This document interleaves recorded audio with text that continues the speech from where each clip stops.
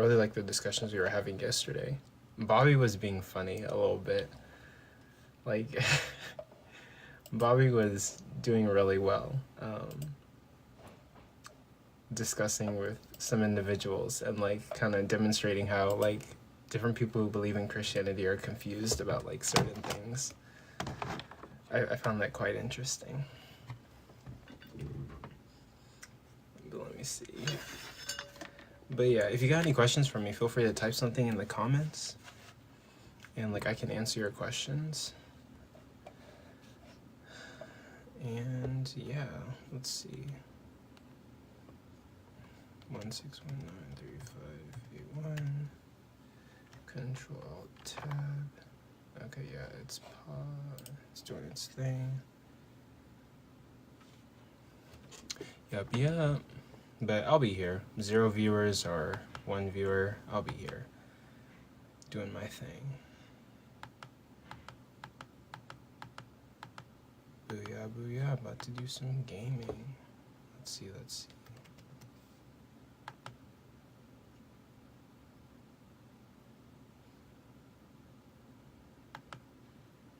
There we go.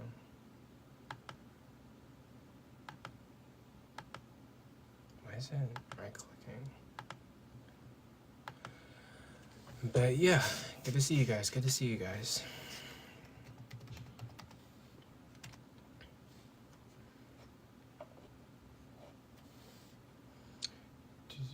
Streamed. Can't take a joke. Interesting. View channel.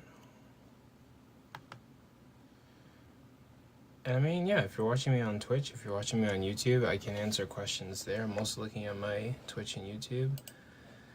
But yeah. Playing Minecraft and, you know, answering any questions. Feel free to ask me any questions. Type it out in the comments. You don't have to join the panel. You can just type it out in the comments and let me know. Oh, shoot. Okay. Wow, he shot me, like, right through the door.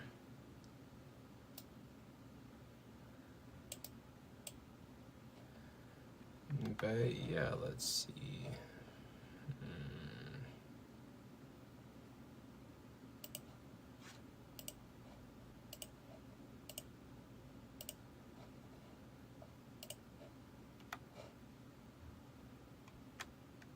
Oh yeah, Dr. Truth, what's up? What's up, Dr. Truth? I'm not really doing much. Okay, I gotta take this guy out. This guy is gonna be a problem. Oh well, that was easy. Playing Minecraft and like looking for any like conversations or debates. I'll be here regardless of whether I have 1 viewer or like 0 viewers. I'll be doing my thing. But yeah, feel free to ask me any questions in the comments. If you can't come up, that's totally fine. I can answer questions in the comments while I'm gaming and doing stuff. But yeah, I'll be doing what I do. Let's see. I swear, like, I really love Minecraft. Like, I downloaded Minecraft and now I'm gonna be like addicted to it for a while. I'm gonna be addicted to this game. What's up, Prince? Hey, what's going on, brother? I'm doing pretty good. What you got for me today? I was looking at your question. You know, why should you believe or trust in the Christian God? Yeah. I mean, to be honest, I mean, are you asking like from the perspective of like, if it's objective or subjective or? I'm just looking for like anything to increase the probability that like Christianity is more true than like atheism, but I'm agnostic. Oh, okay. So I mean, to be honest, brother, it's like even in with that premise being said, right? Like, if we look within the scriptures, the actual scriptures themselves say that no one can actually believe in the Christian God unless the Father is the one who draws them to Him, right? So, like even within that, the grounding of believing into in the Christian God. It would be, kind of dependent on something else other than just, you Wait, know. so you'd have to like wait for God to kind of like draw you into Christianity? Well, like as far as that, um, when he was saying that, when Jesus spoke those words, that was whenever he was on earth. Now with the ascension of him, he says, if he is lifted up, which would imply that, if he was crucified, was unalived and then resurrected, then he says once he does that, he will one day draw all mankind to him. And so, Interesting. for that to be done, it would have to depend on the historicity of the crucifixion, pretty So, much. so it seems as if you're saying that like someone coming to Christianity would have to be like God's responsibility. Like God has to like draw them in first. Well, like as far as the historicity of the crucifixion, that's pretty much what he's implying. He's implying that, the way that the people will be drawn to him are off of, the crucifixion and resurrection itself. Okay, so like why does God like send people to hell? So from our position, it's not so much that he sends them to hell. I guess we would appeal to free will in this instance. It's Yeah. pretty much like your whichever choice of lifestyle you choose to carry out. That's pretty much what determines your destination. I think it's actually Marcus Aurelius who quoted the famous quote that says, "Our actions of today echo into eternity." Yeah, but like but like what are the reasons that God would like what are the reasons that someone would make it into hell?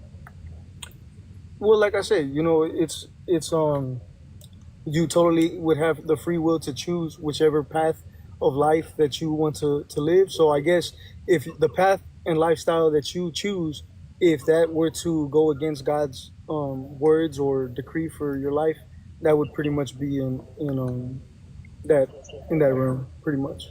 But like so like if somebody didn't believe in God, right? Like would they get sent to hell for that? Like if they've never heard of the Or message of God. or like if they heard about God, heard about the Bible, but they just weren't like compelled to believe that God exists. Like would they get sent to hell for that? For like Right. not Yes, believing? because in that moment they already heard the message. They did not want to accept it, and because of that, they chose off of their own will, their own merits, to choose the lifestyle that they wanted, and therefore, yes, it would be a implication of them, uh, being sent to that place. Yes. Yeah, but then like so if somebody doesn't believe in God, they heard the message and like it's not really convincing to them, like they would get sent to hell. But then at the same time you're saying that like a response to my topic, I have to wait for God to like draw me in to Christianity. So it's kind of like if I'm waiting for God to like draw me into Christianity, like why would I get sent to hell for like not believing in it, but God was supposed to draw me in, you know what I mean? Well, that's why I said when he was on Earth, he said that the Father was to draw the people in, and that was to that's what I'm saying. Like in the scriptures, Jesus said that, the Father is the one that would draw them in, and then later on, he said that the way he would draw them in is if he were to have been lifted up and resurrected. And so the way that the Father will draw you in is by looking at the evidence, observing the evidence of the crucifixion and the evidence for the resurrection as well. And so, So, Wait, hold yeah, on. okay. Go ahead. Sorry. I didn't. I just wanted to finish. Oh, no, you No, guys are yeah, welcome. no problem. He was still talking. Did you want to finish, Prince? oh yeah, so pretty much it would just hinge off of the historicity and evidence of the crucifixion and resurrection. Oh, So I guess If like, you Prince. were, oh, go ahead. Go ahead. sorry, Yeah, you got it. I was just wondering, like if you, Prince, if you were, if you had the ability to convince people that a God exists with 100% certainty, do you think that you would choose evidence that's over 2,000 years old, or would you um, choose some other form of evidence, like say some kind of evidence in the present moment? Yeah, well, that's the thing. The evidence itself, no matter when it it came to be, the fact that it lasted to the test of time, that would actually even if that evidence lasts to right now in this modern time of society, that actually increases the probability of the historicity being true. No, I don't think you understood my question. I'm asking, like, say hypothetically, like you were God, and your goal was to convince humans with 100% certainty that you exist. Do you think that the history for the resurrection is the best possible evidence for even people that are alive today? 100%. Oh, so like you don't think like do you think you're more likely to believe the resurrection if you were alive when it happened or 2,000 years later? Like which one do you think you're more likely to believe it in? To be honest, it would actually be right now, and the reason why I say Really? that, yeah, the reason why I say that is because, like I say, in the moment when things happen, it takes time for things to be settled, right? It's like whenever there's a hurricane or something, right? In the moment that everything has been destroyed within a house or something, it's kind of like a shock. It's like a shock at the beginning. You're still processing the information. You're still processing what's going on, and then the fact once time has progressed, then it's kind of like, man, you know what? You look back in retrospect and like, man, that actually happened. Like, Okay, Prince. so like compare me to like Paul, for example, because Paul witnessed the resurrection interview, right? no, he did not. Okay, can you name somebody who did witness the resurrection? According to the gospel account of John, it would be John. No. It was John. Yes. Okay, let's just say it's John. So, do you think who has a higher chance of believing the resurrection occurred? Is it me or is it John? Well, I mean, the fact that he witnessed it, I mean, and then later Right. on, So wrote about that's it. my point, right? That's my point. Is like if you witness it, you have a higher chance of believing it's true. So, if God's goal is to convince people that He exists, like why wouldn't He just allow everyone to witness it, since that has a higher chance of them believing it than someone who didn't witness it? Well, because even if we look at the ministry of Jesus, right? If we look at the ministry of Jesus and what it actually was constituting, or what it was, the aim of the mission was, like he came in speaking in parables, right? And he said that the reason why he spoke in parables was because the people who actually had the heart to believe, they would be able to understand the parables. And he said that the people who were hardened of their hearts would not be able to understand. So he even said, I praise you, Father, because you have hid these things from the wise and the learned, and you have revealed them to little children. So even in Yeah. that, it's implying that his mission was not to actually reveal it to everybody. It was actually to be for like the ones who would really actually believe. Do you mind if I ask Wait, Prince a does question? God? Wait, Can I just ask two more questions? yeah, go for Sure, it. sure. Is it possible to go to heaven without believing that Jesus Christ resurrected? No, it would not be. Okay, and if God's goal is God's goal for the most possible people to go to heaven? Yes.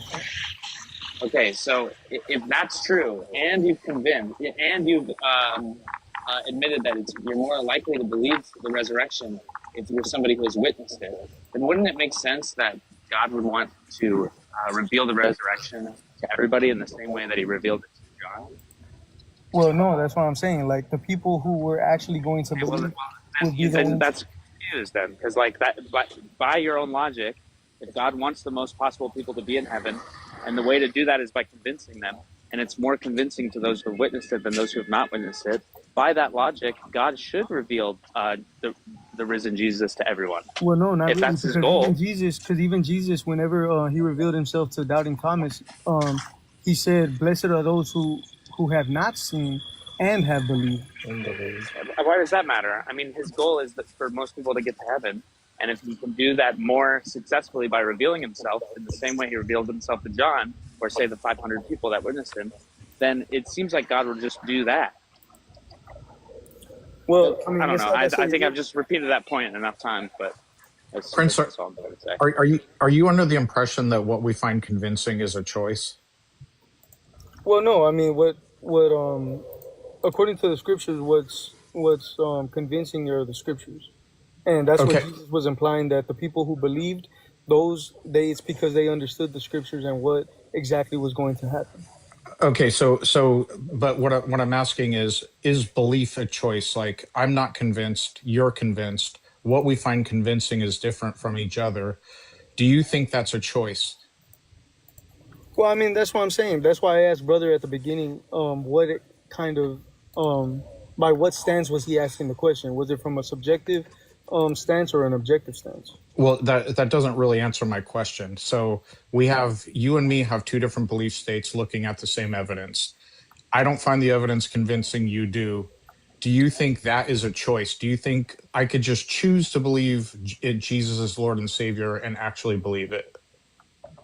Well, I mean, you can No, choose it, but what I'm saying is, if you chose it, hold- I would ask later, like, by what standard are you believing it?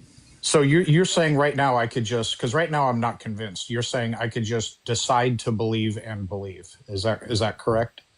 I No, don't no. want to Well, no, misrepresent you. that's why I'm asking. Like, if you chose, I would later on ask, by what standard were you convinced?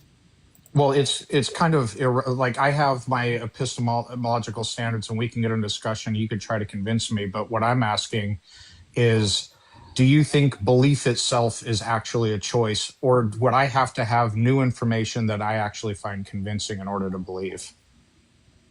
Yes, because revelation is what would constitute your belief system. Okay, so basically, a prerequisite to get into heaven is not something we can actually choose. If belief is required and belief is not a choice, that means a prerequisite to get into heaven is something that people cannot actually choose. Well, the thing is, like, you're right, and I won't backtrack on. I mean, I won't go against that. So what I'm saying is basically, the fact that God has already instituted these revelations by which we are able to believe, that therefore entails that we have a choice, a free will, to go ahead and believe in the revelations, to therefore have the belief, or just choose our own free will and say, you know So, what, this pretty so much isn't for me, basically. all right, so you seem to be contradicting your earlier statement or your earlier answer that it's not a choice. So now you're saying I could just choose, just decide to believe in Revelation, or what, basically decide to believe Jesus is Lord and Savior. You think that's actually just a choice? So listen to what Is I that said. correct? Listen to what I said. I said that we have a choice. We have a choice to either believe the revelations, which give us our faith, to go ahead and believe the revelations, or to not believe the revelations. Therefore, If, we well, have a choice. if I had a revelation that gave me choice, or excuse me, that gave me faith, then I would actually believe. But I haven't received that, which ergo I don't believe. But that's what I'm saying. Just because you haven't that's what I'm saying, because of the fact that we have the Bible, the historicity of it, and because we're able to calculate, all these things, these prophecies and whatnot, we have the revelation already on hand. It's just Oh, up to you. It's up to you to actually make that choice whether or not you're going to read it, believe it, and actually do the research yourself, basically. okay. So basically, you're saying it is a choice that I could just believe, because I've read the Bible and I remain unconvinced. So you're saying I could just by will find it convincing. Is that what you're saying? Well, that's what I'm saying. So then you Okay. would have to ask yourself, why did you not believe the Bible? Well, I've asked that quite a bit. So I have the revelation of Amazing Fantasy number 15 and all the Spider-Man comics and everything else. Can you choose to believe Spider-Man actually exists in reality? Can you choose to find that convincing? Well, that's not. Well, We're look, not like talking about let's just Spider-Man. say, for instance, I were to go with your hypothetical. Right after that, I would actually go ahead, do my research, and Uh-huh. see if there's any historicity of Spider-Man even existing Which there within. wouldn't be. There wouldn't be a historian that says Spider-Man existed. Okay. Let's say Exactly. So therefore, Okay. I would not believe it. I said Lord and Savior. I didn't say as a man. And by the what we find convincing is not an actual choice. Nothing nothing you believe, if you believe something, that's not a choice. You became convinced by the evidence. Now some evidence may be convincing to you and not to me, but there are many Christians, including myself, that wanted to continue believing, and later on in life just looked, re-examined or reassessed and could not continue believing. It's like literally, it's an impossibility. That's not how belief works. Well, But you Your it's could mind just is not a go in. back possibility, brother. you could just go back to fundamental arguments like with the resurrection and with the like Kalam and like abductive arguments. Like if you Yep. really want to be convinced by it, you have the resources to be convinced. But it seems like you don't want to. Okay. Well, I know for a fact we can disagree about what I want, but the thing is I have this amazing ability to read my own mind and determine what I actually want. Like, and I already explained it. I wanted to continue believing, and I couldn't. And there's many other atheists who wanted to. I just don't find those convincing. Now, we could have a separate argument as to whether I should, and I'm familiar with the Kalam. That's a terrible argument, and I can Why do you think explain it's so why. bad? Well, one, it contains unsubstantiated premises, and the conclusion doesn't even end up at God. It's just the universe has a cause. Wait, what do you mean by unsubstantiated? That there is no support for the premises? Right. So, for example, the universe began to exist. Well, also the Yeah, conclusion of that you can't got be. the Hold on. BGV theorem. I was talking to two physicists the other day that said the BGV theorem does say the universe began to It exist. says it, but that's only a model. That was addressed by Sean Carroll, who, in his debate, Sean Carroll's a cosmologist, and he explained there's lots of theorems. Theorems aren't proofs of. They have a lot of assumptions baked in. It's not the consensus of a cosmology. Also, The consensus would be that they don't know. hold on, let me finish. Correct. The consensus, they don't know whether the universe is eternal or not. And if the theorem actually proved it, then there would be a consensus. And furthermore, I could actually show you Alan Guth himself saying that he believes the universe is almost certainly eternal. He's one I of the watched the authors of debate. He didn't say almost certainly in the debate. He said probably eternal. He said almost certainly. Well, he said probably in the debate that Sean Carroll was running. No, Yeah, he held up probably. he held up signs. Okay, so everyone go, or there's not many people in I here. literally was watching it the other day. Alan Guth is holding up. Make a bet on Don't this. speak. Please don't speak. He said it's almost certainly eternal, but nobody knows. In the debate that Sean Carroll, with Sean Carroll. Yep, at 1 hour Yeah, 5 minutes. You're wrong. Okay, hold on. I'm going to go back to it. I'm going to go back to it right now and pull it up. Go ahead. He says it probably didn't exist. Probably didn't exist. He didn't say almost certainly. I'm pretty sure that's true. I could be He said it's almost certainly eternal. No, but not knows. in the debate. Not in the debate with Sean. Yes, it's gonna take you some time to find it, but it'll take like 5 minutes. Okay, then do it. Then do it and find it, bro. And prove me wrong. I really wish you guys played Minecraft. Bro, isn't there Trevor and there Trevor over there? Huh? And there minors in that? Or say what? I said, isn't there minors in that? And also Valenkin, who is also actually the wording we were both wrong. He said it's very likely eternal. So you're basically. Where did he say that? In the Sean Carroll debate? Yeah. No, he didn't about say 1 that in hour. the Sean Carroll debate. Okay, Unless I my literally memory just is listened to it. really bad. Yes, your memory is bad. You're No, interrupting it's me not. to be wrong. No, it's not. Because I literally watched it. He said. I literally watched it just. Okay, He He did not say it's very likely. That's not true. Yeah, he literally said very likely.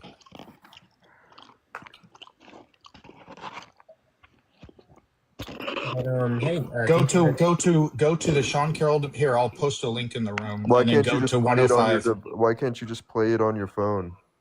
If I can't play it on my I could play it on my phone, but then it minimizes the app. I was playing it while I minimized the app and listened to it just now. Watched it just now. Okay. There might be sure. a way to. I'll look at it. Either way, Valenkin does not deny the first premise of the Kalam. He accepts correct. the first premise of the, or he accepts the second premise of the Kalam. Correct. But there is no consensus on it, and it's still an unknown. So what I said is you have an unsubstantiated premise. It's not substantial. I'll accept it if the consensus is the universe had a beginning. The theorem is not as weak as you think it is. The theorem is actually or Sean Carroll. Okay, that's cool. I mean, And, I'm not a physicist, yeah. but am I going to believe you or Dr. Sean Carroll? Well, Sean Carroll is just saying what the consensus is that it's unknown. But I've talked to physicists on this, and they both agree that it is plausible the universe began to exist in light of I said, these yeah, types of plausible. Yeah, plausible. If something is plausible, it is not. It is not substantiated, right? Okay, fine. Correct. Okay. Let's keep the Then Kalam aside. Let's just talk about if the universe plausibly began to exist. You would agree, right? it's plausible that it began to exist. Sure. Okay, then that's fine. If you're saying it's plausible began to exist, I don't really have too many problems with it. Hey, Coco, by the way, I think you're right about the whole Calvinist and You know, about like Christianity being typically Calvinist or like yeah.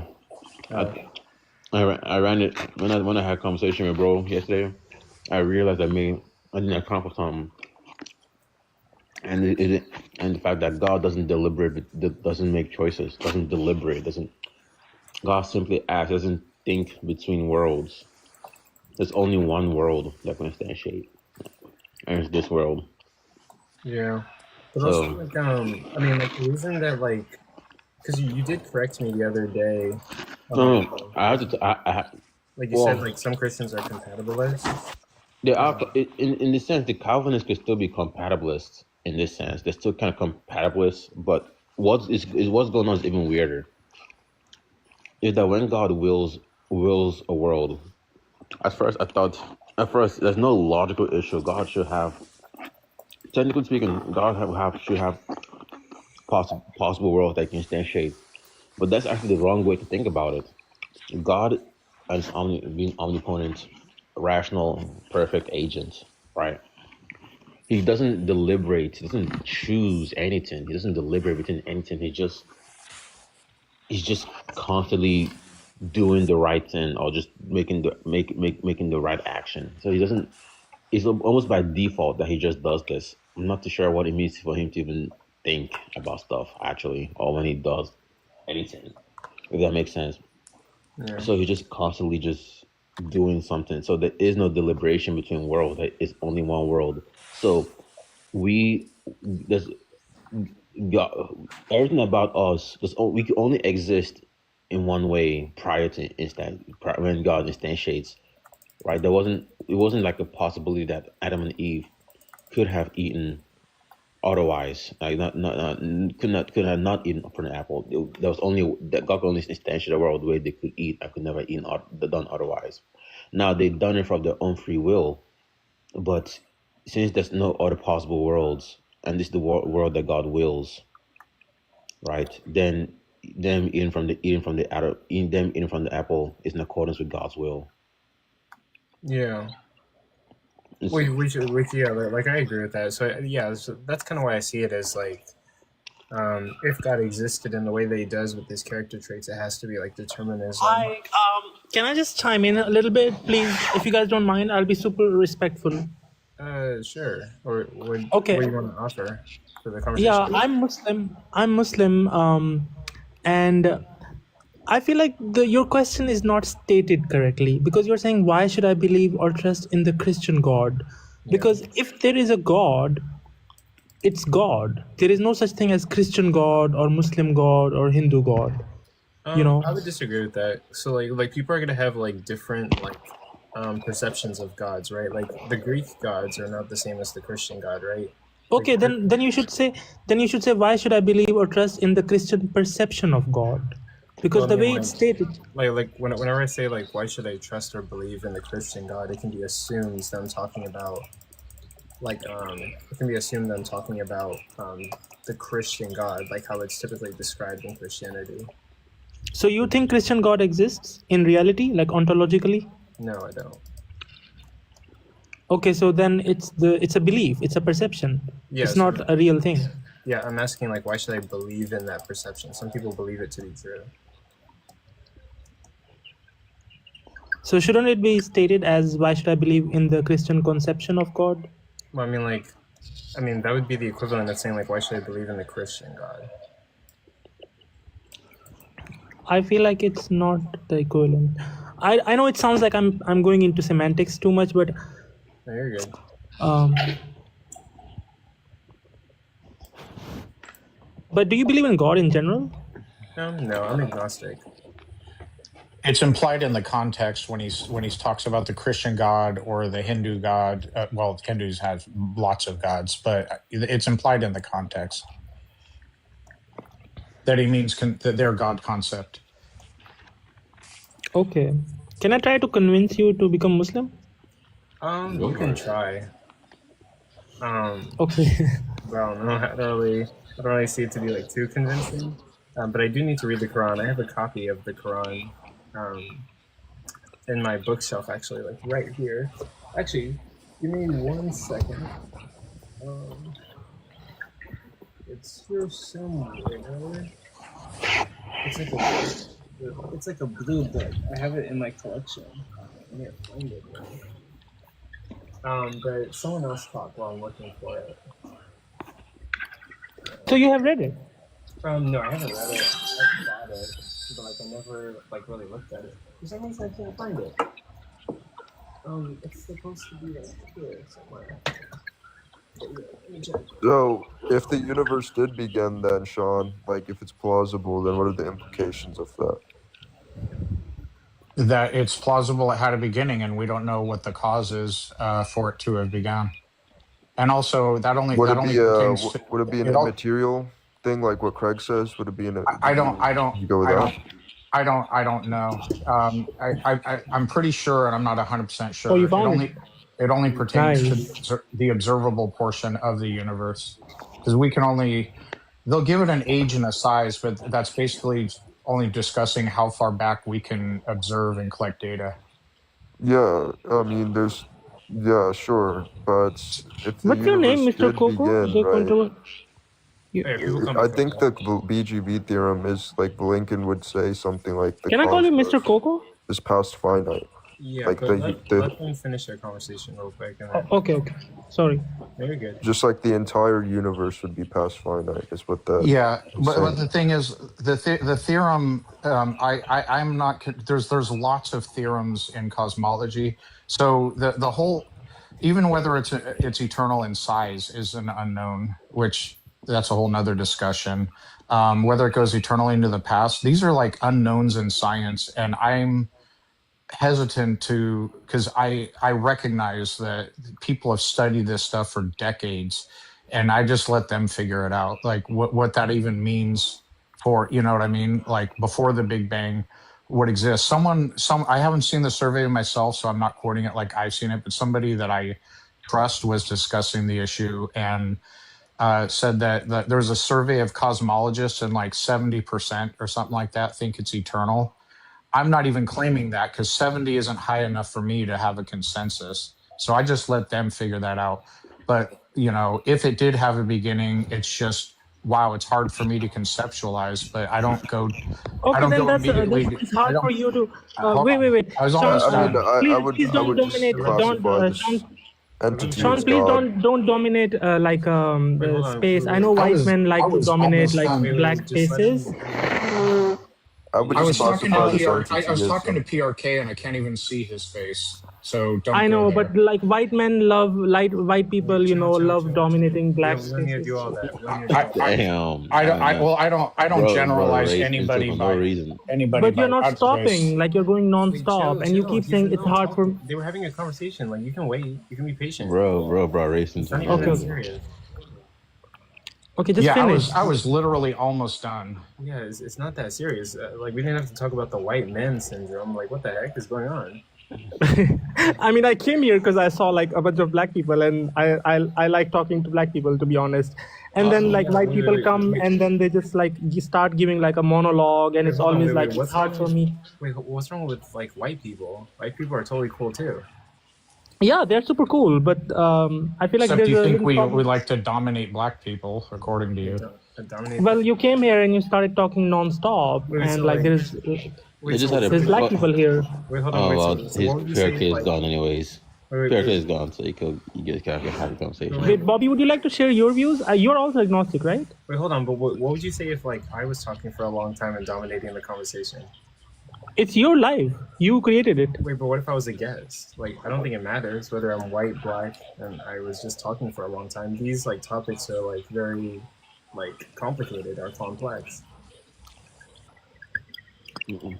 I don't know. It's just an observation. You can observe it too, but like it's a Bro, this pattern one. I've seen. Like All right, black so people always like to give space to others, like when they try to listen more, and they keep things less opinionated and about themselves, because there's a general problem with narcissism among white people. Like it's just like a culture of narcissism, which just shows. I'm sorry if it looks like I'm generalizing. It's just like a problem with your race, and it's not your fault, like personally, individually, but with Yeah, more it was with self-introspection. defective genetics. But go ahead. Yes. It's not the genetics, it's the culture. You can correct it, you can change yourself, you can heal. If you read Ali Shariati, he talks about West toxification, Gharb Zadgi. And it's not something that you are inflicted with, other people are inflicted with your culture as well. Whiteness, this thing that I'm talking about is part of your culture. It's not your genes, it's not genetics. It's And literally not and serious. Like Well, Jesus is it's talking it's about. part of my culture not to generalize people by the color of their skin. Well, you did not But come up with that idea. The idea that we should not be generalizing did not come up with you. It actually came up with the Greeks, who came up with logic and philosophy, and they were not white. Let me break it to you. They were How does- Mediterranean. it's a bad thing to generalize people by the color of their skin, correct? Yeah, and this idea was not created by white people, and you cannot say that this is part of white culture. In Isn't fact, you that what can't you're even doing describe right to me now? what white culture is. What? So Isn't that what you're doing right now, though? What is happening right now? Like he was just talking about a complex topic, and he was talking for a I'm long not. It's weird to say that a culture came up with the idea of just being kind to somebody. Yeah, like wait, sorry. can we just like love each other and not like turn it into like he's narcissistic and racist? Like Okay, sure. Sorry. One soul at a time. Like Okay, I was just stating the Look, obvious, I but think I know I what- shouldn't be saying it. I think if we this Yeah. the anything we should take outside this live is to say like, hey, maybe the fragmentation based on race should not be the case. Maybe that's reasons like you say environmental factors that contribute to one's personality, but not the skin color, if we need skin color tint that's Like- going on. if we need somebody to claim Sean, I'm a black man, and I think Sean is a very good person, and he's very kind. And like, Thank you. I Thank you, Coco. I ain't claiming anyone, but I think I don't know. Maybe I'm too. The more I get older, the more I'm not sure why. Like especially on TikTok. TikTok does a thing where like it does so much race baity shit, and it's like honestly going to the comment section is the most wild thing you ever seen. It's like like people are just not been trying to like think critically that hey maybe this is just circumstances of like different factors, right? Like different like environmental factors and historical factors rather than some other term. If there's anything, if there's anything you could take from it, it's just look, people are people, mostly, and just don't assume. but anyway, Yeah, let's just let Sean finish up and like. No, Purica is gone, bro. Yeah, The guy I yeah, was talking to is gone. Oh darn. The white dude I was dominating. Yeah, just watch yourself I don't know more, if be he's more white, actually. observant. You can cure your narcissism. I'm not saying this is part of your genetics. You can be more aware of it. I just made you aware. This is not personal, and you could definitely be a good person. I'm just talking about your culture, and people who are very high on narcissism can still be good people, and this is part of your culture.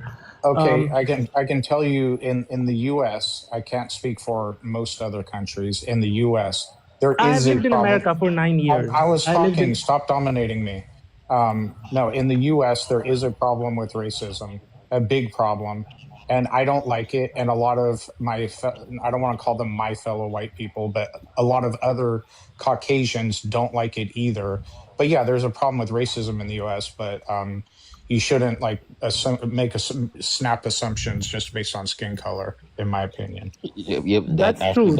actually does hurt what you're trying to do. Well, I'm That's being true. honest. There's Oh a no, problem with- I'm talking to Funny. That yeah. yeah. Sorry. Yeah, that whatever we're trying to do, I think that actually just hurts. I think I don't know because it's to me in the same way where the like one race could point fingers at the other race, the others could point fingers at the other race. I'm not too sure this is actually progressing in dialogue onto like understanding each other. So That's I'm true, not- but I feel like we have had enough dialogues, to be honest. But to the point that Sean was saying, actually, I'm sorry. Like Coco, feel free to just stop me I can stop right now if we are diverging from like the main topic. I thought you just But like, No, you're totally cool. Let's just get back on track, I guess.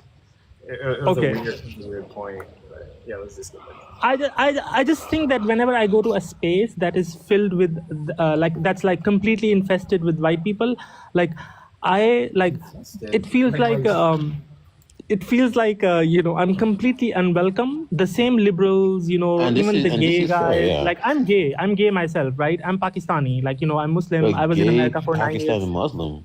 Yo, Dude, how are Right. you alive? Wait, hold on. Infested is crazy. Like they're not like.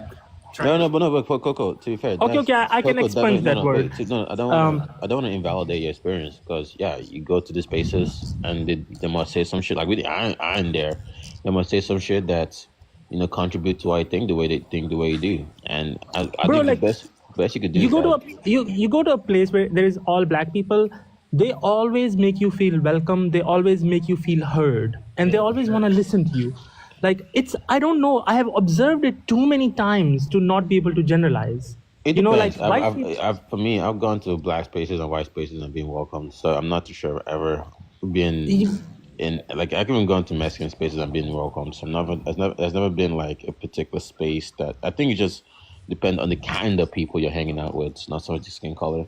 But I'm not gonna I was in invalidate your. Massachusetts. I wouldn't I was in invalidate your Massachusetts. experience. Those are because- probably the most like civilized white people in America, right? Massachusetts, very liberal, you know, Western Massachusetts. I don't know. I mean, I don't think so. I think it's just case by case because you could go and see some ignorant some black people say some ignorant and be very ignorant, and then to me, I think I hang out with people that have good character and regardless of their race. So I think to like I don't Yeah, want to black people can invalidate be the. ignorant, sure, but black people can be ignorant for sure. But black people are never truly hateful. You know, they are not malicious in their heart. Like they, like I don't believe that. It can be like it can be aggression. It can be something. Wait, hold on. Have you met a Christian on this app named Joy?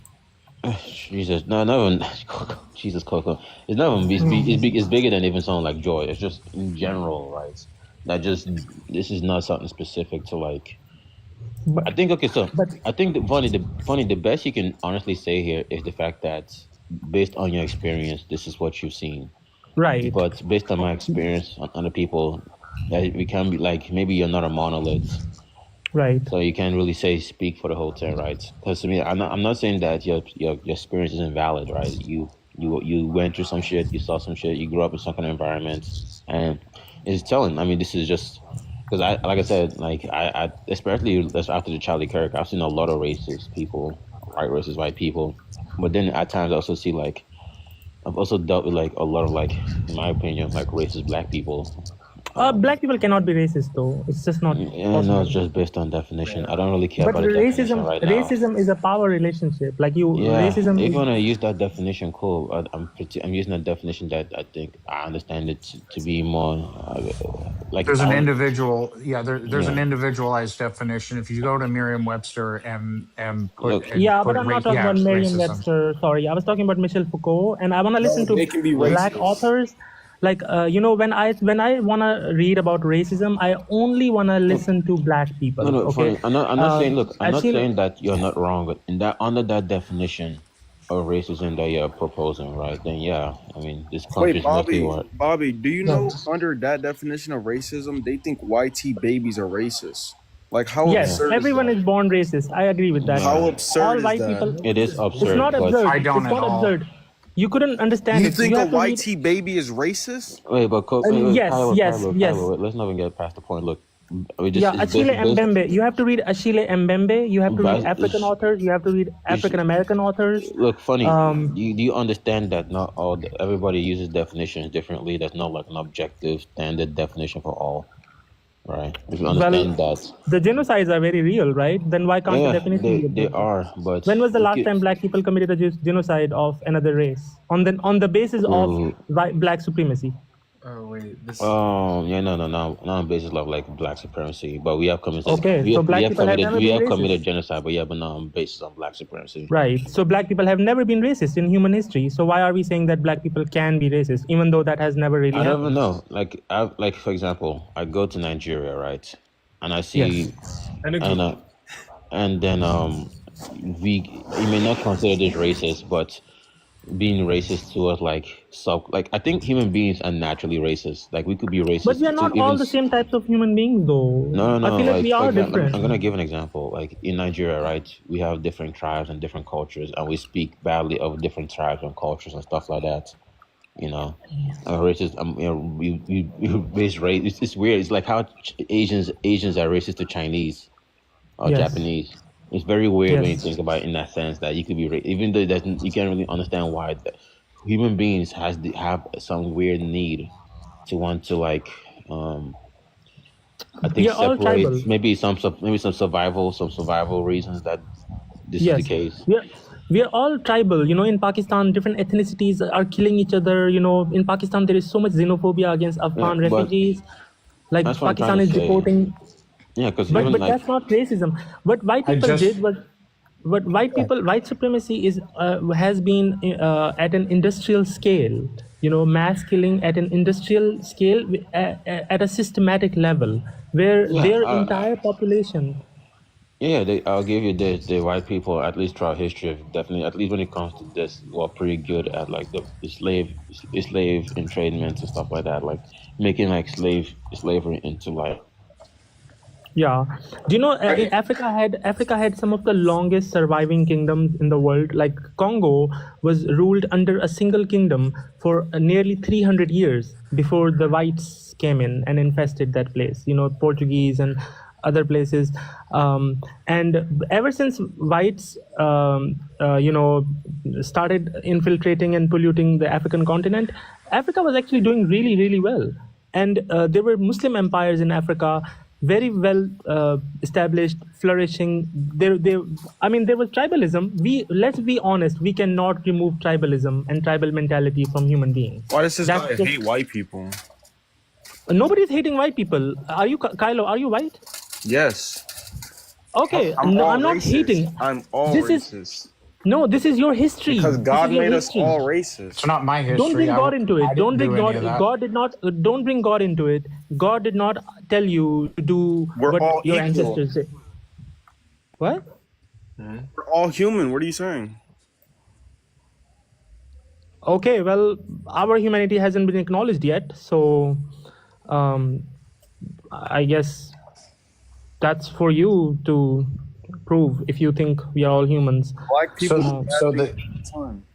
the dictionary definition of racism, a belief that race is a fundamental determinant of human traits and capacities, and that racial differences produce an inherent superiority of a particular race. I'm not reading a white that's man's definition. I'm sorry. I'm only how do gonna you know read who wrote Achille. how do you know who wrote that entry into Webster? Yeah, I've read don't black authors. I've read words Cedric don't Robinson, Achille Mbembe. Do you think Go read black racist people authors. should be punished? Should we Okay, punish so racists? words don't No? have intrinsic meanings, they have usages. So if somebody says calls you particularly a racist, that is Yeah, I would probably like. let me finish. I Please would don't like to listen dominate to me it. because of the color of my skin. Let me finish. All right, Don't So take it personally. Don't be butthurt. You can learn from what I'm saying. Don't be no, butthurt. I'm educating you. butthurt. Yeah, I'm then just stop pointing saying I'm out. dominating you. I enjoy irony. That's all. I'm a big fan Hey, of so There irony. is no funny. irony. There is no irony. Wait, Go pause, educate pause, yourself wait. on what I'm telling you. Funny. All I'm saying, right, is you're right. The history showcase, but when you look at history, we could point fingers at any kind of race. I think Black people have done a pretty good job when it comes to this particular aspect, but I'm not too sure because it's weird for me to say the sins of your dad should be put onto the child. Like if Sean is demonstrating that, hey, I see people as equals. I know the But reasons why Black people are in this situation. but look He at how understands that it's necessary.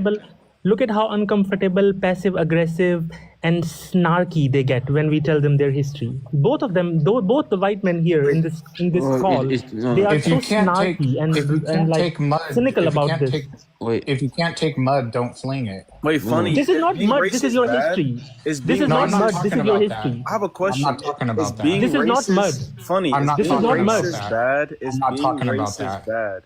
Yes, Funny. yes, Kylo. Wait, I don't think he thinks being racist is bad. You don't Funny. think? When? How am I being racist? Wait, Did I no, say we funny. should- Do you think racist people you think- are bad? Do you think being racist is bad? Of course. Am I saying wait. we should hurt white So- people? Do you know how much? To be I clear, would you never. think wait.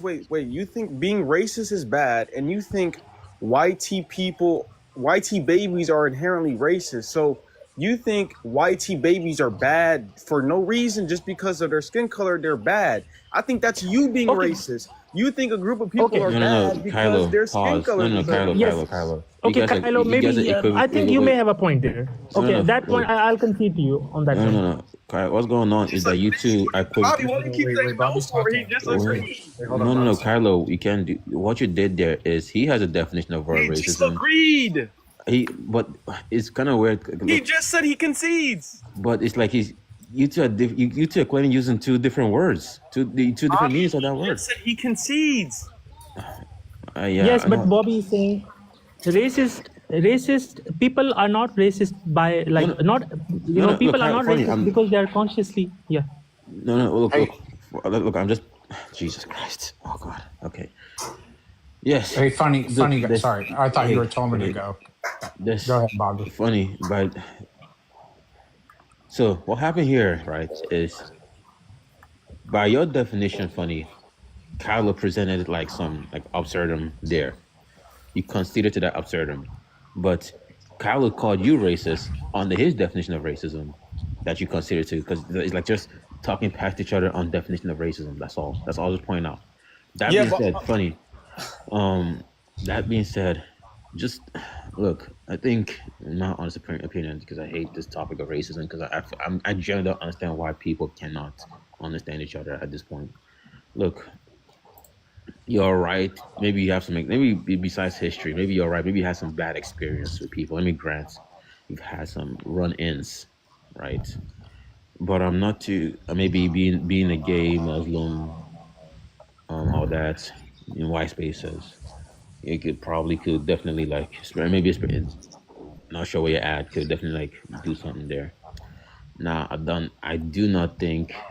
I do not think you should now therefore think all black people are always good. I'm not saying that they're bad. I think they're good too, but I don't think you should also think all white people are always bad. It's just I think you should form a metric. but I never You should- said that. Alright, That's but- not fair. I never said that. Okay, that's fair. I'm just saying you should form a metric in judging character, I think. Funny. So this all started because I was having a conversation with, I forget his name, KVB or something like that, who I think, but I'm not sure, I'm going by his voice, is actually probably white. And I was a little bit long-winded because we're going into nuances of like complex topics, like what could have existed before the universe, etc. And then you immediately jump to white people are always trying to, referring to me, dominate black people, and I don't even know that he's black. If anyone knows, I'm curious now because I genuinely don't know. And like you immediately started characterizing white people. Look, Sean, you don't know. To be fair to Funny, you don't know what Funny has gone through. You know what she's experienced to come here. Bobby. I don't think not all of this are But appeal to Bobby, me. we are all going through it. If you think about it, we are all going through it. Bobby, Anywhere in the classifying a world. whole group of people as racist because of your independent experience is an appeal to emotion. No, I'm not appealing to emotion. In fact, I'm the only one who is citing authors. I'm citing history, and you're so uncomfortable. Your history makes you so angry. You know, whenever we point out your history, you say, "Oh, but everyone has been racist. Look, Africans So in enslaved each other America, too." when black people Everybody- have the most pew violence, and they have the most unalivings for why they go coming. I was having another conversation. Was that right Bro, or wrong? stop! You're so butthurt. Like you keep making No, it I about just want to know. yourself. Can you shut I up? just want to know, was it right or wrong? Just educate yourself. Be more Accountability. aware. There was I'm trying no to help need you. for it. Okay, be more aware of when you talk. Don't dominate black spaces. You know, Try to give him some I'm at space. the point. Yes. This isn't a black space. This is a space that happens to be run by a man who happens to be Well, the black. creator is black. The creator of this live is black, and I did not come here to listen to you. I came here to talk to Coco. Well, you know what? He has multi guests on here, and that's up to him to decide. Not Yeah, you. and we are not all here to listen to you. And when you talk, this is all Wait, white hold on, people hold on. always do that, right? Wait. Why do you have a right to say who can dominate me or not dominate me? Sean, you are Who's down? Who's dominating you? Yo. This conversation is actually why I want to run it. Like, that's a thought experiment in my head that I wonder. So, because you're being a racist, that only certain people get to talk to Coco, is that what you're trying to say? No. Wait, before I'm actually No, tired of Bobby's being I'm- reasonable. I'm tired of this racist conversation. But this conversation has always made me like have this like weird thing in my head. I want to run an experiment where we have we have these two continents, right? Yeah. And we put everyone with any kind of racist inclination or thoughts or ideas or ideologies, regardless of their like racial background, right? Like, regardless of where they exist, right? Like, regardless of their skin color, just put all of them in one island or one that continent, and then put everyone else, that every other group of race that don't have those same proclivities, ideologies, ideas, and beliefs, put them in a separate continent, and kind of just see what Well, happens. that already happened. They all ended up in America and Australia, and look what they did to No, Aboriginals. that's not that. What I'm saying, has never happened. I'm talking about like a true, because I do feel like when I see the world sometimes. You know I feel Mahatma like- Gandhi? Have you heard of Mahatma Gandhi, right? No. Let me wrap Gandhi? this up. I'm gonna wrap this up. But I do feel like when I see the world, especially in current day, there's all this. Everyone has reasons to hold their belief and on some racial standard or preference or whatever. You know, regardless of black, Also- white, Mexican, Wait, Indian, whatever. Bobby, you were saying that like you were saying earlier, and I forgot to respond at that time. You were saying you don't understand why like we can't understand each other and why there is still racism. No, The no, answer is very simple. I think it's very simple. It's not a rational thing. We cannot reason with white people. This is what you have to understand. my They God. only That's not what I'm understand. saying at No, that wasn't all. racist That at wasn't all. what I This said. guy at is all. Yes. racist. This is Yes, This is not what I'm saying they at only all. respect racist. power. No. They You're not respect Muslim. power. They respect. No, I'm Muslim. I'm very proud Muslim. Funny, you have and so much hate in your heart. There's no reasoning with you. That's my opinion. No, look. okay. What is happening? They respect power, Bobby. They respect power. Okay, if you prove your metal in the They? battleground, Everybody you know respects Vietnam. power. You know Vietnamese. Vietnamese people are the shortest people in the world by height. Funny. What can I do in this conversation to have you understand that though you're operating on this particular definition of racism, and though you have your experiences that probably led you here understanding, what can I do to say, hey, there is a case that not all individuals are always this way, and if you maybe broaden that definition a little bit, you could say that, hey, this is probably due to like some other factors than some skin color, and what can I say here? Like, what can I do to convince you that it's not as simple as just like, just being like, skin color, just like. Well, I'm in a not saying case by case.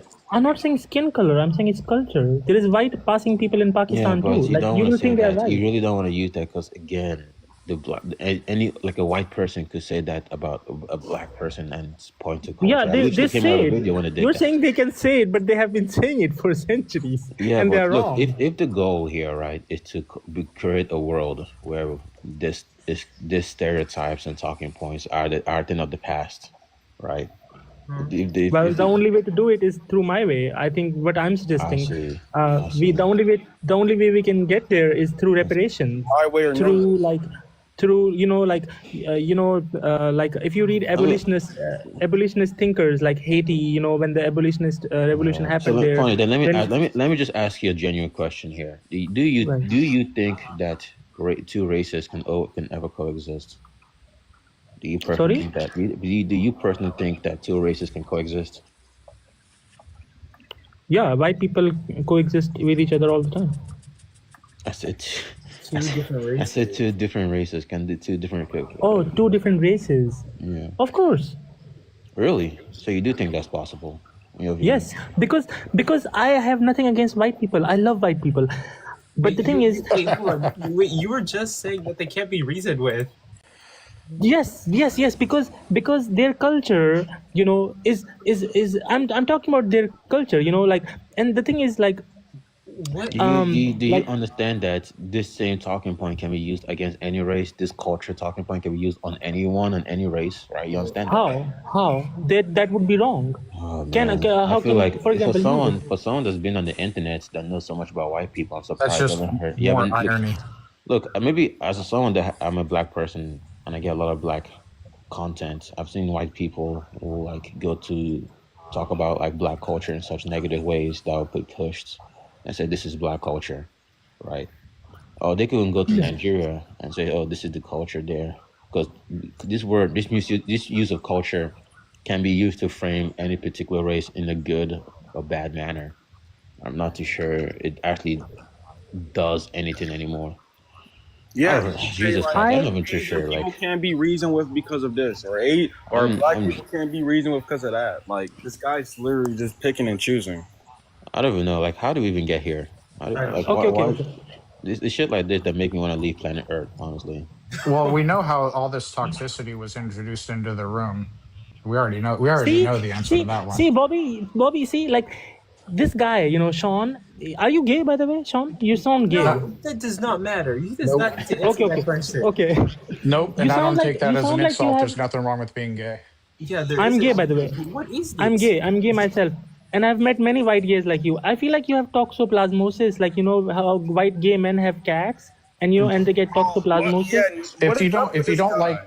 if you don't like it coming back to you, don't dish it out. You came in this room adding toxicity. Yeah, Coco, Everything you're was gonna fine get before we I got didn't here. dish out anything, sir, you're Sean. saying I the did G not dish word. out anything to you. I don't think I he's. was I don't think educating so. you. I This don't is the think any problem with bad white words have people. been They said so refuse to far. educate themselves. This is Whenever the we try problem to, with this is white. why You you say guys racist ban shit. Bro, your white Coco, next president. topic, bro. You're gonna get Your I white don't think president has banned critical race you, theory Coco. from You've lately schools. had the I didn't Charlie vote. Kirk I didn't Critical vote for race topics. him. theory, You've the had Charlie Cedric Kirk topics. Come Robinson, on, man. This shit. I Achille don't think anything has been Mbembe, said bad. black authors, black sociologists, W.E.B. Du Bois was forced to live in Ghana. Your people, your white people expelled him from his Trump is hometown of Massachusetts. He none of those are died in my. Ghana. Okay, he died in Ghana. Your white president has banned critical race theory. All right, we're gonna When we move people of All color right. try to educate you on Funny, whiteness and how funny. you are, what you show Can we is move on? whiteness and white attitude.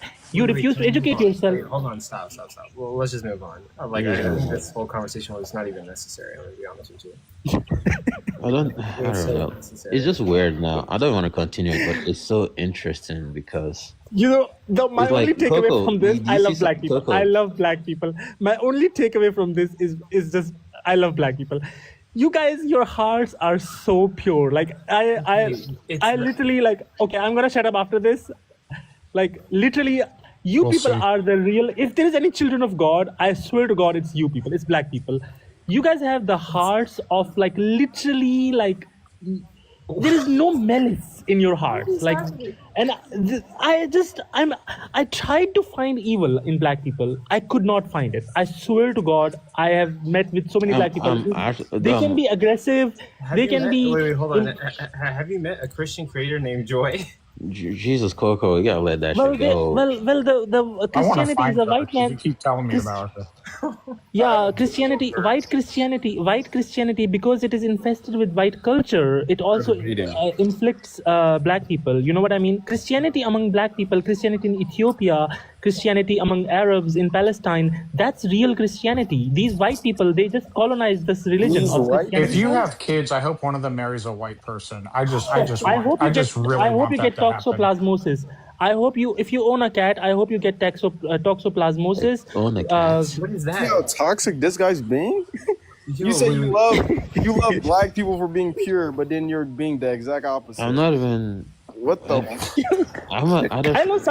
Kylo sounds actually super chill. I love Kylo actually. Wait, Kylo, I thought you were light skinned, to be completely honest. I'm actually not white. I was joking. Okay, Kylo's, See, that's why you're cool. See, that's No, why you're Kylo, cool. no, I Kylo's could black. see that in you. No, Kylo, I Kylo's could see black. that there is something but- chill about you. Look at this guy, Sean. He's like, he cannot move on from the fact that I tried to educate him because, and like, make him. Because you keep puking nonsense out of your mouth. He was talking. Your about, history like, is not how, nonsense, sir. like- Go read history. Go look You at do the not history know. of. You do not know. Oh my God, Kylo's a Okay, well, coon. that's racist. Jesus, I sell. man. Yeah, Wait, no, no, he's, no, he's calling Kylo a coon. Are we not hearing that? What the fuck? Yeah, I know, but like, Is that not racist? Wait, Okay, then wait, why are you please, making fun of please. my Yeah, like, accent? what the Well, you called wait, your wait. friend a coon, right? Which is Would racist. you, Coco? You don't sound black at all, dog. You sound Indian, bro. What the fuck you calling someone else a coon? No, fun. I never said I'm ISO. black. I'm Pakistani. I'm not ISO. black. Okay, then don't call people coons, bro. That's racist too, No, Coco. no. You forgetting that? Yeah, no, Wait, I agree with you. who did I Like, call cool? wait, Wait, who I did you agree call? with you. Carlo. This whole conversation is What? like, oh, man. Wait, did you call Coco a coon? No. No, he called Kylo a coon. No, Kylo. Cool. I said he's cool. He's cool. Mm. Everything. Look, ISO, you gotta misunderstand. Funny Cool. Cool. Funny doesn't like he's white chill. people. Funny does not like. He doesn't white like people. white people. Yeah. No, I love white people.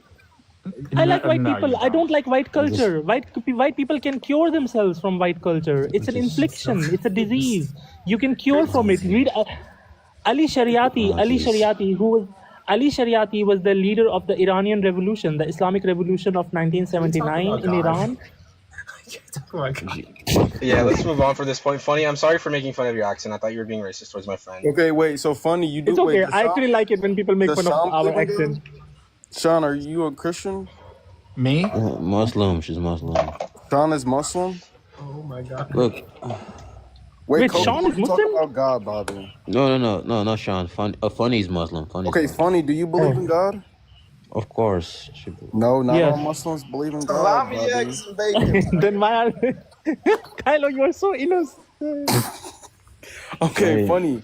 Wait, why do you think God exists? Because God is a necessary Because God is a necessary precondition for knowledge. Okay, can you substantiate that?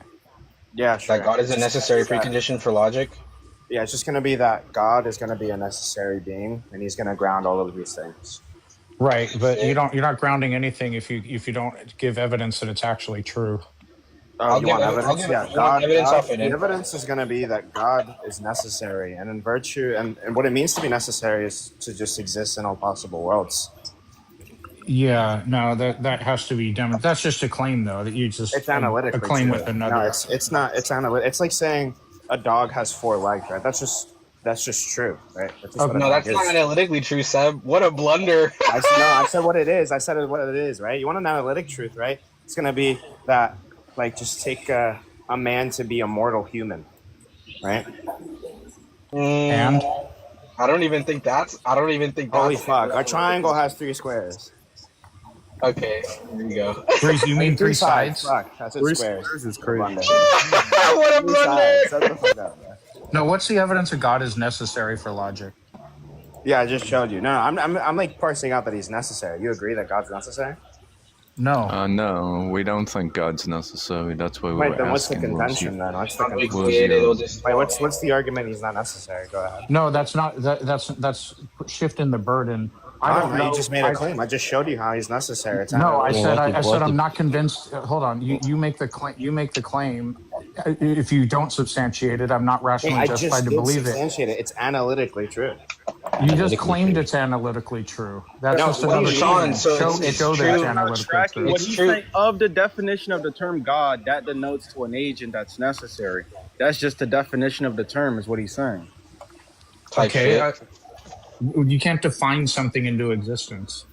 Wait, that's so dumb. It's like asking me, why should I think that a triangle has three sides, right? Just because you claim it to be the case? You said it's analytically true. So give me the analysis. Yeah, the definition of God is a necessary being. Okay. The Necessary definition of being- Superman is an alien from Krypton. Yeah, well, That's- Sean, but necessary means that Okay. it cannot fail to obtain. Therefore, it must obtain. Therefore, God Sean, exists. can you define necessary existence and what it means something to be analytically true without using your Merriam dictionary? Damn, that's crazy.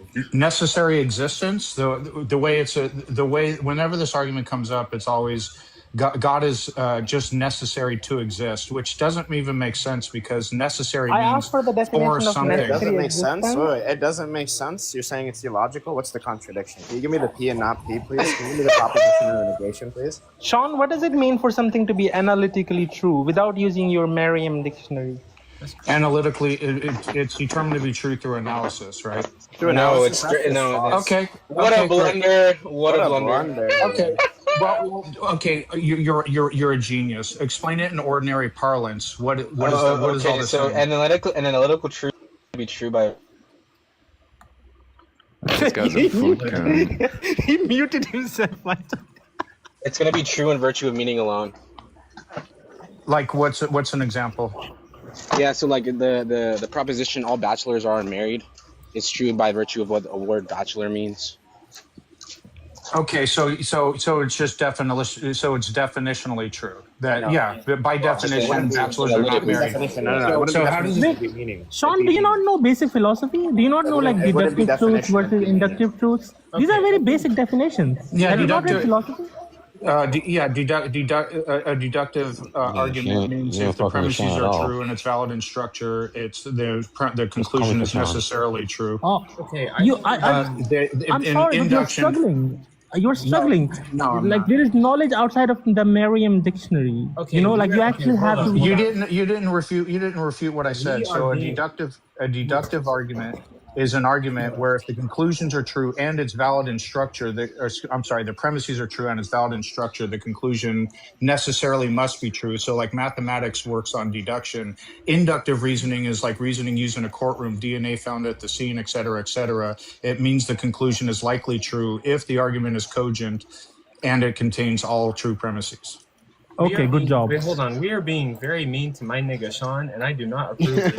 Nigga Sean. Yeah, I mean, this isn't trying to have a conversation. It's a gotcha. Oh, you don't know what this term means? Ooh, you're so owned. And instead of trying to have a real conversation, if the argument stands up, you can use ordinary terms and just explain it. I mean, I'm using the ordinary terms. I'm sorry, you're in the Yeah, we are. so. Sean, I mean, look, in order to have a real conversation, you're gonna have to borrow from my worldview, right? So it's just an issue. I don't have to borrow from anything from your worldview. Can you? Okay, how does knowledge argument? obtained under atheism? Yeah, without What's that? argument, my worldview, please. Knowledge is things that people learn and retain, and that requires a brain to learn those things. Wait, So things that people learn and retain. Okay. Wait, did you just use a conditional? Did you just borrow from my worldview? How do you open the back of this? What? Kylo, would you like to say something? You've been silent. I mean, I'm just letting them parse out their ideas, you know? What about We think we might be in a black hole. The universe might have expanded from inside of it. So we already know how the universe may have occurred. Wait, your voice is so cool. Where are you from? And actually, Wait, it's also got to be true, true and so, justified. Your belief. voice is so nice. Where are you from? Who, me? Yes. I'm from. I can't really tell you then. That's classified information. Damn, you sound so nice, bro. Like your voice actually is like really cool. Like you can literally be like a voice actor, like a voice model. No, that's just my voice. I had an accident when I was little, so. Damn. Anyway. So power of the Ori. Are you like atheist or agnostic? I'm atheist, but I study cosmology, so we might have a better idea how the universe may have occurred. So. Oh, so you actually studied something other than the Merriam dictionary. So Okay, like yo, the shots are crazy, bro. I just want to know, like, Sean, are you clocking in at Dodge Donald's right now? Yeah. What'd you say? Well, yeah, Sean. So you would wait? Do you think the definition of God being a necessary being is incoherent? No, the problem is you can make an analytical truth about something that is fictional as well. Yeah, that's a fictional character can be analytically true. So if you say, well, not at all. Well, No, God creating the universe is an analytical truth. Sean, so what's not being said here is of the definition necessarily at this current moment. They're saying the referent there exists. We're just looking to get clear on the semantics. We're saying what we mean by God as a necessary being. Do you at least understand that? And then they're gonna delve into how we understand this being to exist. You can't even like say that, like, you know, like, oh, I have a necessary alien or something. Because an alien itself, right? The nature of an alien isn't necessary. We know that, like, in the universe, I don't know that necessary. any being is necessary. Well, I'm showing you how one is, and it's God. Yeah. Okay. What else is necessary besides God? Nothing, just God. Yeah, Okay. nothing. Okay. Something else is necessary. So, Sean, the issue, the blunder you're having here, right, is that if it is the case that I'm there not having a exists two blunder. necessary things, He's not. So when something is necessary, it always implies necessary for something. Like air is necessary to breathe. Like, so what is he necessary for? No, he's not necessary for anything, right? Everything else is contingent. The only necessary thing is God, right? Okay. I don't see what you're getting at there, and I don't see why it matters.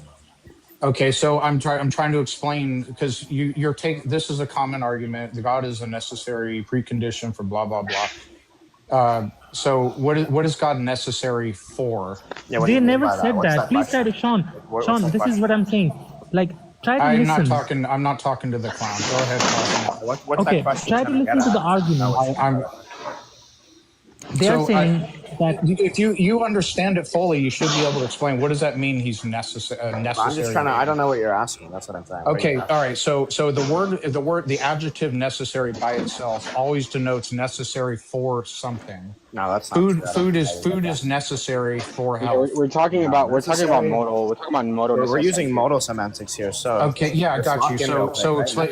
explain what you mean I'm by not doing that. necessary. Yeah, just lock in real Yeah, quick. it just means it's Necessary going to just be means- true. It's true in every possible world. Wait. Actually, for real, Exactly. we should stop being mean to Sean. I don't think this is like okay. Well, he better lock the fuck in then. Let's get Yeah, a little kinder to Sean. Coco, to be fair, we've moved on past the whole race thing. That was just funny. Yeah, but I do think I have to like stand up for my friend here. I think these shots are You being said them, thrown yeah? at him for like no reason. Oh, damn. Here, Yeah. Sean. God Funny. is necessary, and by necessary, I just mean, right? It's true in all possible worlds, or exists in all possible worlds. So, if we're using the first one, what's gonna like come to God existing, right? Is that the proposition God exists is a necessarily proposition. So it's true in all possible worlds. Okay, so how do you substantiate that God exists in all possible worlds? Yeah, in virtue of his necessity, he exists in all possible worlds. So he's necessary because he exists in all possible worlds, and he lives in all possible worlds because he's necessary. Yeah, because that's what it means to be necessary. That's circular. That's not circular, no. It's literally circular. All right. How I know Like, he's necessary is because he's possibly necessary, right? So it's possible for this necessary thing to exist, right? Now, he exists in all possible worlds because of that necessity. How did you determine it's possible for God to exist in some possible world? Because there's no logic. So anything that's not logically impossible exists in some possible world. Yes. Okay. So what is God's properties? What is he all made positive of? properties. He's made out of only positive properties. Like What what? does that mean? Matter, energy, or what? Yeah, positive properties are just going to be properties that are better to have than to not have. So take a positive property, like take a property, right? Like the ability to like lift things, right? Now it's going to be better for you to be able to lift 1,000 pounds than to lift 500 pounds, right? It's also going to be better for you to lift, 7,000 pounds than to lift 1,000, right? Now it's going to be better for you to be able to do or lift an infinite, like as many pounds as you want to be able to lift than to lift only a specific amount of pounds, right? Now take the ability to do other things, right? So just quantify over the ability to do anything. It's going to be better for you to be able to do anything possible logically than to not be able to do anything possible logically, right? So God's going to have all powerful. He's going to be all powerful in virtue of that property. Wouldn't that be a contradiction then? Because if God is so powerful, how's can he can make a walk that he can't lift? Because he can only do logically possible things. Wait, Cosmic, are you Christian? So he's beholden to the laws of logic. No, the laws of logic Cosmic- don't stand in Cosmic, are you Christian? I'm a devout Catholic, yes. Oh, nice. Listen, the laws of logic don't stand in causal relation to anything, right? So it's not that the laws of logic are holding God, right? And God can't do anything outside of logic. Is that nothing can happen, right? If it's not abiding by these quote unquote abiding by these laws of logic. The nature of God, I guess you can say, is logic. If you want to say it like that. maybe you can good intuition bump or something. Nature of God is logic. Yeah, sure. We can say that logic is, within the nature of God. But you're So not saying anything inductive, like cosmic, like your like argument for it's a the deductive argument. Yeah, I know I'm not saying anything inductive. But deductive arguments are usually just a bunch of word salad. No, it's just analytics. How is this analytics? I feel like what you're saying is very circular. How is it circular? What's the Funny, circularity? it's fairly easy. I mean, like me and Kozik went to the same, school of thought when it comes to our beliefs in God, right? So if there's a thing such as a maximally great being, right, and we know that's a thing because the concept exists of what a maximally great being is, right? And this being would only have positive attributes, and this being would also have the attribute of being necessary, right? Because that is also a positive attribute. In which case, he would exist in every possible world. Right? So you are also Catholic? Yeah. Okay, then, but what about the negative attributes? Like, where is their existence from? Like, is this just like a maximally great being wouldn't have those attributes, right? Yeah, not part of his nature. If, like the part, if it's stipulated that in those ontology it's only positive properties, then there wouldn't be any negative ones. That's just to contradict what's already been established. It's just a contradiction of what already been established? That's a contradiction as well, though. Sorry to come up. Guns blazing. The contradiction of God only having positive properties would state there's only a positive God, but a God of all of existence, that means God will have all properties. Would it not? No, he wouldn't have negative properties. It's not within his nature.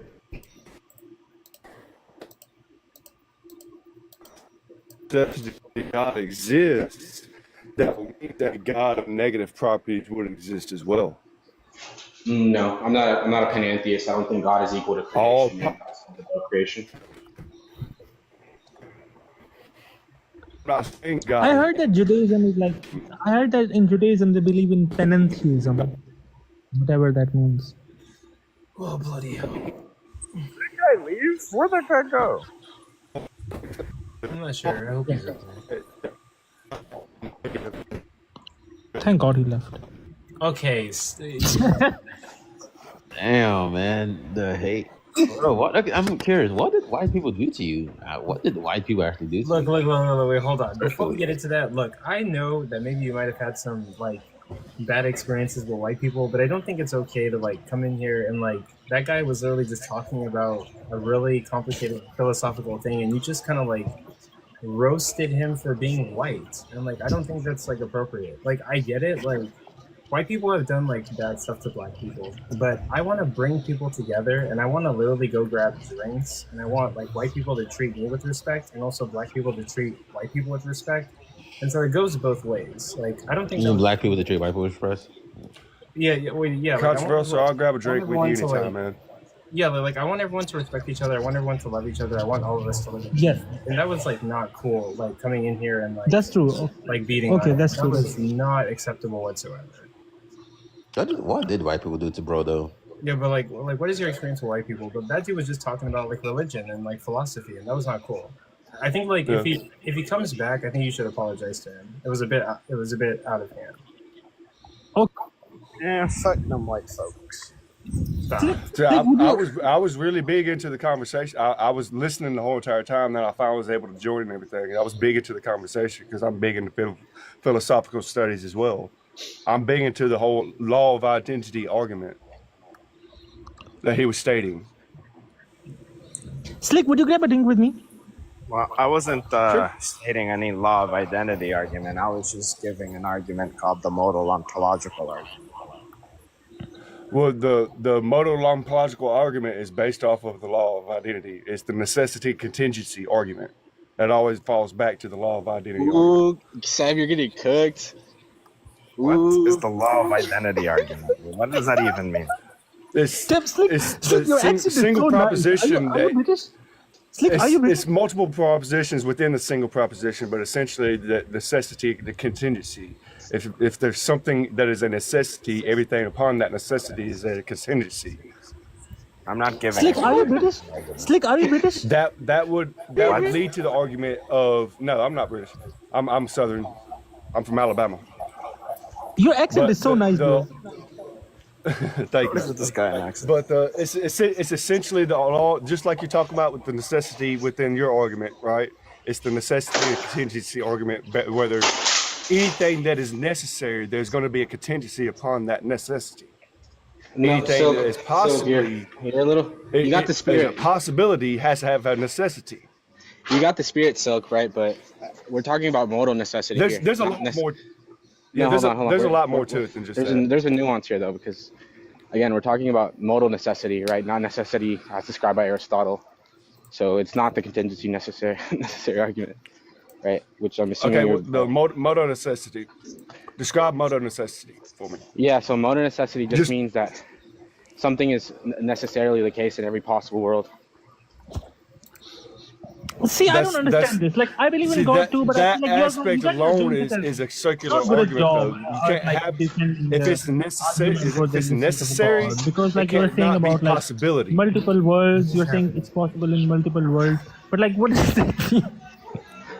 Yeah, listen. Yeah, but listen. Okay, Within existence, anything that is necessary is not succumb to possibility. It's already necessary. Yeah, that's why. The possibility would be the contingency after the necessity.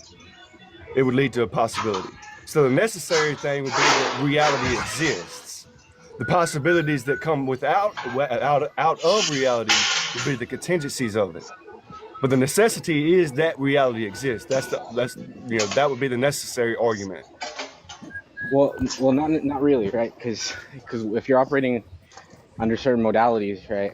Reality, obviously, what reality means is going to be indexed to your ontological views. So in that case, yes, but you don't want to make. What you're leaning on. What you're leaning on is the philosophical study. What I'm leaning on is, while it is also philosophical, it's also bounded by actual fact of we exist. You know what I'm saying? So my philosophy leans on the aspect of exactly. Yeah, of course we exist, right? But we exist contingent. We exist contingently, right? Because we could have failed to exist. And exactly. God is not. But for us to even have this conversation, it would be a necessity. No, it wouldn't be a necessity. Even though our existence may be a contingency, it is a necessity that we exist to have this conversation. I guess that's just trivially true. I don't know what the hell that means. In the realm of possibility, we would not be having this conversation if we did not exist. Yeah, we're contingent, so we could have failed to exist, right? But we're not talking about sort of contingency or necessity. We're talking about modal necessity. Don't you guys have a better argument for the existence of God? That's like, what I'm saying. Even mono necessity leads on that same understanding. No, modal necessity doesn't lean on. Yeah. Modal necessity doesn't lean on Aristotelian metaphysics in order to describe what necessity means. It leans on cryptic semantics. Yeah, I know. That's just a blunder. I agree. I concede to that. It's more cryptic than Aristotle. So, Silk, what's your account for justification? Say it again. You was breaking up on me. Yeah. So, are you externalist or internalist about justification? I lead on actually both understandings of it. Can you say that again? I lean on both understandings of it. Yeah, I think that's contradictory because one an externalist and an internalist. What? It's not a contradictory. You can have both. Why couldn't you? In the realm of possibility.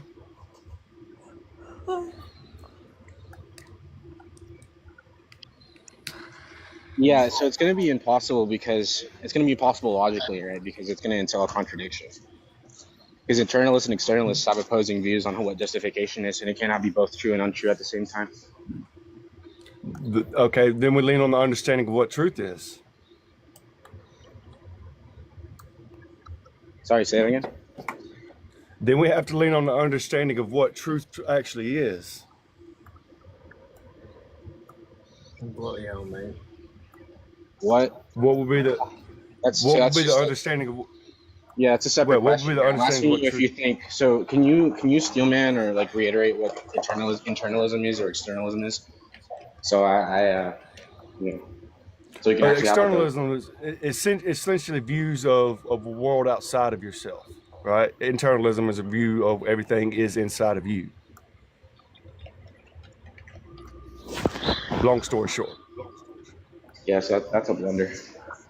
God damn. I'll be back in a minute. Sorry, I'm just. Okay. Well, All good, funny guy. Wait, Kason, you believe in God or no? I'm an I do not. I You do don't? believe in I do believe in God, but I don't believe in the Abrahamic God. Put it that way. I thought you said Kason. Yeah, he did say Kason, but still can't hear. Oh, I apologize. I thought he was talking to me. No, I mean I don't know. I've been making a lot of mistakes with my brain today, so I thought that I just randomly heard Bro, that. Slick is so nice. Like Slick, you're like you sound so classy, bro. Like for real. Yo, I got manners. Kason is white, by the way. Yeah, I might Kason's disagree with people, but funny Kason, you know. Funny, Kason's white, but he's really chill. So and he wears chrome. What did I miss? Yeah. Why are we bringing up that? Slick is super nice too. That's I feel pretty like cool. white I wear people copper like all the time. No, he I wears feel like chrome, so white- he's chill. Kason, what type of God do you believe in? Kason, what type of God do you believe in? I'm an inquiring Catholic. I believe in the Christian God. No, Wait, what? no. Kason's a Muslim. Kason, you're Funny, Muslim? you should debate Kason on the existence of God. Funny enough, Kason is like one of the theists that I've never seen debate theism. I've only when he does debate theism, he's just debating against God. Kason's like really Well, well hey, read. He don't- annihilate those people. When it I comes to took no debating debate philosophical Kason views, for don't we us. have to challenge our own views sometimes? I've been on Kason's panels. Like, don't we have to? Kason, Yeah, you're mad Kason's fucking chill. smart. But I've Kason's never like seen the- you like debate or like give arguments for God, just always against God. He has some Yeah. he's posted some. Yeah, I mean, Kason, in my what do you defenses of believe in? theism, What type of God do you believe in? my defenses of theism are more in my post and live. I'm definitely willing to talk about or defend theism on a live stream, but you'll be able to see me defend theism when I debate Steven soon. So, I mean, you'll be able to see it for the first time there, at least, if you haven't already. So you believe in God? Kason, you believe in God? Yeah, I said I was an inquiring Catholic. What does it mean, inquiring Catholic? Like, I'm probably going to be a Catholic. I'm avidly looking into the religion, but I'm a Christian before I'm a Catholic. So, I mean, I'm still a Christian. Okay, and do you believe in heaven and hell? But yeah. So while you're inquiring, if you die, then where would you go? Well, he's inquiring onto the traditions associated with Catholicism.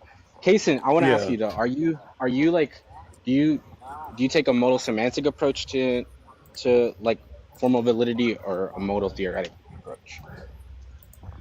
Are you talking about model theory and proof theory, or I don't know what you're asking. Yeah, like the whole thing with like, because I don't know, I was confused earlier, and I want to see what everyone else thinks about it.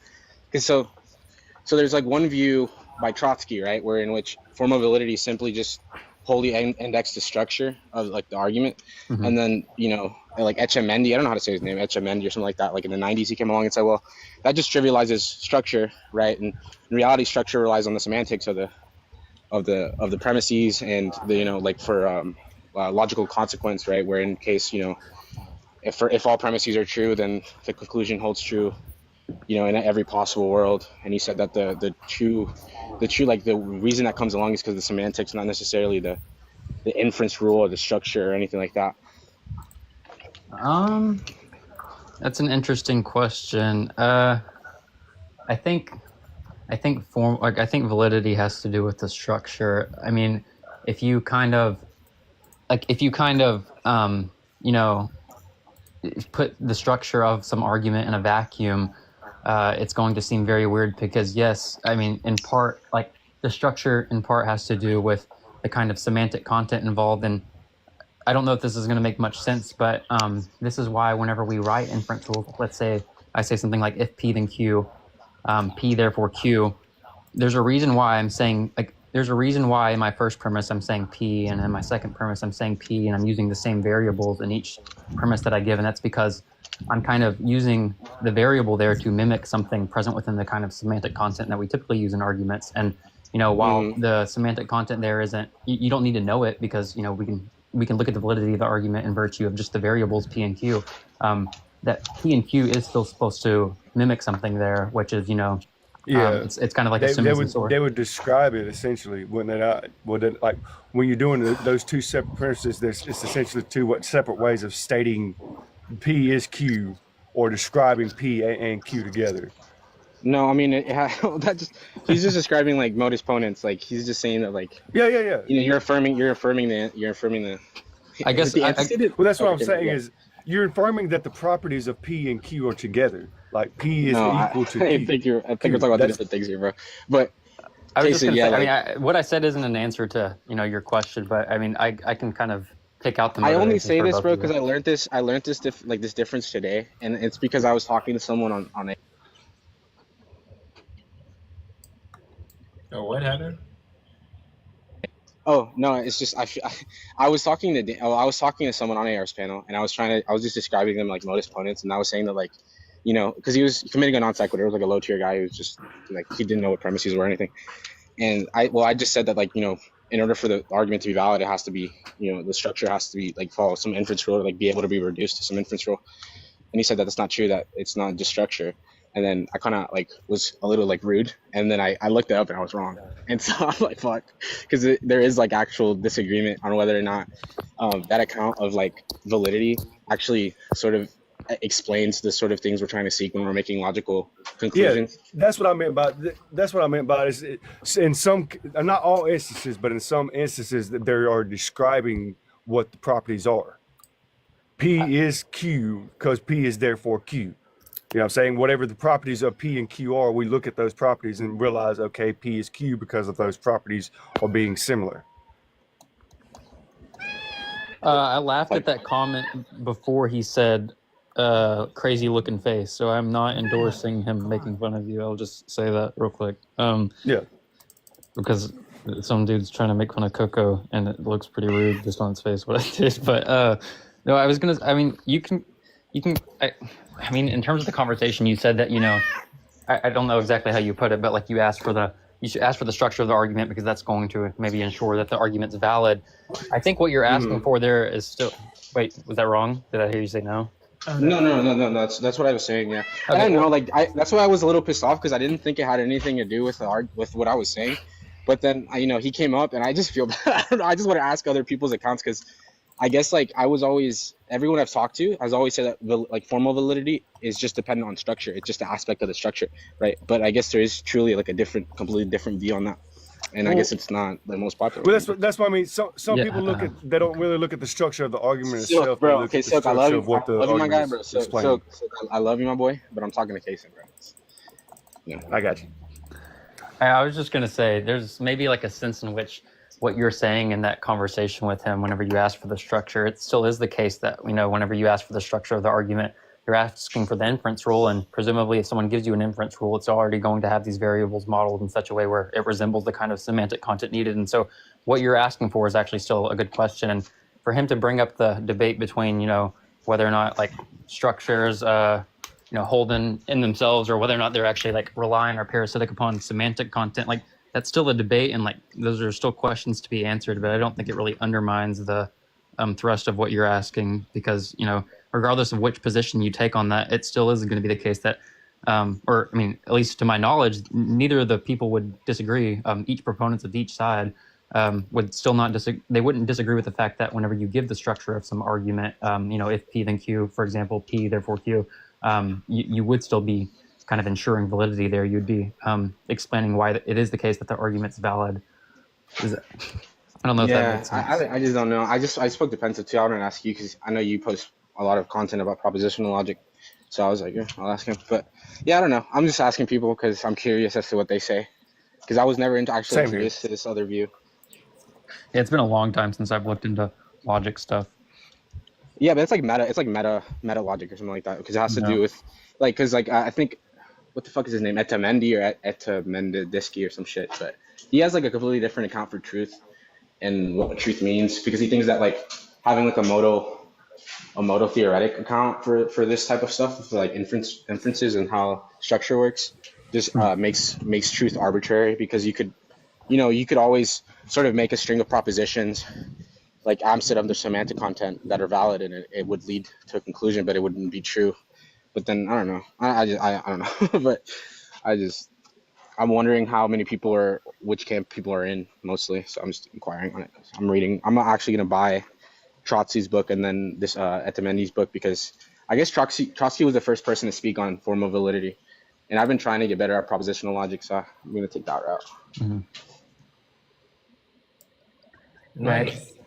I think I would be inclined to probably take the view that it's like reliant on semantic. I mean, I don't know. I haven't looked into this forever. That it's reliant on semantic content, but like in place of the conversation you were having to someone, let's say I did think that all structures are reliant on semantic content. Like I said, these kinds of inferences that we've come up with, in virtue of our empirical knowledge or a priori knowledge, whatever view you take on that, it still is the case that whenever I give some inference, like if P then Q, P therefore Q, that like regardless of whether or not you think that's reliant on semantic content, even if it is, I mean, you're still giving a structure that shows how given some I might have misrepresented it a little bit, because it's not necessarily the case that it's like when I was reading, I just read a couple SCP entries, not SCP entries, but like encyclopedia entries in general, and it was basically saying that like because I guess Endomesky said that inference rules sort of are derivatives of the semantic content, that in the way in which we use words, we're actually, the reason that these inference rules are the way that they are is due to the fact that we use semantics in the specific way we do. Yeah. And so those are the way that's derived. And so for the actual definition of formal validity that Trotsky gave initially, right, when he first sort of explained what that was, he said that because if like the original definition of formal validity is just that if all the premises are true, then the conclusion must be true in all possible worlds, right? And I guess they differ on what that means exactly, right? One leans more to semantics. I'm sorry, I'm like doing two things at once. No, you're good. Yeah, I may look into that a little more. Oh, sorry about my faces. I'm playing Minecraft, and for some reason, like it keeps like spawning the skeletons in my house. Are you playing survival? Yeah, survival. What level difficulty do you play on? Normal at most, but I could play hard. Why are you not playing R6? Because I suck at it, and so many people are sweats on there. That's the best game out. First world problems, Coco. Yo, that race conversation earlier it was crazy, bro. It came out of nowhere. But yeah, I'm chilling. Thank you guys for being here. There's 15 people here. If you could like the live, like and share the live, that'd be awesome. Here, let me respond to somebody who's watching me on Twitch. So did AR talk to you about postponing the debate? I think he told me that you had already planned on doing that or something. Yeah, like I was planning on pushing it back because I'm doing something with John Steele, and I was going to promote the debates on that. Ryan Mullins is debating an atheist on the 17th, and it's going to happen on John Steele's channel instead of mine, and I'm going to help host it. Okay, do you know what day you plan on like putting our thing on, or not yet? Not yet, but now that you say it, let me look at a calendar real quick. It will be on a Friday. Okay. But here, let me see. Calendar 2025. And it's when you think about when you talk about debates, I haven't got my debate done. Yeah. Shoot, maybe I'll put it on December 19th. Does that sound good? Or like, do you want it earlier? Well, yeah, I know you're probably not gonna like hearing this. If that, as of right now, that's good for me. Like, if it ends up being the case that but like by November 20th or something like that, me and Steven are both like already completely prepared and ready, and we're just waiting. Like, we might just do the debate like on some random ass panel, like because we don't I mean, I don't know about him. I don't care how many people are watching. I don't care who's there. Like, I'll record it myself. I just want to kind of get it done with. Whenever I am ready, Listen, that defeats the purpose, bro. The purpose is for a big audience to intake the information you guys are giving, for there to be like it's good for the community of database. Like, you see what I'm saying? Like, obviously you guys can go on a private call and just hash it out, but the purpose of doing it formally is for the extra like benefits. Mm-hmm. I mean, we could aim for the 21st. Well, here, how about this? Like, just do whatever date like fits your schedule best. And I mean, this isn't even like likely. I'm just saying it's like a possibility. If it is the case that we're done like really early and we're both like really ready, I'll just like consult you and ask you if you could change the day or not something. And by that time, it wouldn't even be too far off. So I mean, I might just give in to waiting. Okay. Yeah. Let me know and I could just update it. Yeah. But yeah. At least you won't be done. Oh yeah, I'm still yeah, I'll work on that debate with you and the person of your choosing, Power. But yeah, it's kind of hard to find people for certain topics, but Well, it depends on who wants to debate me. I can set that up once I find the person. I've been trying to find people in here, but they haven't really done it. I'm honestly so nervous to debate Steven. Steven Mathematics? Yeah. No. Well, what was the topic? Does God exist? Yeah, God exists. I'm taking the affirmative. Okay. Huh. Interesting. I wonder what approach he'll take. I mean, probably like a scientific approach. I don't know. I'm just nervous because I'm not gonna. Hi, my friend. I'm gonna be running arguments that I've never ran before. From Syria, need help for it, my family, please. From Syria, need help. Casey, Steven's not a debater, bro. Relax. I get some What? people in my I feel like you wish. I'm sorry, I can barely hear. I don't know why I can barely hear you. I said Steven is not a debater. Oh, I mean, he's. I'm not. I feel like he's more like J Mike. From Syria, need help. Okay, I guess we. Jason, I feel like Steven's more like J Mike. They just like to teach. That's the vibe that I get from Steven. Yeah. I mean, I could. It's just I mean, I know I could very well just change this about myself, but like I'm probably not going to. I'm not the type of person to like capitalize on the fact that someone's not a good debater. If he's like, even if he's doing it very poorly, and he's like, doing it in a teacher-like way, like if he's giving me objections that I actually have to think about or I think are good, I'm going to take them seriously mid-debate. I'm not going to try to pull any like crazy rhetoric or something like that. But I mean, to be fair, I'm not too much of a debater either, but I do get what you're saying. Yeah. Yeah. But unless it's like people like Kylo puts you in a spot. I still remember that day. It's like what 6-7 months ago, something like that, maybe a little longer than that. When you debated Kylo, it was not fair, bro. I never debated Casey. Wait, I'm not sure if yes, you guys have. No, it was on. You were dreaming. Nah, bro. Wait, is this Kunta? Yeah, this is Kunta. Bro, Kunta, I remember when like I used to host my lives and you'd join, and I'd bring up like what's that guy's name that chills with MB? Who's that guy that's always on Monkey Boy's panel? Jack. Yeah, Jack. And Kunta used to just Kunta. They used to do you the worst way. Oh my! Why? Jack was ass, bro. Bro. Jack was ass. He was ass. Oh my god! Like, sorry. Minecraft is spawning like the explosive things in my house. I don't know why. Okay, sorry. I'm so distracted right now. But like, fuck, they like blew up my shit, and I have to rebuild everything. Please, my friend, from Syria, need help for it, my family. I need one galaxy, one minigal, please. Okay. One galaxy, please, my brother. If anyone can, please donate to this guy. That'd be awesome. People in the comments, if you can, if you have any extra change, please help. Wait, how do we? I mean, maybe I'm dumb. How do we know this stuff's real? Yeah, we don't. That's the thing that bothers me a little bit too. Just looking at his videos, they look like authentic. I don't know. Send this guy $1. Yeah.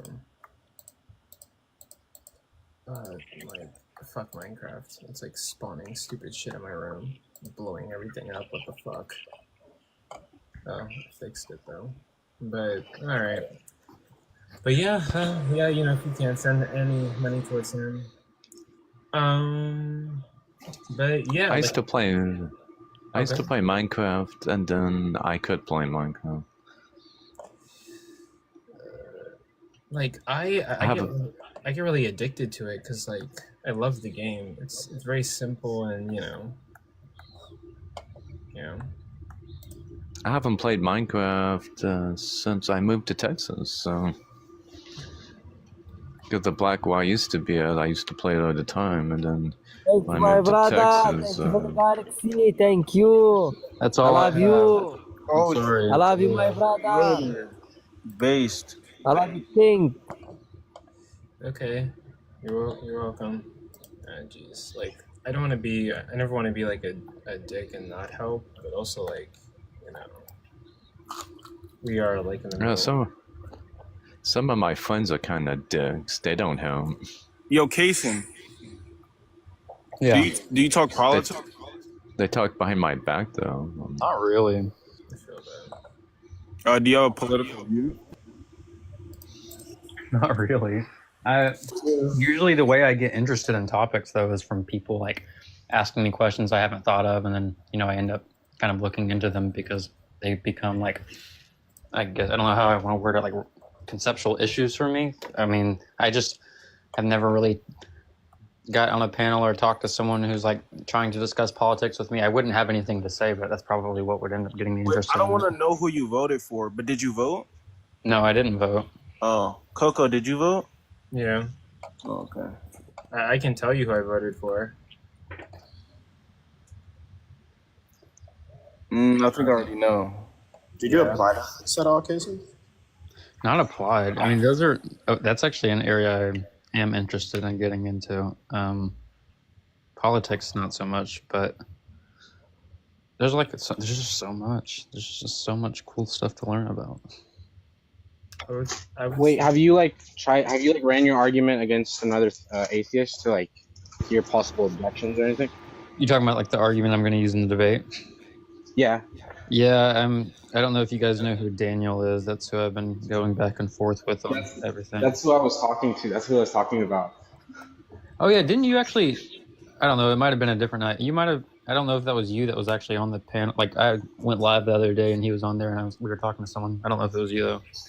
No, I don't think so. I haven't been on any panels. But I was just on a panel today and he was telling me that formal validity doesn't rely on structure. You just called him a low tier, so.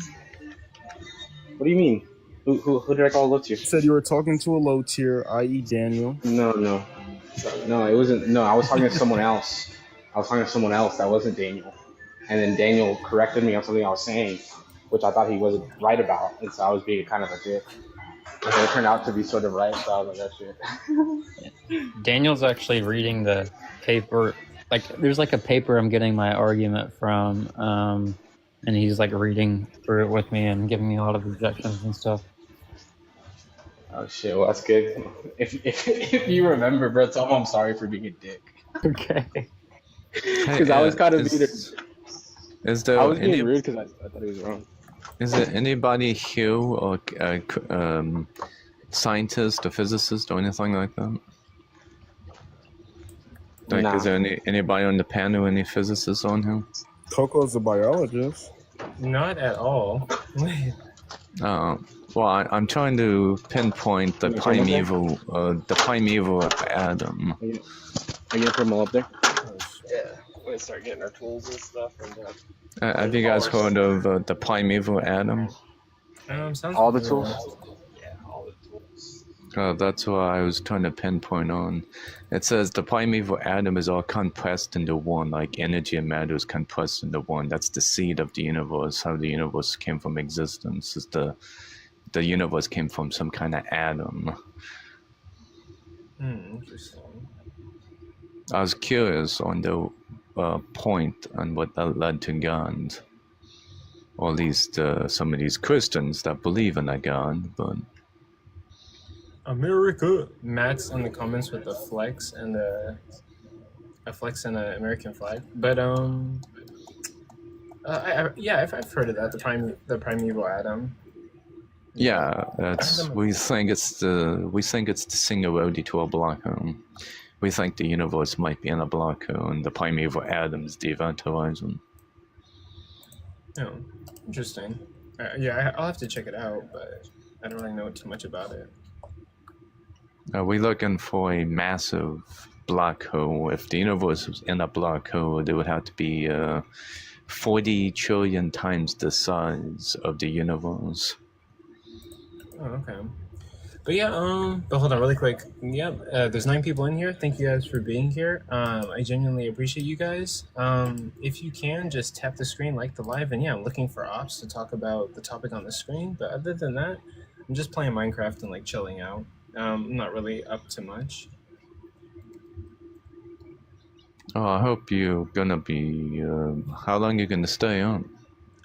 For a while I do like laundry, and then I feel like whenever I finish laundry, I'll probably get off and do other things. Are you gonna have any debates later? Like, is there any debates you got going on later? Not right now, but okay. Definitely in the future. I gotta like plan some stuff, but because I'm waiting for my debate, and it's gonna be religion versus it's gonna be creation versus expansion. That's the topic that I'm gonna use. Because in the Bible it talks about creation, but in science it talks about expansion. So there's a little contradiction right there in what it says in the Bible. So okay. What caused expansion? Dark energy. Dark energy caused the expansion. What caused dark energy? It's just a natural force that can come naturally. It's a process that they call it. Well, you're describing what it is, not why it is. Well, it's gravity. It just can come naturally. It's just a gravitational force that pushes everything apart. Yeah, well, you're not explaining the why, though. You're explaining what it is. Yeah, that's exactly what it is, though. That's exactly... Yeah, that's what it is, right? But I'm asking why it is, right? Well, it's just the natural process that the universe occurred from when it finally expanded. It doesn't have to come this naturally because of a so-called creator. How did God get there? That would be like... Because he's necessary. Yeah, but what process is God, though? He can't be necessary. So if God created the universe, who created him? Is what I'll ask. Well, no, he's eternal. He's uncreated. Then you're a stupid motherfucker that needs to get off the goddamn planet. Okay. What? That came out of nowhere. What happened? Oh, are you okay? That's not a natural process, because gravity would be a natural process. Not a natural process to speak to people that way either. Is this genuine seeking, or is it just rage bait? Well, I'm open-minded to anything. Can I ask the host, are you genuinely seeking an answer to your question? Yeah, but I don't really find any that are convincing. But yeah, no, I'm seeking. So you're not going to be convinced. Is that what you're saying? You have the question, but you're not going to be convinced. No, like I'm agnostic. I'm open to being convinced. He said he hasn't been convinced, but he's open to it. Yeah. Okay, so what's your biggest barrier to belief? Dude, let's start with divine hiddenness. Divine what? Sorry. Divine hiddenness. I can't hear your second word. Divine hiddenness. I think that God is very hidden. Oh, hidden. Oh, Yeah. God is hidden. Yes. Yeah, of course. It's reasonable that God is hidden because he's transcendent. So it depends what you mean. Context is always important when you're interpreting scripture. So divine hiddenness talks about not necessarily the full concealment of God, but that the fullness of God cannot be revealed to men because of our finite nature. Wait, I mean, like, what was Jesus? Maybe not like the full like revealing of God, but Yeah. Jesus revealed himself in like some sort of way, right? Yeah, Jesus was God manifested as a man. Yeah. So That's why like, that's why he's stated as the only Son of God. yeah. So like, God kind of revealed himself via Jesus, but he doesn't tend to reveal himself like currently in our society. Okay, so God always comes to men for a specific purpose because God does not enjoy communing with a fallen creation. Well, yeah. So God only comes here to reconcile us back to himself. Yeah. So God can reveal himself. He can reveal himself, but he will only enter the earth for specific purposes. Yeah, so I'm wondering, like, amongst like all the confusion today, right? Like different Bible translation, different denominations, different like practices. Why isn't God like revealing himself? Depends what you mean by revealing.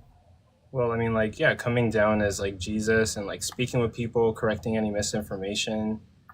Okay, the Bible says this very specifically. It says, evil must come into the world, but it also states that evil must consume itself. So the nature of evil is to do evil, and evil is the self-consumption of the evil one. Wait, so God has to allow evil to consume itself, and so it's not befitting that God remain here whilst evil is doing that. Wait, God is pure and holy. Wait, isn't God like all powerful? He's all powerful, but he's also pure and holy and won't commune with evil. Yeah, wait, you're saying he won't commune with evil, so like why does he have to allow evil to exist? He doesn't have to allow evil exists. Evil exists to satisfy free will.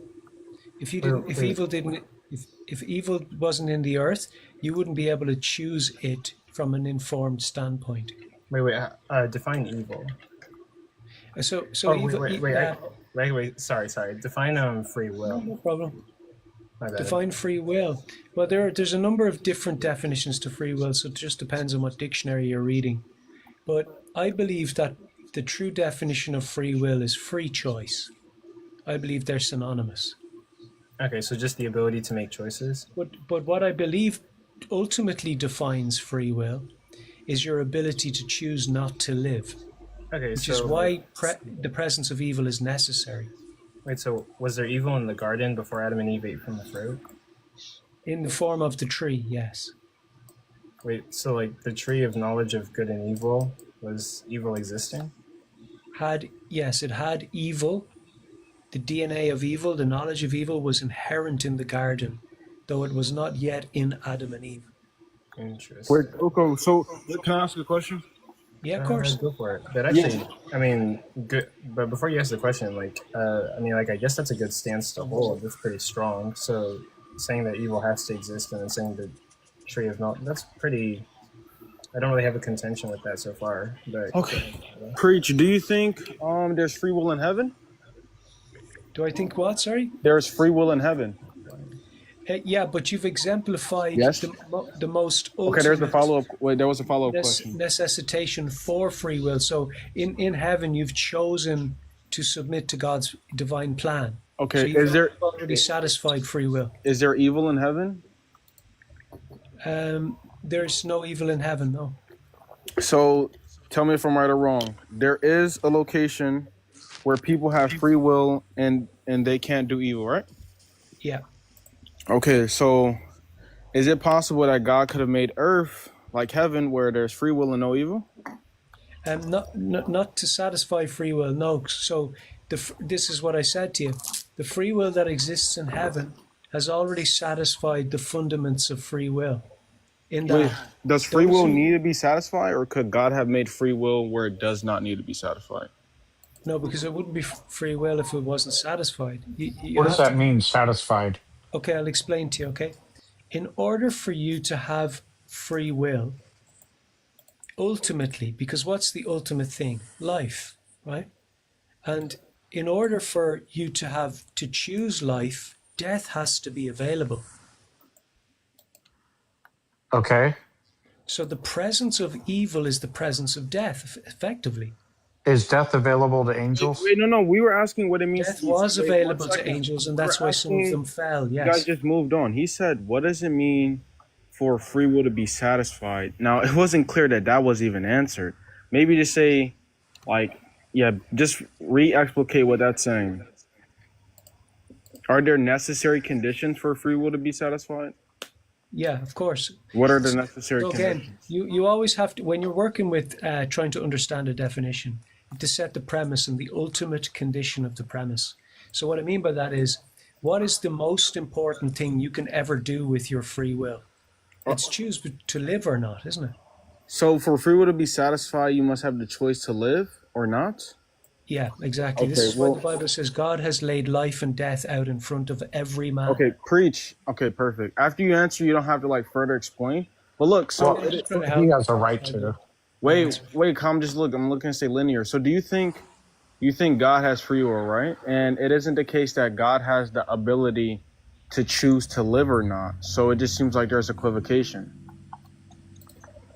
Can you state that one more time? That's technically special pleading, not equivocation. No, it's equivocation on the term free will, and the reason why is because presumably what free will means for God is different the way it's being used now. That's why it's equivocation. But what I was saying, preach, is you take it to be the case that God has free will, but it's logically impossible for God to choose to not exist, right? So that couldn't be a necessary condition. Okay, so your example of free will, I find repugnant. Damn. What? You do agree God has free will? Because correct? if God didn't exist, free will wouldn't exist. Wait, so but what I'm saying is you gave necessary. Wait, what's the argument for that? Like, out of curiosity. Huh? What's the argument for that? That, like, if God didn't exist, I'm just saying, there's no argument. I'm just saying, if God didn't exist, nothing would exist. Therefore, free will would be redundant. So free will cannot be in existence. This is why people say free will doesn't exist. I'm saying I believe free will and free choice are synonymous.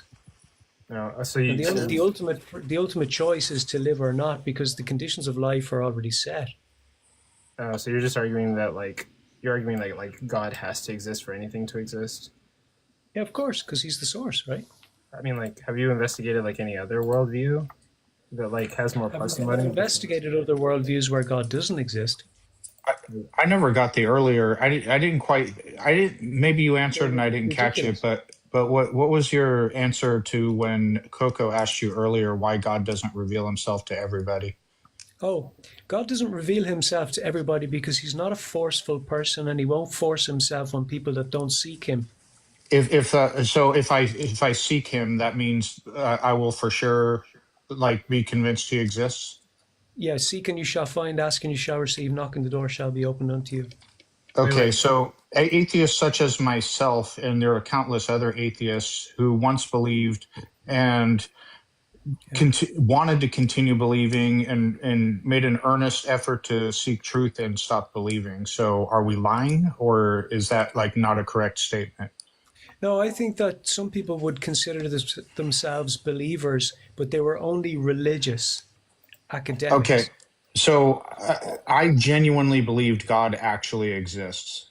And I know that because I have access to my own mind. No, you didn't, because if you genuinely believe God existed, you'd still believe he exists. The way I know I believed is because, you can read your own mind, I can read my own mind. So are you accusing me of lying? No, what I'm actually saying to you is that the Bible says, even the demons believe and tremble. So there's a difference between belief, just knowing something to be true, and the trust aspect of belief. So trust is actually synonymous with faith and belief when a Christian is talking about belief. When I say believe, I mean if you believe X, you accept that X is true. I accept it as true that God exists, but you're telling me I didn't. You're a religious academic. You're not a believer. A believer trusts in God. Well, I also trusted in God.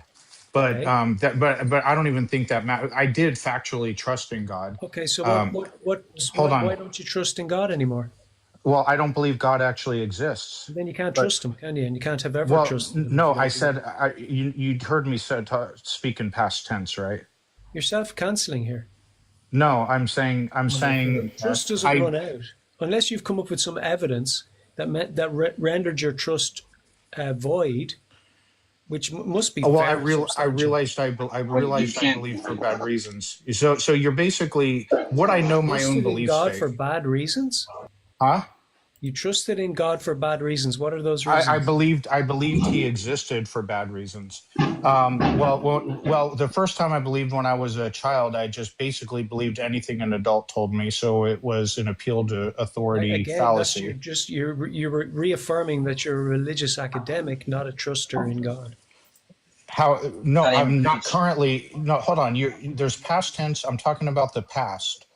Okay, Yeah. so I genuinely actually believed, despite you telling me, there's only one of two things. Either I truly believed or I'm lying, because we all know our own belief states. So I genuinely actually believed in God in many Well, I'm not former going to judge Christian. you. I know the answer to that, but I'm not going to judge you here. Okay, well, so basically you're coming with liar, liar. I'm lying. Alex O'Connor is lying. All kinds of former believers are lying. No, I'm Is asking basically you what a you're direct saying. question. Why did you lose your trust in God? And then you appeal to my parents told me he existed. No, that's not what happened. I started to explain. You asked me why I believed at the time, and Well, you I'm said just what you asking, said why what did you stop trusting in God? And you haven't come with anything substantial or acceptable. Yo, preach. I So literally preach. I literally Can I So just? let's let him finish his sentence, and then we can critique him afterwards. Who was talking? Sean?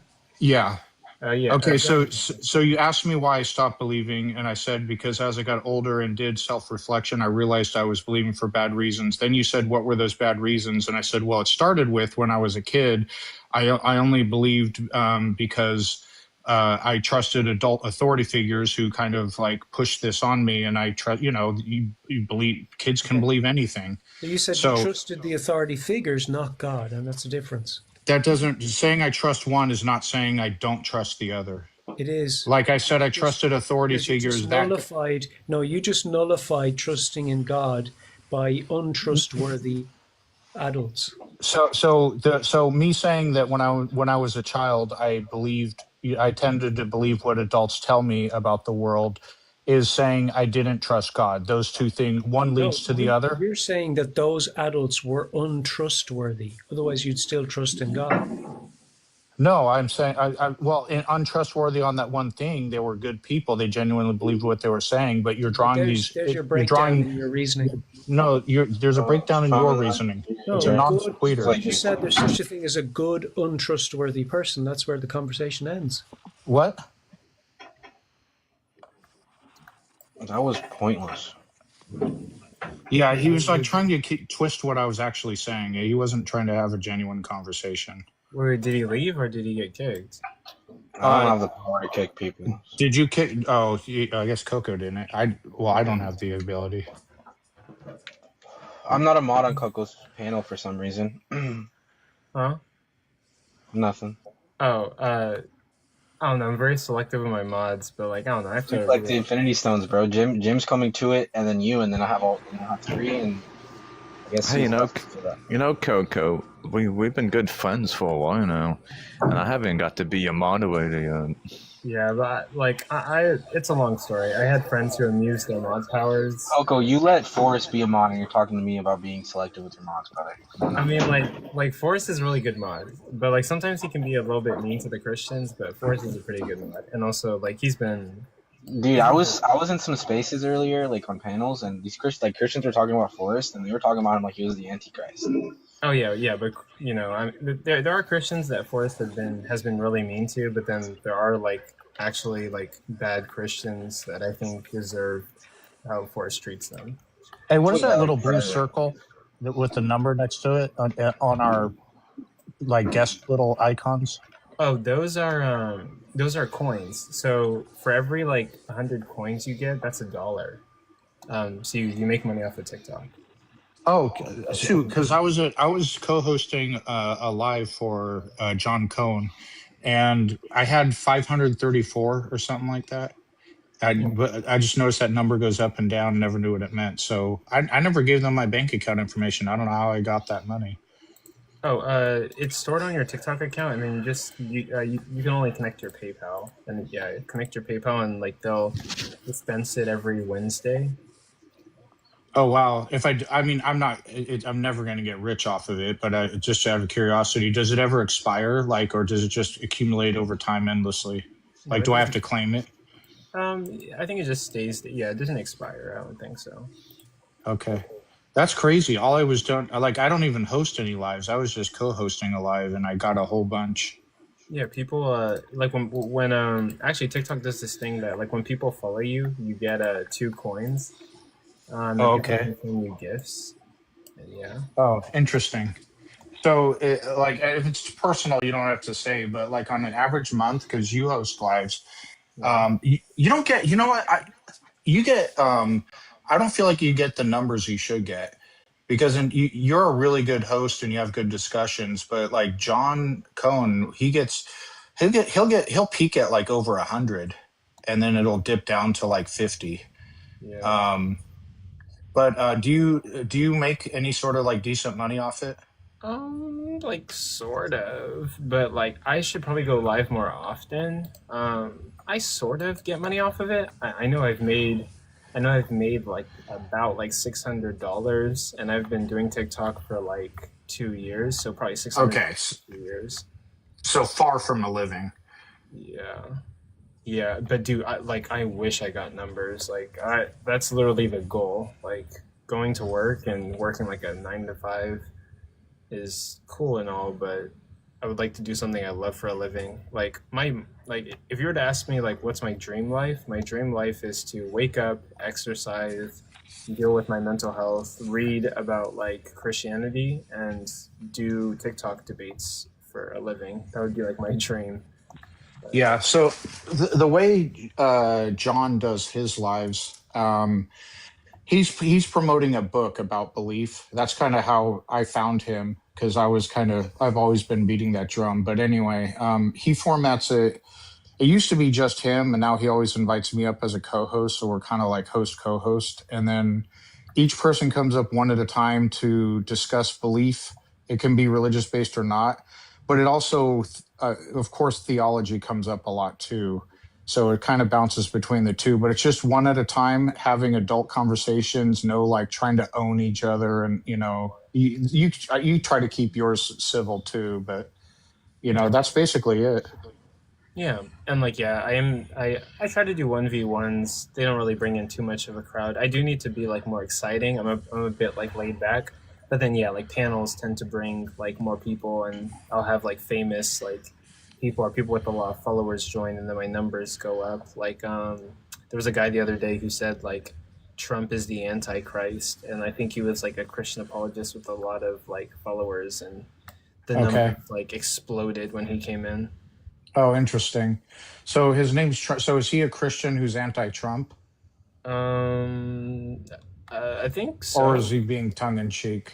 He was calling himself like, or he was calling Trump the Antichrist. So I would assume that he's anti-Trump. Yeah, I got you. Well, yeah, that would definitely be an indication. Yeah, but also yeah. Sorry for what that dude was doing to you. The race thing.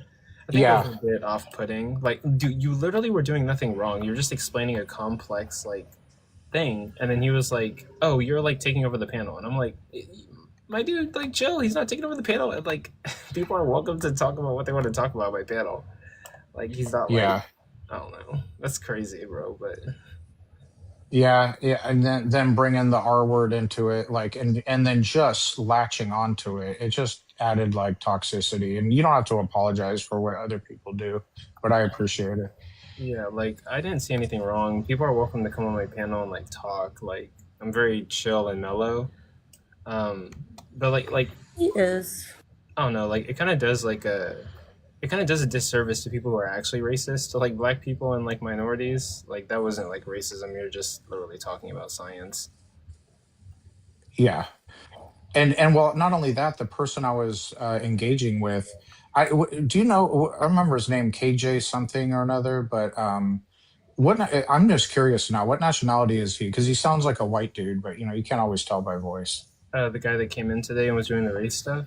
No, no, no. The guy I was talking to when he started going off on that tangent. I have no idea. I don't even remember. KJV or something. I don't know. Yeah, but life be life, and bro, life be life. Yeah, yeah, no big deal. I just left because, like, even when we got off a race, it was just toxicity. I'm trying to have a conversation, like, you don't know this, like, you need to up your, like, I don't know. I don't like the whole PP swinging contest, whatever. I just try to have genuine conversations. Yeah, I totally understand that. But yeah, my mind is so, dude. Like Minecraft is like a drug to me. I should not be playing Minecraft. Apparently, to a lot of people, because there's a lot of people obsessed with Minecraft, aren't there? Yeah, like once the second I start playing Minecraft, I start building stuff and designing buildings, and like I just go like so hard, like it's so bad. Like, dude, literally, like look at me. My face is like zoinked into this thing right now. Like, I do the same thing, but with either The Sims or Enzoy, yeah. or like city building type stuff. Yeah, like I'm about to. I found this game called Let's School, and it's not the best graphics or anything, but you just build a school and graduate kids out, and it's kind of fucking like it's kind of addictive. Yeah, like honestly. I'm so like yeah, like I totally understand. Also like The Sims, like I'd probably get sucked into The Sims too. I'd be like building stuff. And okay, Yeah. when I was a little kid, I was sort of like a perv, and I was like, I'm gonna get two people, they're gonna make love, and we're gonna start a family. And like, but yeah, like Oh, I would. I was mean to my Sims back in the day. Oh Lord. But I would just breed them, basically. you would what? Not breed them. Breed them. I mean, like I wouldn't like breed my Sims, but I would be like, I would. No, I would breed them. Yeah. But no, like nothing wrong with that. Well, I mean, well, I don't know. I haven't gamed in a really long time, but there's been a couple times I got sucked into like RPG style games, like what was the what is it called again? Baldwin or Baldur's Gate 3? Oh, that's a good one. Yeah. I fucking love Baldur's Gate 3. The Dragon Age series. Now that's a really old game. Yes. The first one was really good, especially for its time. Did you play the new one? Oh, is there a new Dragon Age? Yeah, there's a new one that finally closes off the Solus storyline. It was disappointing, honestly, because it wasn't as great as I expected it to be. Like, I was expecting something more like Inquisition. Oh, yeah. Yeah. Yeah, I like that, and also the Mass Effect series I got sucked into too. I have 2 Mass Effect tattoos on my body. Okay, so there you go. I have the Renegade star on my right arm, and the Paragon wing on my left arm, and yeah, I like to call my right arm my Renegade fist. My big thing is always like wanting to be the sniper. I enjoyed that. But yeah, I just like games where it's like you're creating the story as you go and there's drama, almost like you're in a movie, but you're actually a part of it and steering it, with, drama, interpersonal stuff and everything. Yeah, that's kind of what I would do with The Sims. I would create a Sim that looked like me, and then I would get him to like date a redhead or like date a blonde or. That's why you keep me around. Wait, no, like what? You don't even know what color my hair is. I'm just joking. That's exactly what I was gonna say. Like, wait, what? I'm a ginger. Hey, there's no. If you're into gingers, there ain't nothing wrong with that. I'm into everything. Yeah, I'm one of those gingers. Wait, like I'm soulless.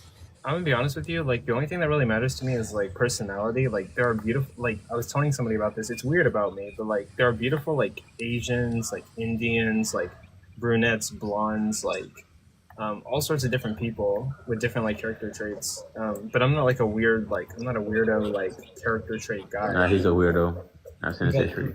no, but like I was there. everything is like there's beauty in like everything. For some reason, I see like beauty of like all different types of people. You know, I just love women, but also not in like a hedonistic way.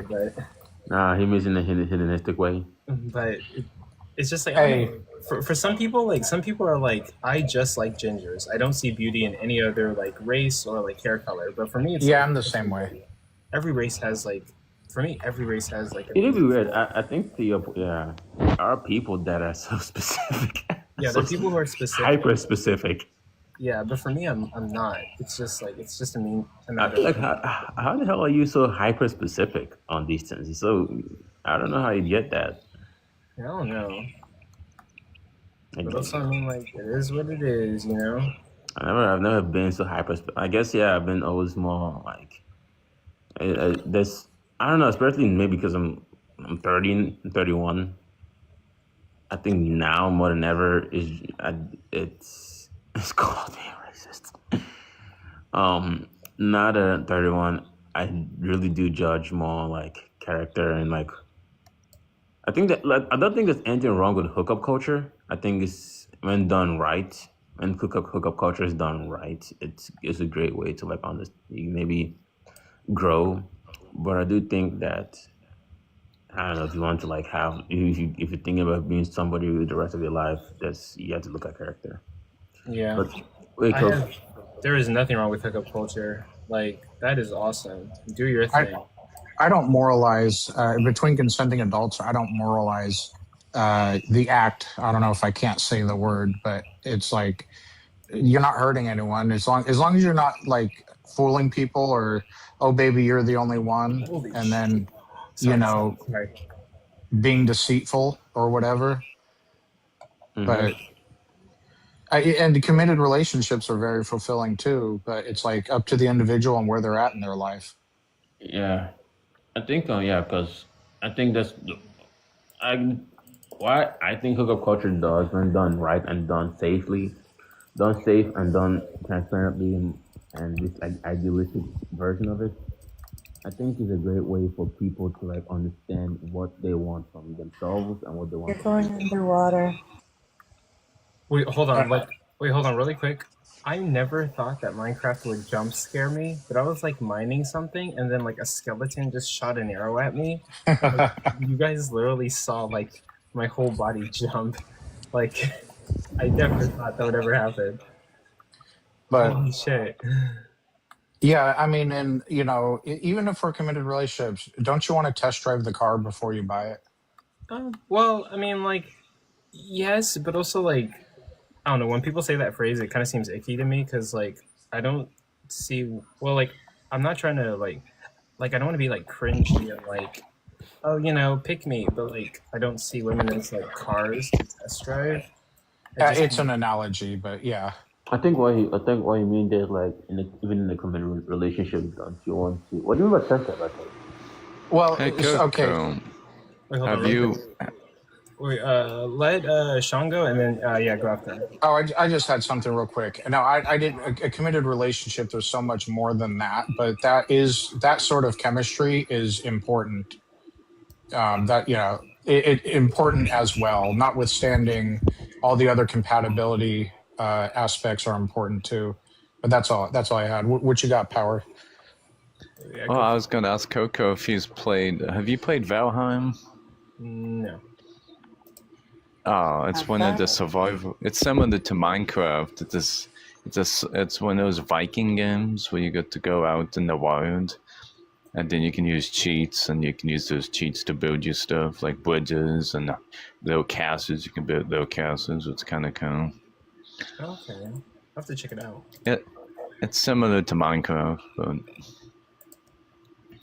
It was funny yesterday talking to the two, I think, Boy and Gary on Toast. Dude, I was literally laughing my ass off because, like, I literally knew what you were doing. Like, okay, I'm not sure if you were doing it intentionally, but it's like, you were asking them questions and you were sort of making the point that like they were super confused, and I was just laughing because like you were doing it with such effortlessness, like confusing them or instigating like confusion. I was like, bro, this is wild. Like Christianity doesn't make sense. Like they're not connecting or something. Man, I do love psychological games. I think there's also something psychologically going on there, and I want to just pull it out. I want to pull it out into the open. Yeah. And like I just let you do it. Like you were like, if you don't answer me, I'm going to drop both of you. And I was like, this is crazy, bro. This is insane. I wasn't even going to do it, but it's just like I don't know. It's like this is a part of it. Like to be fair to like the void, like saying why are you doing this? And part of it was because it was funny, but part of it is because like it is like legitly it is fascinating. Like it's part of the reason why it's even hard for me to believe in God. That is this like if God communicates, like if God were to communicate, why the vagueness of it? And yeah, this is not like this is like a example. This is an example that doesn't like have anything to do with your salvation. Yeah, I granted, but it feels like it's a lot of vagueness that goes in here, and it's saying that and the Christian wants to say it's from the Bible, or God is speaking clearly, or this, that, and the third. But it's kind of like challenging these notions of what this actually means, and challenging what it means, and the Christians saying no, because no matter how I look at it, there's gonna be a bullet to bite. Like if Garion agrees with me, the voice is gonna agree. And it was weird that I happened to get two Christians that just so happen to just have different understanding of everything, like different understanding of souls, different understanding of spirits. Just so happen to have and it just kind of worked out in my favor. It's like and it's like all right, let's test something. And then the more you go into it, they just seem to have just different understandings of like a lot of things. So it's like, it's just fascinating to see like what's actually going on there psychologically. Like you could be like Forrest or somebody and just come up and say, yeah, it's trash. But then you ruin the whole point of the thought experiment. You ruin the whole point of the psychological warfare that's going on. The game. You have to pull it out. Like, hey, this clearly there's something going on here, and you attest to this. No, I just thought it was nice. I wish it kind of went on a little longer. Actually, I really wish because I feel like there was a point to be made. I think the void was catching on slightly, but there was a point to be made that hey, you're gonna agree on something that Garen is gonna disagree on. Garen gonna agree on something that you're gonna disagree on, and you both are saying you're both having this clear message. So what is because at this point what I'm attacking here specifically wasn't like an epistemic issue on the agent. I'm attacking what God is doing. So it makes it even more like they make them more defensive. I don't know, it was hilarious. You should try that. You should definitely try that more often, just like the psychological games. Yeah. Oh no, yeah, but no, like it was funny. You were just like playing with them, and that was pretty funny. Yeah, bro, actually crashed out. Yeah.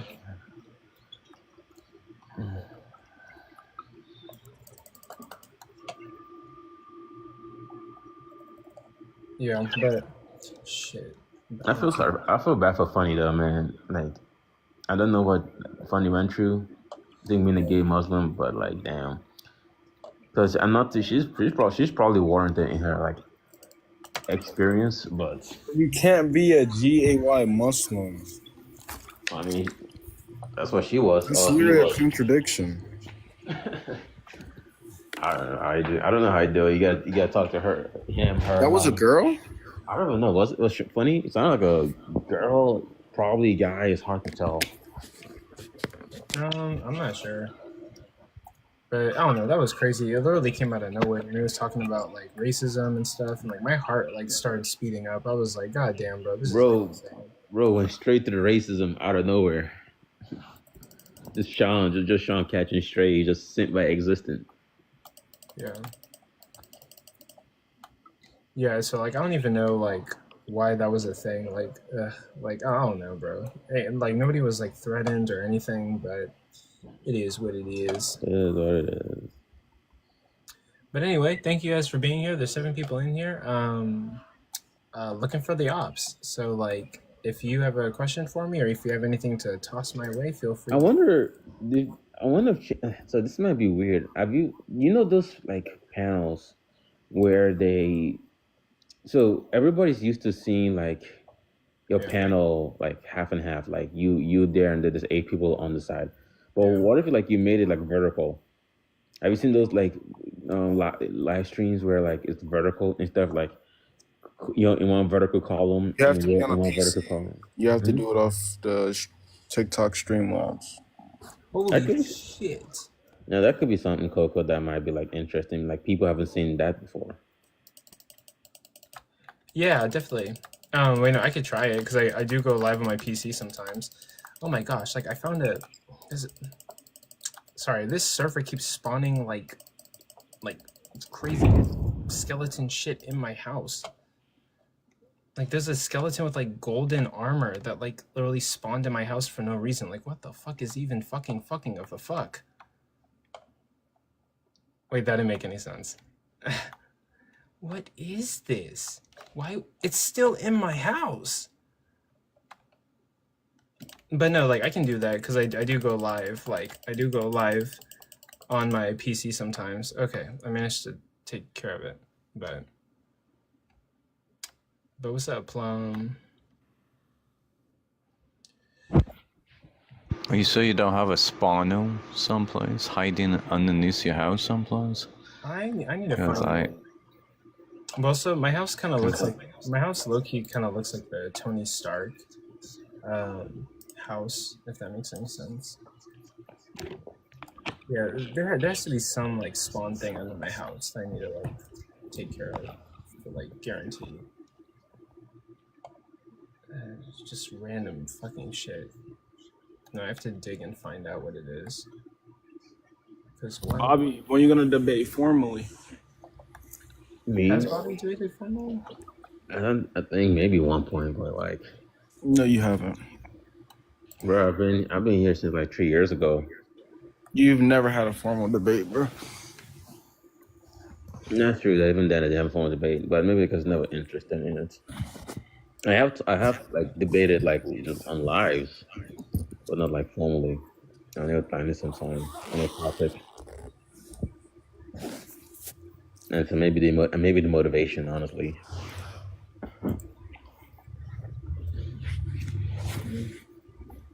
But yeah, looking for ops to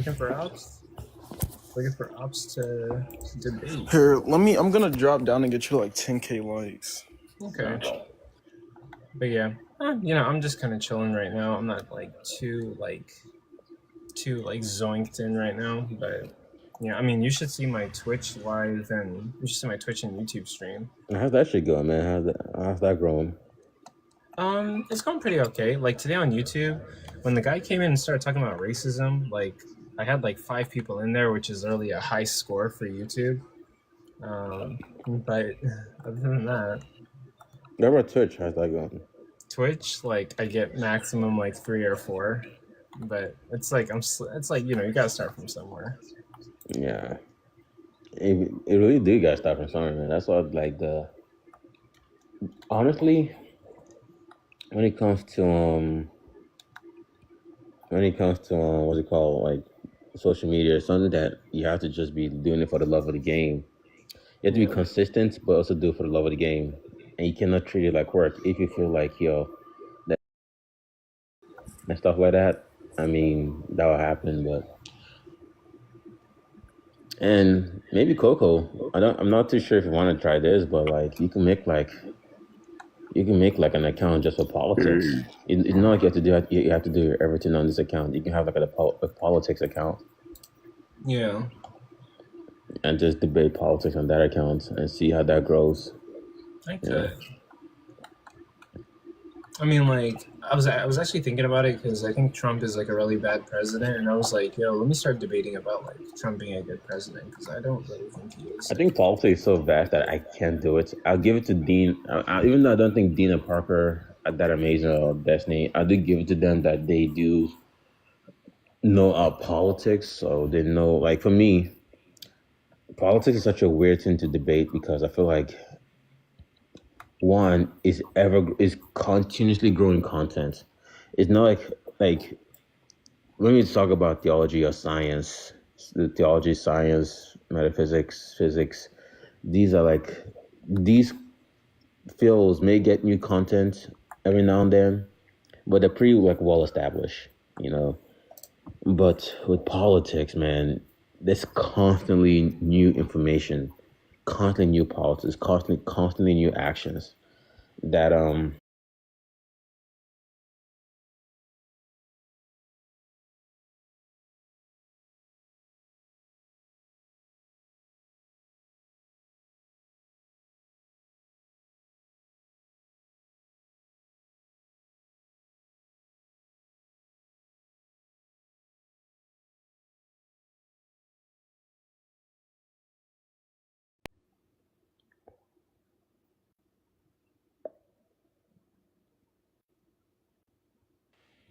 Oh, yeah. Sorry, I got a phone call. Give me 1 sec. I hear you guys, but hold on. Do something really quick. But yeah, like I heard what you were saying. the Coco Lounge might be a good spot for politics. I like the name. Like I like that name, Coco Lounge. So the Coco Lounge might actually be a good politics.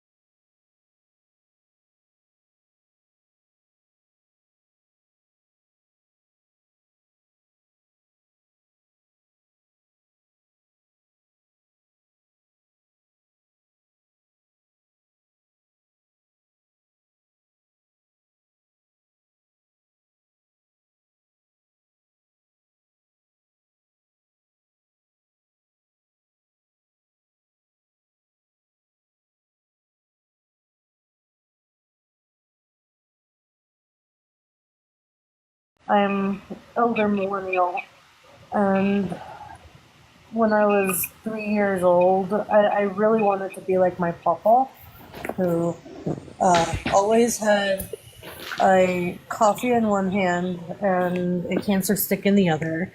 I'm glad I don't do the cancer stick part anymore, but the coffee stuck. Oh my god. What? Like, Minecraft stay, like, okay, let me show you what I'm looking at. Hopefully they don't see me. But, let me see. Like, I'm playing Minecraft and I'm looking out my window and I see these, like, people with crossbows just walking the fuck outside my fucking house. Like, hunting you. Bro, I swear to God, Minecraft is like spawning random ass shit. Like, it's like the game is like trying to kill me. Like, bro, take it easy. It might be. Do you have it on easy mode or hard mode? Because sometimes if it's on hard mode, the game will do some different tricks to unalive you. It depends on what difficulty it is. Yeah, I don't know. Well, technically I'm in someone's server. And yeah, I don't know what mode they put it on. The highest difficulty. Yeah, like the highest like possible difficulty. Shit is wild, bro. Bro, how was it when you were on Bell's live? Bell? Yeah, the one that was doing the questions about like intelligent design and stuff like that. She's cool.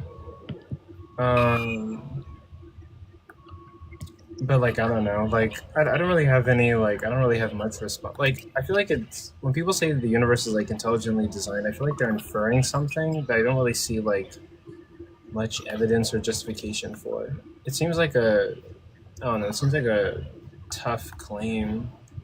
Like it seems as if they're saying the universe is intelligently designed, but like they don't have a reason to back it. Like I don't see any reason to believe that it was intelligently designed. I'm kind of just in the realm of like we live in this universe and it is what it is, you know. Well, it's not intelligent design. The universe is filled with different radiations that are very deadly. Some are more harmful than others. So it's actually very dangerous to live in space. Yeah. Yeah, exactly. That's what I'm saying. Yeah, like it's not really intelligently designed. Like it's kind of like hard to. There are places that are not like it seems like randomness, but randomness isn't really the word. But it's just kind of like I don't see any like thought put behind the design of our universe.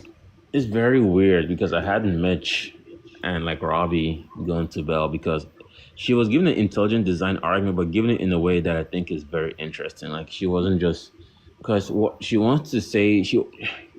It's very interesting what's going on here. She doesn't want to talk about God at all in this conversation, right? So she wants to keep it like more of like almost like deductive reasoning, but not no referential to God in the definition or anything. Right, so you could technically, based on the definition, you could infer like a non-God entity. But she doesn't. What I find fascinating is the psychology that's going on. Like Bell thinks that she's having a scientific conversation about the nature of the natural laws of the universe in a scientific manner. Right, she thinks she's doing that. She thinks she's not having a conversation about God, even though she has the word atheist up there. But she's using words that intelligent design, this, that, and third. She's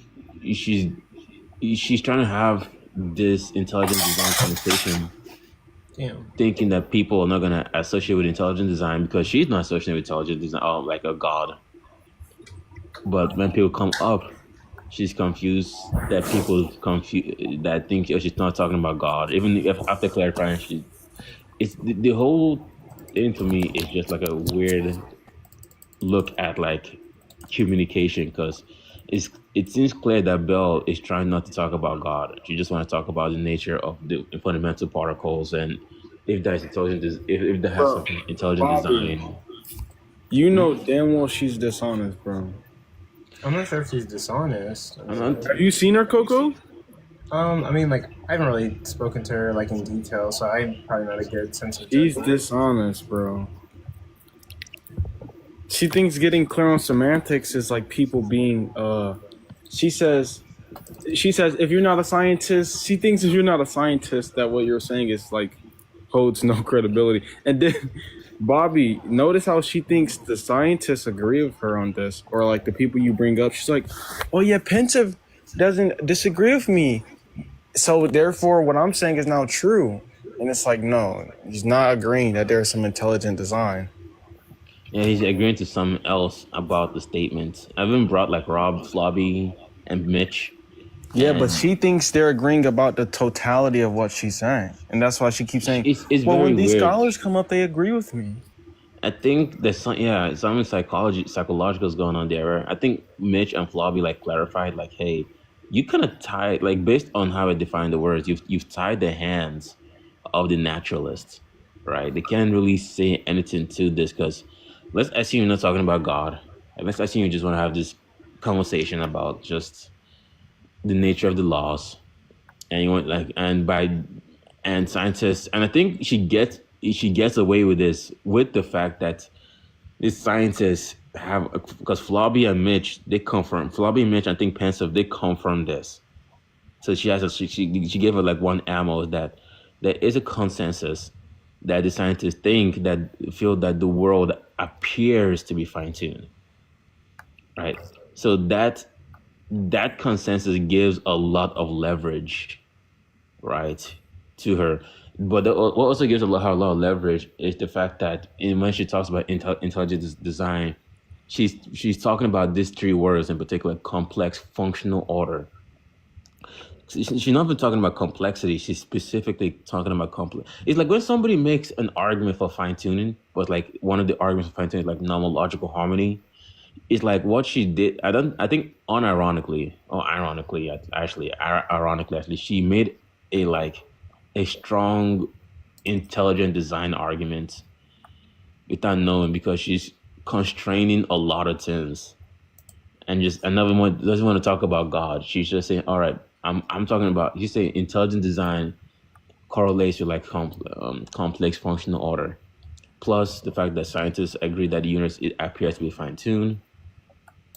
And if Bro, complex you make functional. a strong argument about nothing. What are you saying? This lady literally says, "Tell me something that has complex order that was designed without a No, mind." no. This is the bit. This is the bit. Is complex functional order. So based on those definitions, it actually She stipulates she wants an example of complex functional order that was designed, right? complex functional order. But if you That really was look at designed, right? no, that came about without intelligent design. Yeah, that's not in the universe. That's not. Yes, that is not in the universe. Correct. Yeah. Yeah. That just means what are it you doesn't talking about? exist. What are you saying? Yeah, so she basically tied her hands with the naturalists. She said, "All right, if you're trying to explain functional laws, this functional universe with the universe, it'll be circular. So you can't use something outside the universe, and you have to use something in the universe because the only thing that has complex functional order that has ever came about is stuff that's been designed by intelligence. It's kind of weird to think about, but based on how you're using those definitions, it's not that she's kind of like the logic does kind of follow, but one thing that I think she admits to herself is the fact that she also admits that it also follows that it could be like some non-mind entity that could create intelligent design. Wouldn't that break the laws of physics though, like the laws of like thermodynamics and the laws of mass, knowing that those abilities can't really be overwhelmed? Like when we do like tests and stuff, like how the universe can be finely tuned, energy and matter we can't really construct matter, we create matter, but we can like we create like the Big Bang and how it started without the energy, without the process. Well, I'm not sure on the science. As far as the science, I think Mitch, Robbie, and Bell Mitch Robbie and Pensa kind of confirmed that I think she was right in her understanding of the science. So, to the universe, especially the consensus that was given to her that, the universe appears to be finely tuned. So I'm not too sure. Yeah, no, it's not clear. The consensus of science says literally Mitch, Robbie, and Pensa gave her the okay. So wait. The claim being made is that Mitch thinks the consensus of science is that an agent finally tuned the universe. Not the agent. No, that's not Yeah, well, if you just mean by finely tuned, yeah, it's configured in some manner that allows for life. No shit. Duh, Yeah. but that's not what she's getting at. No, that's actually the funny thing. That's what she is getting at. No, she's not. Because the reason she's not getting at that is because she stipulates the term intelligence in there. Yeah, but she doesn't stipulate intelligence as a god, though.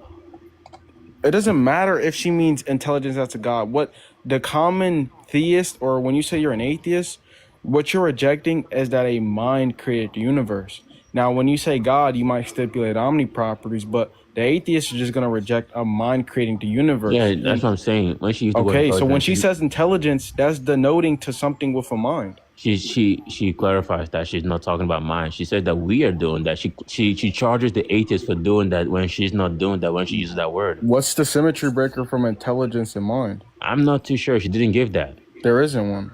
Yeah, but she doesn't. She's saying that as far as she's concerned, as far as the definition that she's using and she's concerned, she's not denoting to her mind, and she charged the atheist to like jump to some kind of conclusion. They're synonymous. Whether I know, she's but denoting to it or not, that's a separate argument that kind of like gets her heated because now she gets angry that you are forcing something that she's not. What does she mean by intelligence? I never know that. I don't know because she doesn't clarify too well on that. She's just saying that something intelligent, but she's implying that this thing doesn't need to have a mind or all this, but it's confused at that point. But she's not like, giving support as to how intelligence can like exist in any other way. But when you accept that, right? When you accept, okay, she's not referring to a mind. She's just referring to some. Maybe you could think of like some robots. I'm not even sure what's going on there. It's it's technically kind of compatible with the atheist, or you could just Yeah, but and even then, when you even after she ties the hands of the naturalist on the scientist and say against the universe, I mean, based on the words complex functional order, how those words are defined to get in all together, those that could only come about through like an intelligent design. If especially if you're trying to test what's in the universe, um, it's nuance. I respect it. Like you wouldn't get it at first. You actually would be very pissed at the argument at first because it's so oddly constructed. But when you like really talk it out a little bit longer, you're like, okay, this is actually like a decent argument. It's just not well constructed that the atheist will actually understand. And actually, it's not well. I think it's not. Not even constructed in a way that even the theist will understand, because the theist will think you're talking about God. Because what Bella is trying to do is like she doesn't want to make this conversation about God at all. She just want to make like some deductive inquiry or something that's going on, like some kind of analytical understanding. So, but she doesn't want to talk about God, but it's weird. I do give her props though. So what is she talking about? When she talks about like universe being finely tuned, what is she referring to then? If she's not talking about It says Kylo said. It's just there's some numbers that lie for life. Well, interesting. I have to look into it. I mean, is she a physicist or anything like that? No, she's a chat GPTist. Damn, that's crazy. Oh. Chat GPT is. I mean, she used ChatGPT for her information? Well, it be what it be. It be what Well, it that's not what we are sourced though. I mean, yeah, ChatGPT Just to get wrong. It can be a source. I thought ChatGPT was something else.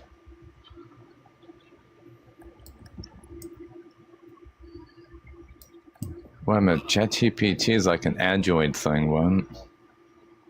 No, ChatGPT is a AI automated tool online. Oh, okay.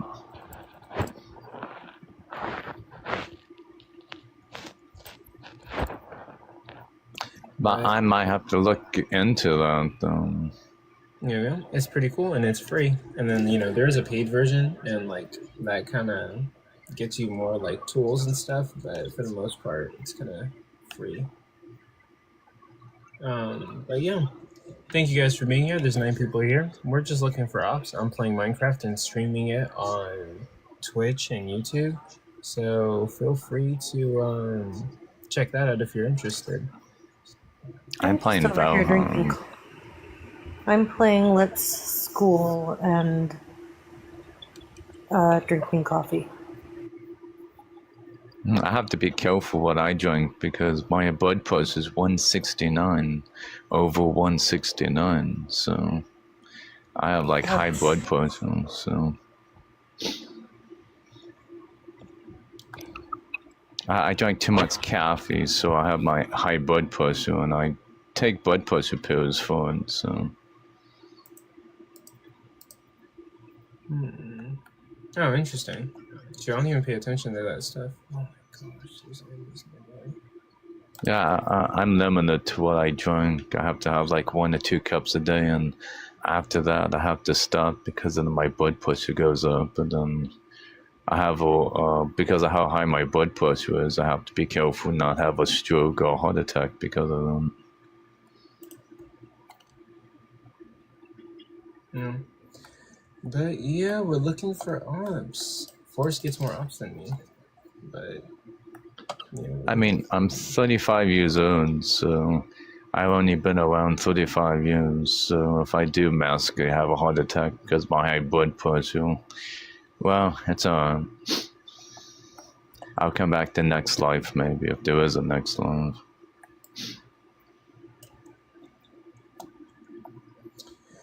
I mean, do you guys believe in the next life though? No. Like we live this life, then we unalive from it, then we come back later for like reincarnation or something? No, I No. think like after this, we're kind of done. So it's like, Because I'm not too sure how this works, though.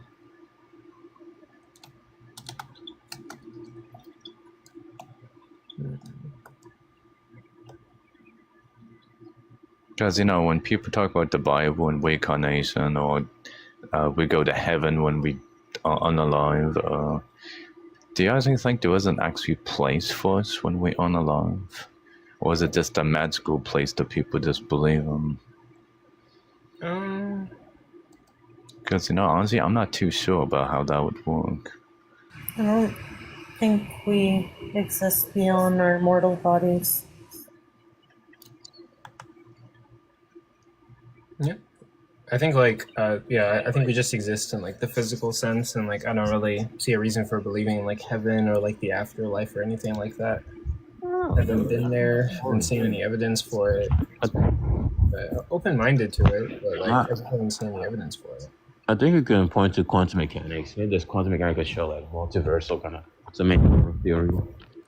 Maybe evidence for a different type of way where reality can exist.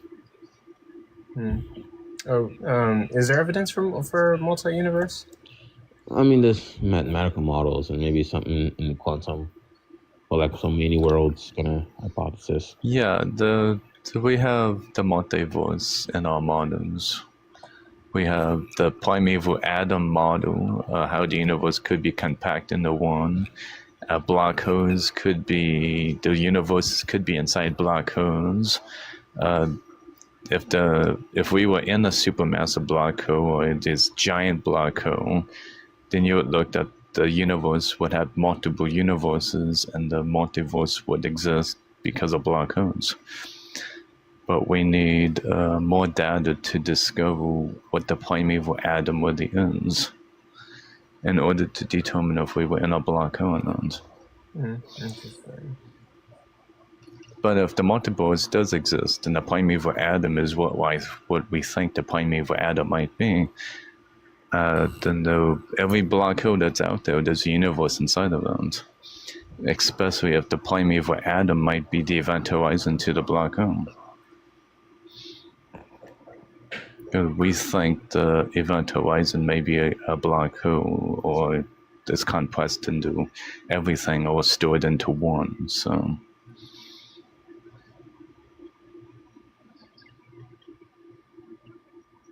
Holy yeah, that's the thing I like about studying cosmology, is that when we find new stuff and new ideas, we can understand and solve the mystery of what started the Big Bang. So.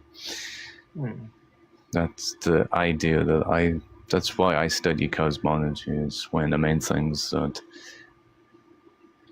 fascinates me is that how life got here by abiogenesis, then finding that there's other life forms in the universe besides all planets. We finding other life forms in other planets about 20 light years away from us, or Alpha Centauri about 4 light years away from us. Yeah, there might be other life forms and other planets, the planets that we are actually discovering. Yeah. Interesting things. But dang, where are the ops at?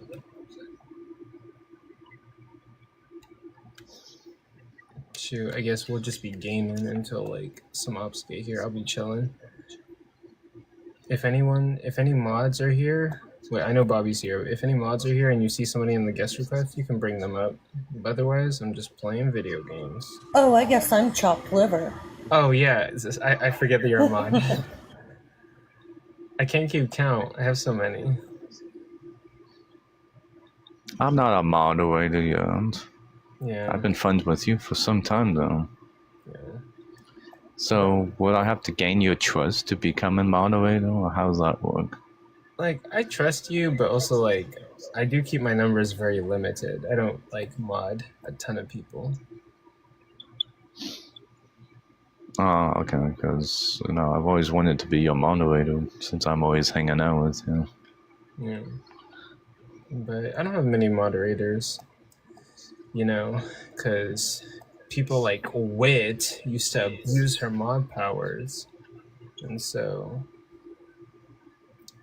Oh, so that's why you, what happened to Woods? It's a long story. People have their personal beefs. Oh yeah, because I don't see you on here anymore. Yeah, we're not really like friends anymore. She also voted for Oh, Trump. so she got blocked or something? Yeah. And she's also a Trump supporter, so. Ew. Yeah.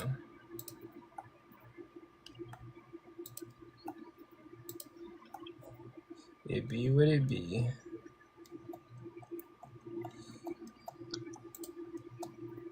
Hey, what happened to the rumor I heard about TikTok being banned? Is that still up for debate, or how's that hanging out? I haven't heard any more rumors about it. Oh no, Trump saved it. So like now it's not getting banned. I don't know what the negotiation was, but he saved it in some sort of way.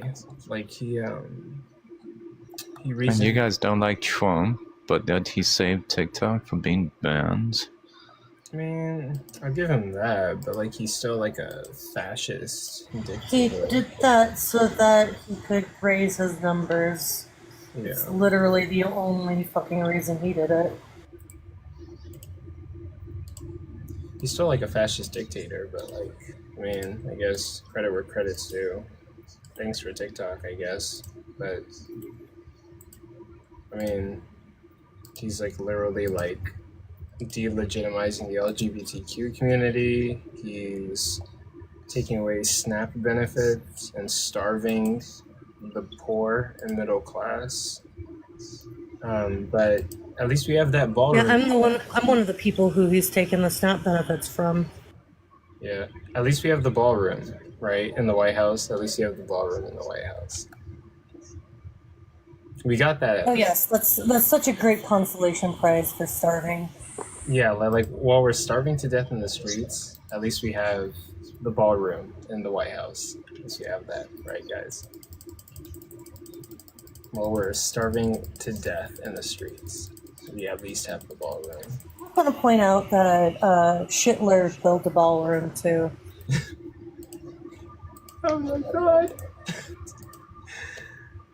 But like, yeah, we have a ballroom, guys. We have a ballroom. Why would they need a ballroom anyways? Why would Trump need a ballroom? Is that what is a like? Is a place to hang out, or what? What exactly is that supposed to mean? It's a place to have fancy parties while everybody's starving. Yeah. Oh, Trump's gonna eat cake. Because I'm not like too sure. I've always wanted to run for I president. swear to God, we have a Marie Antoinette moment coming up in our world events. It's gonna be Maria Antoinette all over again. Just saying. Oh God. Hey, would you guys vote for me if I ever wanted to be president? I always wanted to run for president. I just I never. don't know you well enough. I don't know your policies. Well, our chains were a little bit different than what they have now, but my thing would be, you know how we have other planets out there? I'd terraform the universe, I would build spaceships, I would civilize colonies in different planets, I'd change global warming, do those things that would help so it's not, polluting the planet.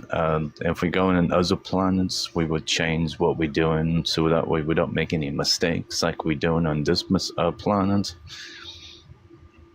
Because I think that, if I'm going to run for president, I get to see what we're doing to the planet and try to change it. And if we can, we have policies to live on other planets, if we couldn't. Knowing me, I'd terraform the universe. If I had terraformed the universe, I would do that. So, I'm more concerned about things like world hunger and B-sides happening and the corruption of our current government and a lot of the world governments. That's more of my concern. I feel that. There.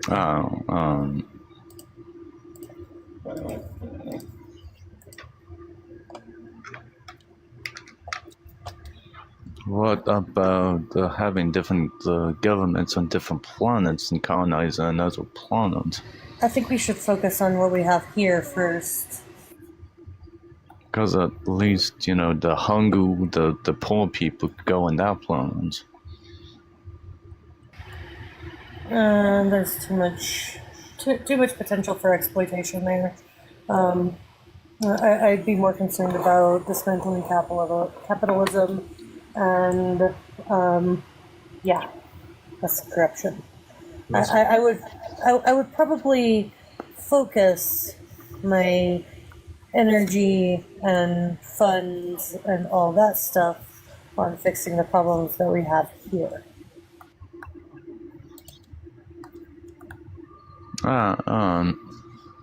Which is to say that if that was your campaign, I would probably not vote for you. No, I'd fix the problem we have here, but then I'd fix the problem on other planets. You know, all the people that's living in the streets and all that, I'll give them their own house, their own place to go. They would colonize, they would have another planet that they can go to. They can have a new government, have a new society, have a fresh start. Because I would, you know, do things here too, but I'll just give all the homeless people a fresh start.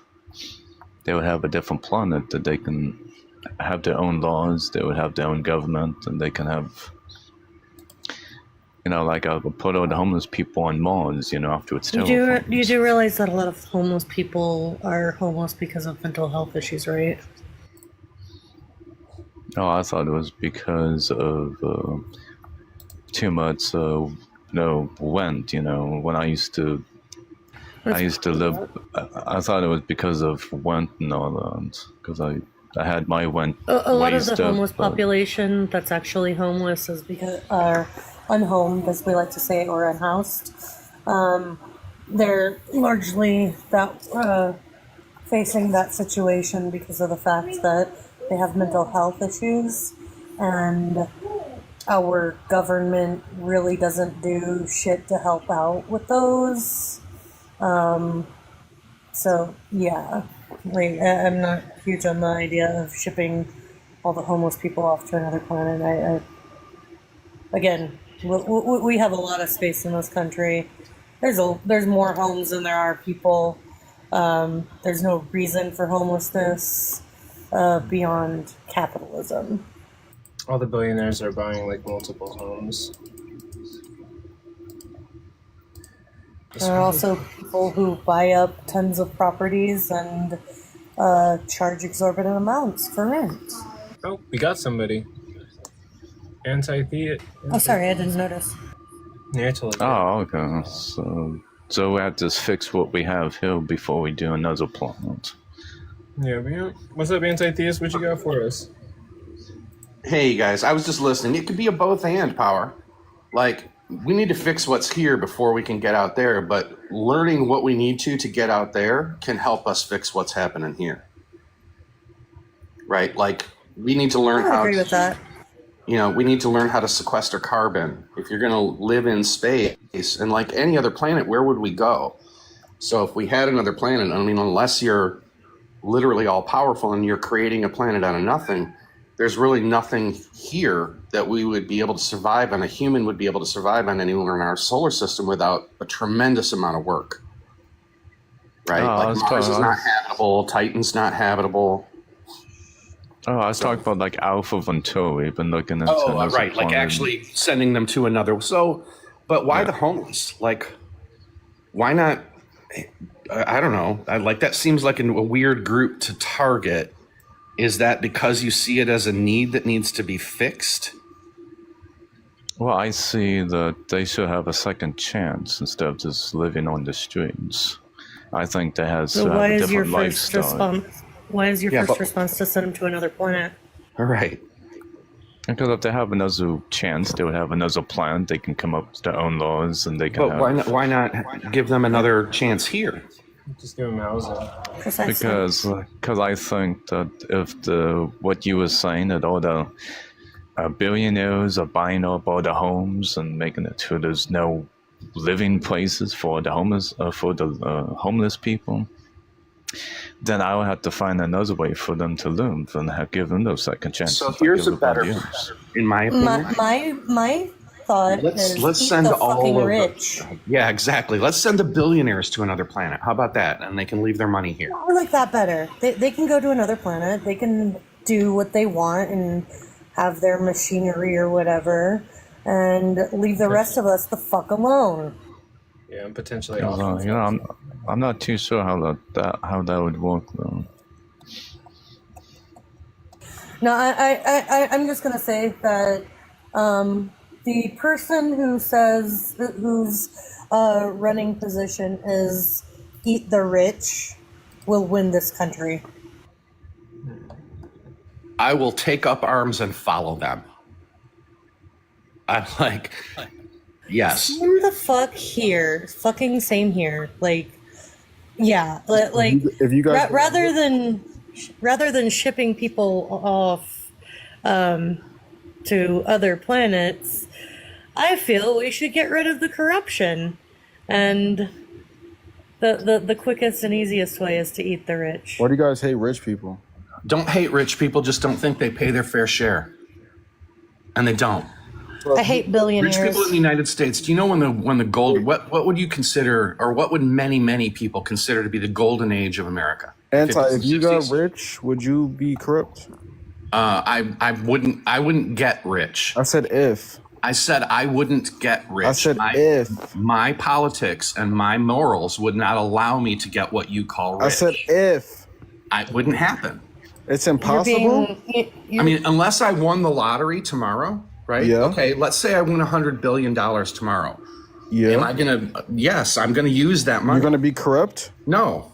Perfect. So not. But there's a difference between just because you're rich doesn't mean you're corrupt, right? So the thing is, though, Kylo, the only way to become a billionaire in this day and age is by exploiting the labor and work of others. Can you prove that? And It's inherent in fucking capitalism, kidding me? Kylo. Like, read a book. Are you fucking kidding me? Can you prove that, Paul? We got a debate. Jeff Bezos or Elon Musk alone could easily solve the housing crisis in this country, and they would still be fucking rich. No, could you prove your You don't point get to be a about billionaire without being without exploiting people and basically writing off of the back of their hard labor. Can you prove that? He look at how much he pays his people versus how much money Not he him. has. Not him. He Just could being pay rich. those. Oh my fucking god! I'm Not him. Just being rich in and of itself. You I said. haven't finished my coffee. I'm gonna boot somebody.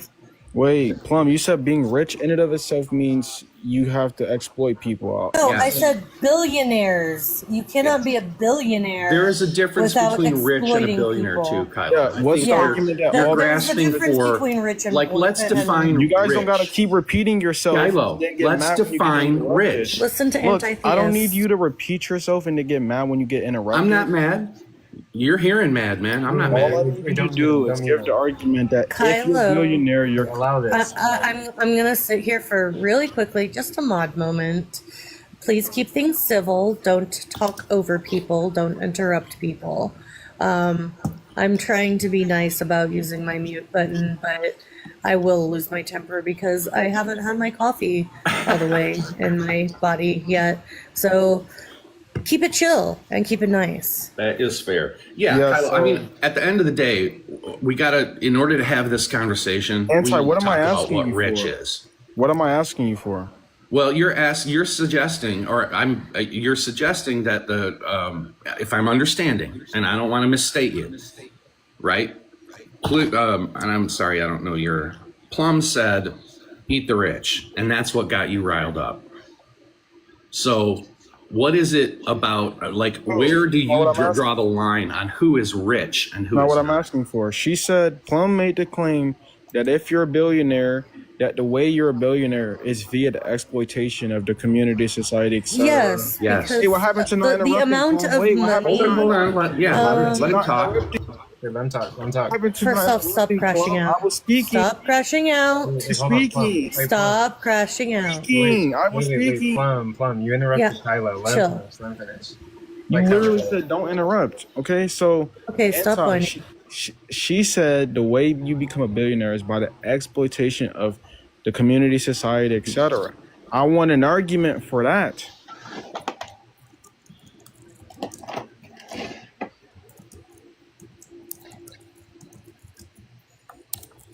Now we've got a debate, people. We've got to debate capitalism and billionaires versus whatever the opposition is.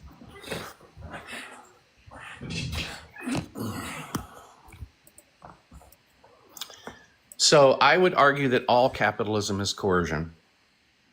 It immediately creates an imbalance in power. It allows for the commodification of labor, and people become a resource that can be passed around or added into an equation, and it removes the humanity from them. The capitalist system, particularly when you're a billionaire, means that you have either worked in corporations that are cutting corners, you have not paid your people well in many cases. This you is have repeating the claims. Buck, do you want me to answer your question, Kylo, or do you want to talk over me? Kylo, let him finish. Let him finish. Right. There is a fundamental imbalance of power between people who hold capital, great amounts of capital, and people who don't.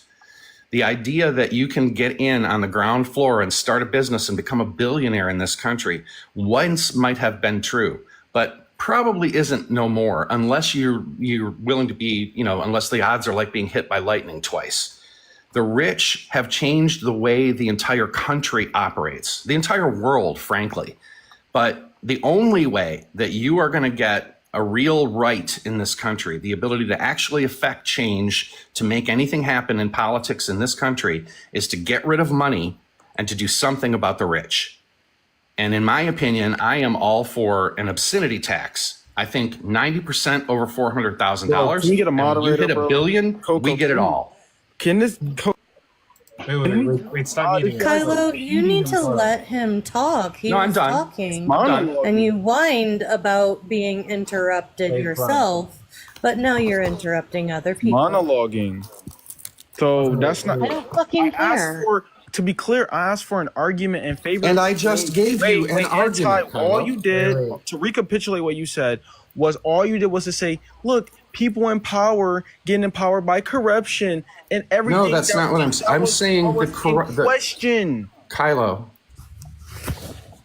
Wait, What would you like me to? so What to would be you clear- like? How would you like me to answer your question? It's clear that you don't know. It's clear you don't know what an argument is. But to be clear, are you Why are committed you to saying insulting me, Kylo? it's I an never observation? insulted It's you. not an insult. You insulted me. Kylo. Don't get emotional. No, you don't know what an insulted me, and I Kylo, don't like I'm it, gonna- Kylo, and I expect an apology. I'm or gonna we're put done my talking. foot down right now because Is this I'm rage not bait? here for the No, attitude. it's real. I I'm don't not here take for that the kind of fucking shit. attitude. Wait. You don't need to take that kind of attitude against me and call me any names. Hold on, guys. Kylo is a regular. Well, but also okay. If this is I'm out then because I don't want to be talked to like that. It doesn't, Coco, really quick. It doesn't mean that he can be a dick. Yeah. So let's be nice to each other, but also it's normal in debate for it to get a little bit feisty. But let's be nice. But Yeah, I'm fine with feisty around my ideas, but you don't need to call me personally anything. I didn't Yeah, call ad homs Yes, you are did. unnecessary. I didn't call him anything. Yes, you did. You What did I resorted to call an you? ad hom. Kylo, I'm done. What did I call you? I said you don't know what an argument is. I didn't call you any slurs, and that claim about you not knowing an argument is true because all you did was This regurgitate is all the recorded. claim. You used an ad Question, hom. but we can All right. skip past the meta. The problem is you're saying to have billions of dollars, it entails that you've been in some type of corruption, etc. And the justification for that was just to regurgitate what you said.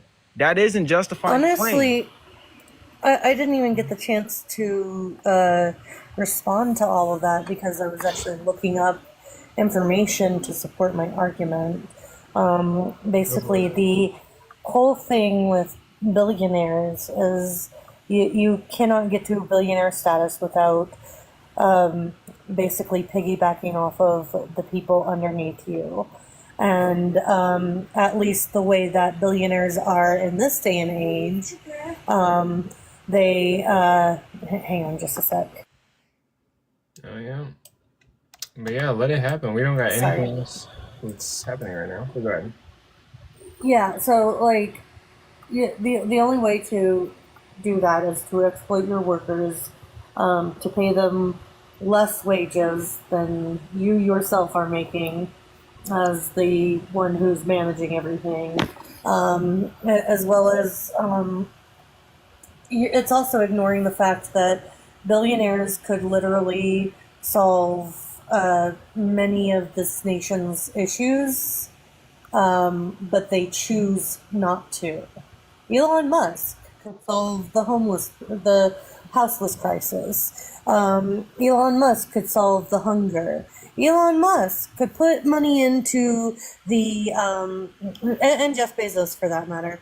They could put money into the into EBT to feed people, but they choose not to. And they could do all of this, by the way, and still be billionaires because they have like. People don't seem to be able to conceptualize money. Like a millionaire, that's like a poor person to a billionaire. There's a lot of numbers that go into a billion, and the people who have multiples of billions of dollars are unethical for simply having that much money as a whole. They can't even spend that much money in a lifetime. Yeah, so to be clear, that wasn't an argument in favor of the claim. All she said was billionaires, billionaires, what did she say? Like they're corrupted to their staff, or Did you not listen to a word I said? Hold on, I'm going to repeat what you said, so just listen. You said billionaires are corrupted to their staff and that they could feed the homeless if they wanted to, but they don't. Look, it is the case that if you work for $1 billion yourself, you're not obligated to feed anyone, number one. Number two, I want you to show me how if you have $1 billion, it then follows that necessarily you are corrupted to your staff. So 2 points I want you to address. Does it follow that if you have $1 billion, you're obligated to feed anyone? Number two, that if you have $1 billion, it necessarily follows that you're corrupted to your staff. I would argue that yes, it is required that you feed people if you have more than a couple of billion of dollars, because literally, the thing is, you have to look at how these people have become billionaires. Like, historically, it is the exploitation of their workers. Have you heard of favorable working conditions in Amazon warehouses? Or are you, like me, have you heard that it's too hot, they don't have any air conditioning, they have to walk a couple of football fields to get to lunch, and that's while they're on their time, not on the company's time. Bathroom breaks are, and I say this all, by the way, as someone who has worked in a Amazon warehouse. Bathroom breaks are meted out, or basically doled out, and if you have to if you have like any issues like tummy troubles or anything like that, you can get in trouble. The working conditions are okay. The working conditions in Amazon are abysmal. Hang on a second. But yeah, she's obviously confused. What was in question is being a billionaire simplicator. So to say, excuse me, I was not confused, and I really don't appreciate you making that implication. It's an observation.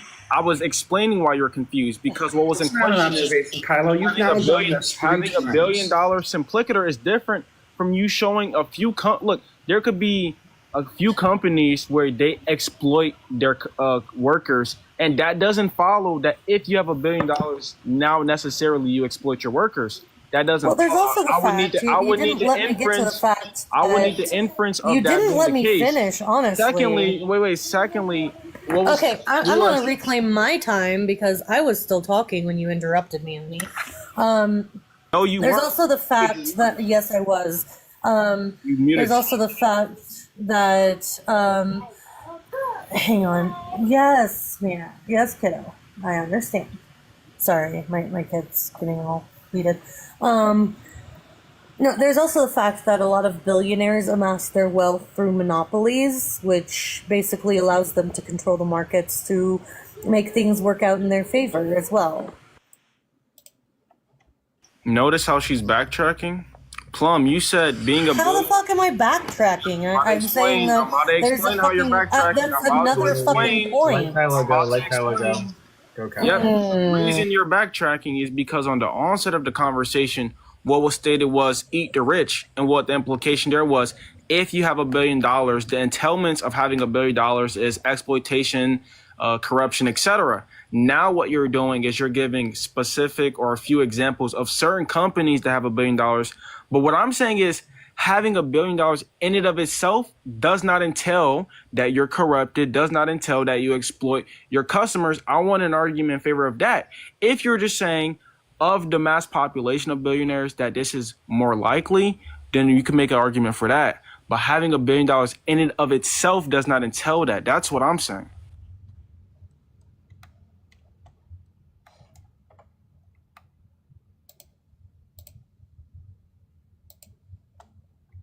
Bloody hell, mate.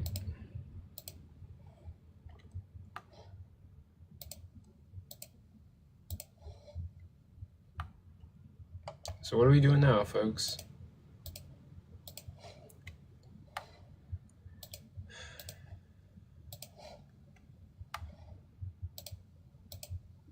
Wait, it went quiet. It went like this. Oh, sorry, shit. Sorry, my child is bothering me and trying to get me to give her a cookie, and I'm telling her no, and she's having a bit of a meltdown. No, do your thing.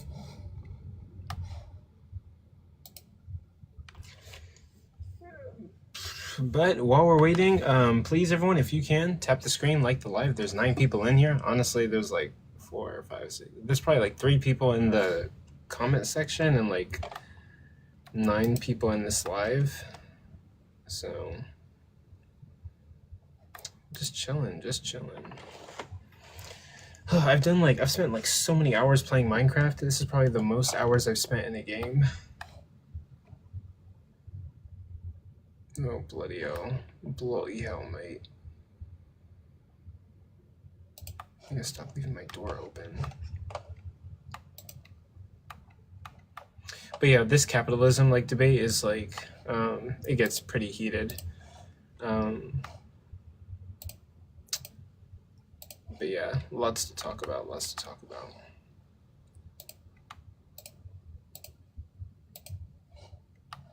Sorry, I'm dealing with a meltdown. Very good. Bro, Coco, it's obviously clear what I'm saying is true. We're kind of like, there can be no You response. can be patient while I'm dealing with my kid if you Go deal instead with of your gloating. kid. Go, I'm talking to the host. I am dealing with my kid, but you're gloating. I'm talking to the host. So, Coco, it's clear that what I'm saying is necessarily true because nothing about being a billionaire follows that you're corrupt. Like, that's analytically just incoherent. Nothing of that definition entails corruption. I mean, could there possibly be... I mean, what do you think? Wait, Kylo. Look how you use me being busy to say, "Oh, I was right." Just focus on your kid. Kylo, sometimes I feel like you might always be like debate brain. At times, just always want to win. Want to get a Bobby, W. we have a sentence for this. It's touch grass, loser. No, it's not that. It's not that. I don't think. Well, like what I'm trying to say, Lara. I don't think what. Like Kylo, you're right that there's no like logical entailments by the definition, but I'm not too sure that's what Plum is trying to do here. okay, I'm gonna be honest. I didn't want to say it, but I'm gonna be honest. Oh, sorry, no. I play Minecraft at PC. But like technically, like there's like like you'd have to show that there's logical premises that would lead to every single billionaire is like corrupt. Like I don't want to be that guy, but like yeah. I think the But bigger thing isn't whether they're corrupt or not. I think the bigger thing is legitimately just like that money would be better spent. Like it's just like they're not adding to the economy very much, right? Because they're kind of just like They're taking I want to away say from hoarding. the economy. Well, I don't know about the like we don't even need the taking away part. It's legitimately just like they stop the flow of commerce, which is bad. You want like your consumer base to have money to spend on things. That's why like in Canada, one of the huge economic booms was when they made the Canadian Pacific Railway because it like got a bunch of money in people's pockets who are working on it, stuff like that. And it allowed all this transportation and made the economy work smoother. Same thing with like FDR, right? FDR invested in all these like projects which would build like social safety nets, infrastructure, et cetera, et cetera. And because they were giving money, in a sense, or putting money in the hands of the consumers, these consumers were able to basically increase their demands. And then if you have more demand for different things, then people will buy more products. You get more money going through businesses. It's just like that's kind of how you want your economy to run. It's the velocity of money, you want it to be high. And so that's why you kind of do want to tax billionaires way more. Like you probably want like a 70-80% effective tax rate, probably more on them, just because once you collect that money, you can create all these safety nets, you can create all these infrastructure projects, et cetera, and it's just more beneficial. It adds more to That's the even agreeing that people. economy. That's even assuming that people are agreeing on want to tax people, tax them, and agreeing on safety nets. It's weird to me that like society. I don't know why, like when like the SNAP program. I think when I'm not too sure. I just when Donald Trump discontinued the SNAP. It's weird to me that people like, oh yeah, no more SNAP. Like it's like I actually don't know if people are like actually dumb. Where like, oh like people are dumb. Something like something that's inhumane about you that you think people receiving SNAP are just lazy or.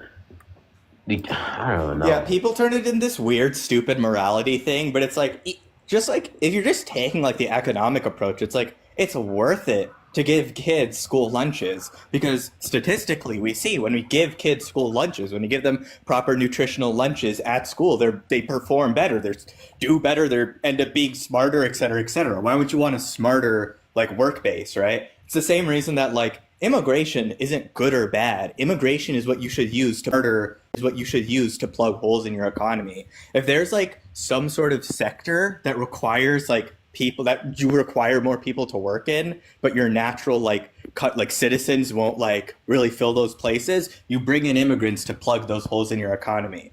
And yeah, it does. And it's kind of like, oh, aren't you taking advantage of them? It's like kind of, but you're giving their like in a sense they're sacrificing some of their selves to give their kids a better opportunity. Like a lot of immigrants will come here, they'll do like not the best jobs, kind of tough on them, and their kids will have more opportunities. And the idea is you want to give these kids more opportunities. You would want to tax people to give more opportunities to people to go to university because you want to keep educating your base. Another time that there was a huge boost in the economy was when they made high school public in America. There's like all those soldiers coming back from, I forget it was World War I or World War II, and the women didn't want to give up their jobs, and so they made like high school free for mainly boys. But that still left an economic impact, right? Like the problem is that everyone moralizes economics, and it's like you don't have to moralize it. You can kind of, well, you do have to have some morals because it's like what do you want to maximize? But it once like I feel like we generally agree where it's just like, yeah, we want our economy to grow so that we can give more things to the poorest among us. Like as our like state of living increases, the lowest are brought up. It's just the idea that the thing, Neil, that all those examples you brought up, one brought about because people are thinking like practically, like the whole like women's and free school, that was done because of some weird reasoning that the women don't want to give up their jobs. So there's always this other psychological, like people don't think practically when it comes to stuff like this. They're thinking for like some other reason. Yeah, well, it was that, and they were like, well, we can't have all these men jobless, so we have to give them higher education so they can get better jobs than the women. Sometimes it really do be like that. And then the History. reducing wage gap is, I don't know, again, the wage gap, it's just interesting, right? So I'm eating. Wage gap is, I think people are like, I don't think people understand fully the wage gap. It's not like, oh, you get paid like less for the exam. It's more like, okay, women aren't like being given chances to enter these fields. Like, a lot, like women were discouraged from STEM for the longest time. And now that You like also have there's to something called the consider Scully. nowadays. Oh, sorry. You have to consider that nowadays, the misogynistic culture of our patriarchy that we live in makes it so that in those fields, the men will basically Harass the women. yeah, exactly. Men will harass the women, and it makes those fields less desirable because we just want to fucking work and do our jobs, and then we have to deal with men being men. I remember there was a person in my Eng class. She was really smart, and I basically wanted to ask her to help me. But all of these other guys were like, "Oh, haha, do you?" I'm like, these guys have alternate motives, and I can't ask this girl. She's probably already annoyed as fuck. Except I need help with statics, and she's acing all the quizzes. God damn it! Honestly, that would have probably been a very welcome change of pace from the guys who were just macking on her, basically. But yeah, like that's part of the reason why, though, like STEM fields, construction, the fields that typically are like, oh, it's a man's field of work. This is a man's world. It's largely because of the fact that men will harass the women who want to fill those roles.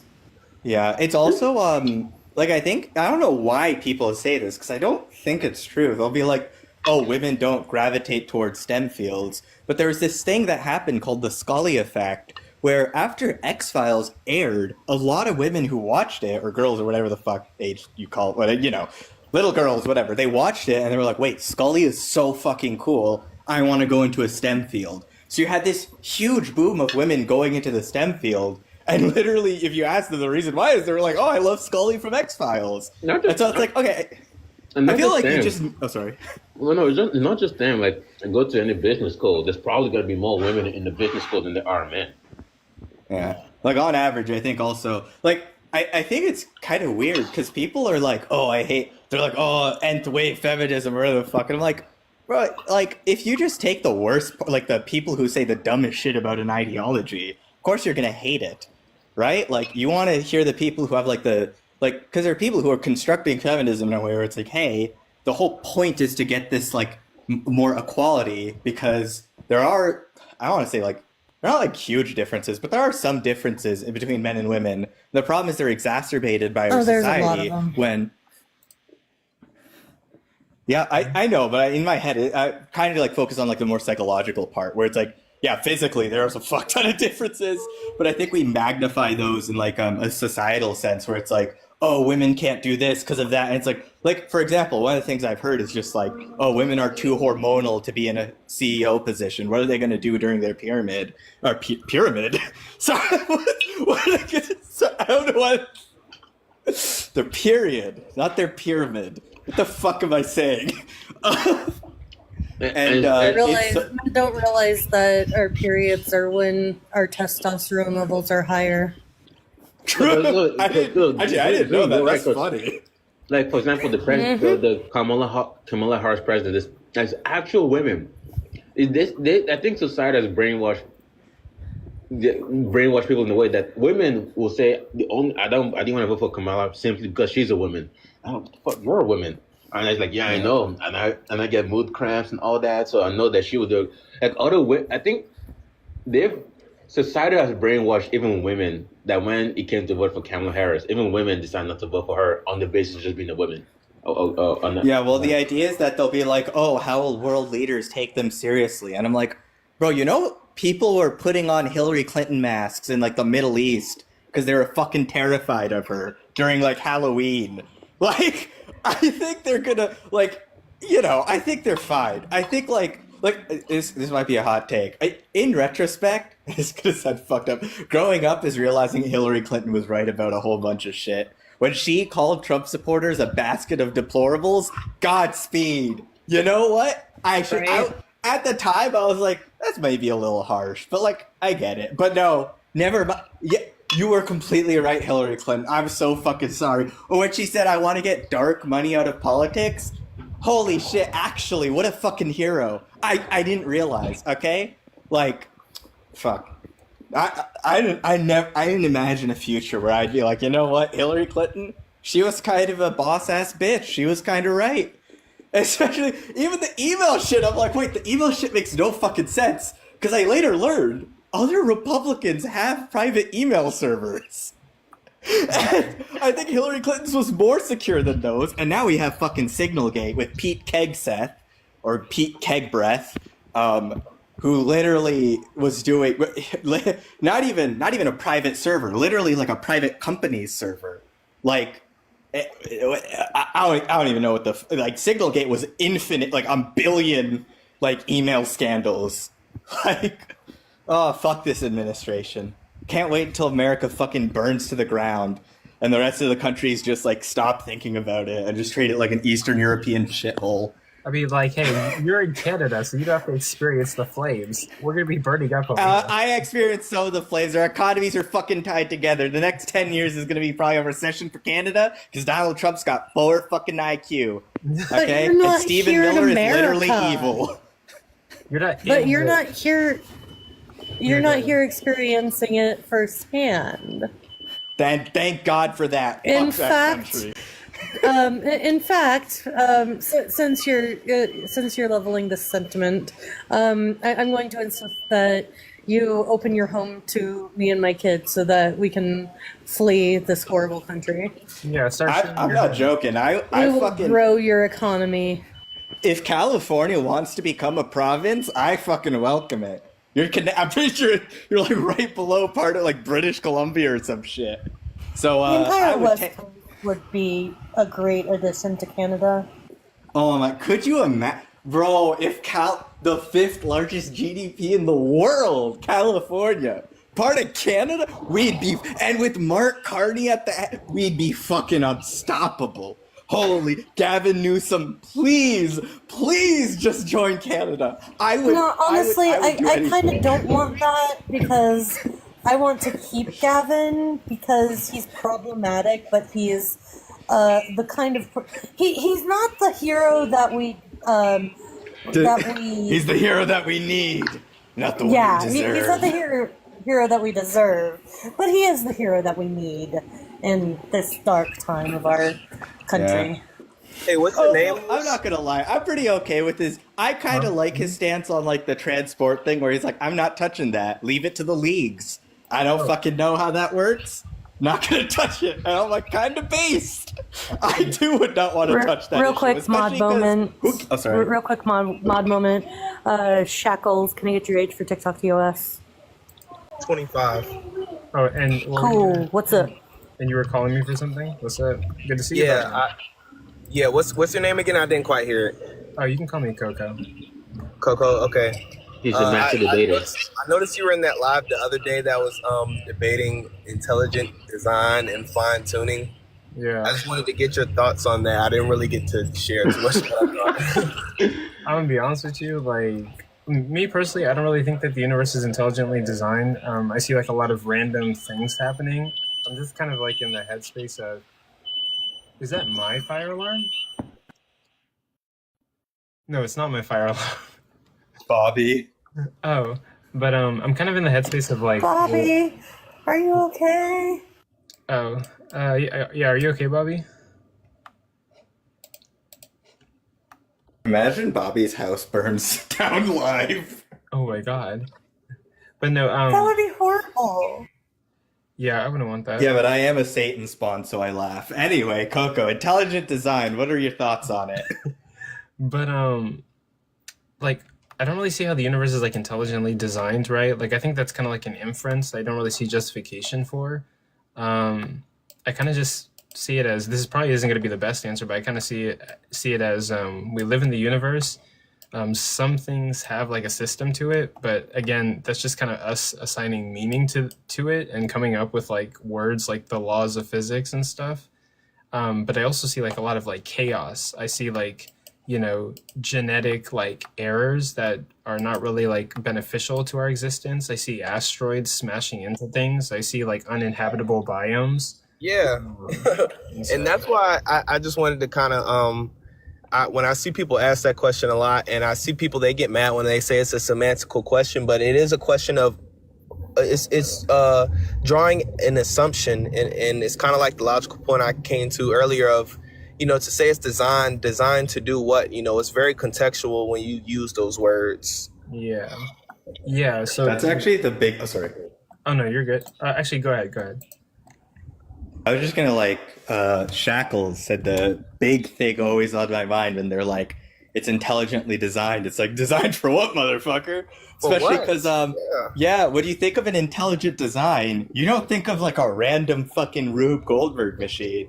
You think of an efficient system that does something exactly as it's supposed to repeatedly, no real deviations, right? Like if your wrench randomly fucking exploded, you would be like, this is not a good design. Or if your wrench was like 50 meters long, what the fuck am I doing? And then I say this too. Let's say there is an unknown task or something of the universe, and let's say, I don't know, I can use a good example. And why I say it's contextual is because let's say a wrench is not intelligently designed to put down a nail into a piece of wood, but a hammer is, and you know what I mean? And it's the same way of saying a hammer isn't intelligently designed to screw a bolt in. Yeah. But you wouldn't know that unless you knew what the goal of each tool was. Yeah. Same thing with fine tuning. It's like tuned to do what? If I'm tuning a car to 500 horsepower and you guys are just, and that's all you see, and you're like, yeah, it's tuned perfectly, but whole time I'm trying to tune it for 300, it's actually tuned terribly. It's weird. The argument only works in a certain way. The argument works because she's provided like rule. It's weird. The arguments work because she's provided rules and constraints. Like she provided like specific definitions that that's only she's accepting for the rule. She's expediting she's explaining constraints that she only makes sense because of like circular reason justification, like which kind of is to say like assuming naturalism to be the case. So I mean, a lot of it is a very strong argument when you follow the logic of the rules and constraints that's been employed. But I think one thing that does follow is the fact that though it does follow, like, cause so this is what's going on here, Shackle. Let me just, as I explained to Coco. So I just figured out that I can change the layout of where people are on the panel, and I'm loving it because I can do my weird little geometrical designs. I'm sorry to interrupt you, Bobby. How do you do that? Like, how do you do that though? I'm turning on. I clipped. You tap on them and you get all the mod options, and there on the bottom there's switch spots, and then I can put Dream under me. Wait, so yeah, you. Okay, tap on the. Interesting. Yeah. Wait, so what? I tap. Okay, I'm gonna tap on Dream. So tap on the bottom. picture. I don't want to be near your stinkers. No. I just want to say too. I noticed with that or certain things is I get what you're saying. They are trying to like put it into a way, but wait, how did you move people? So wait. So really quickly, did you figure it out, Bobby? No. Okay, so tap on Dream's picture on the panel. Mm-hmm. And then there should be in your mod buttons one that says switch spots. I don't have that. I have everything else, like, except for the switch spot. Is that something that you have to, like, give to me? Might be. Go, give me the switch spot. Give me the ability. Give me the power to switch spots. Give him the power. Yeah, I'm going to ascend into the sky. see. Oh, you have all abilities. Oh, by the way, Dream of Dawn, do you have any like game that's like CR-AC to you? Because I swear Minecraft is like literal shrugs to me. I can't stop playing this game right now. Yeah, Minecraft used to be my drug because I used to do a lot of redstone, and holy shit, redstone was so fun. Especially because you did, like, redstone had digital logic embedded into it, so you could make all these crazy things like SR latches to, like, save memory. And I remember making, like, all these, like, huge farms and stuff, and you would, like, have settings you could turn on with like RS latches, and it was easier to make RS latches when pistons came in. God, fuck, that game was so fun. I still have it. Minecraft is one of the best games ever, man. Yeah. Make a server. Would you want to actually? I wonder how safe that is to make a server and give away my IP. I could probably relay it on another thing, maybe. Yeah, like relay you it can off have a another home computer. lab. Some people do that. They'll get like a super old computer with like an i5 and just something simple, and then run servers off of that. You really need for those servers are like RAM anyway. Like most of the stuff ain't that bad. So you have a decent processor. But one thing I also wanted to share too. Speaking of that question and stuff, I find it interesting that people will try to argue for God logically, but then they will claim it's something outside of logic. So it's just kind of like a pointless conversation, I almost feel like. And I definitely, it can expand understanding, but the people who are doing it to like, you know, I can say truly try to say somebody's right and wrong, it's like, you know. This is the rules that's been operated upon in that Bell's life. So the first thing is that, so in a weird way, she's not trying to have a conversation about God, even though it feels. She said, even though like it looks like it, she's explaining that this is not a theological, religious, or God kind of conversation. She wants to keep it like almost like deductive or abductive in a sense. Given it, so those like it's weird because when she like I think she should like. When she defines this word, when these words that she used, like purposeful, reasonable, a lot of this implies mind, right? It implies mind, but she's saying that when she was bringing out using those words, she wasn't assuming mind on the discussion, right? So she's thinking that she's just making some kind of abductive case for her intelligent design, but she's not really talking about God or like anything of that sort. So it technically, in a sense, you could say it's compatible with the atheist if you want to like put it in that kind of sense. Because she's not talking about a mind. She says that she's talking about just a case for intelligent design.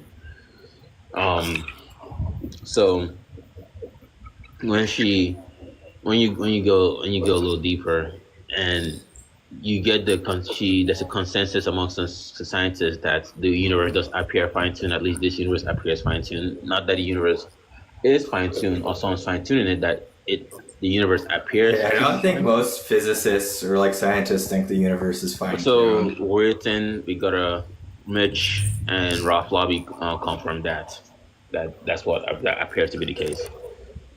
Fine-tuned for what? Yeah, so by fine-tune, by defining fine-tune as just, it seems to be the case, like fine-tune indicates that numbers are in such a way that can allow for existence of life. I don't know if that's, like, I'm very skeptical of that because, like, we have a lot of different things. Like, for example, the reason I'm so skeptical is actually, have you heard of Conway's Game of Life? I think so. Yeah, so essentially you have a huge grid, it's an infinite grid, and you have certain dots that start on the cells. And if there's I think it's like if there's no cells surrounding, then another cell will like be created or made alive, and if there's too many alive cells around one cell, then that cell will die. And so you have these like parameters, and the idea is, and what ends up happening is you can actually create these really complex structures where these really complex systems will arise, and some of them can be self-replicating systems. So you can have self-replicating systems in Conway's Game of Life. So in my head, I'm like, I feel like there's probably more there's probably a lot of ways to get self-replicating systems from random bullshit.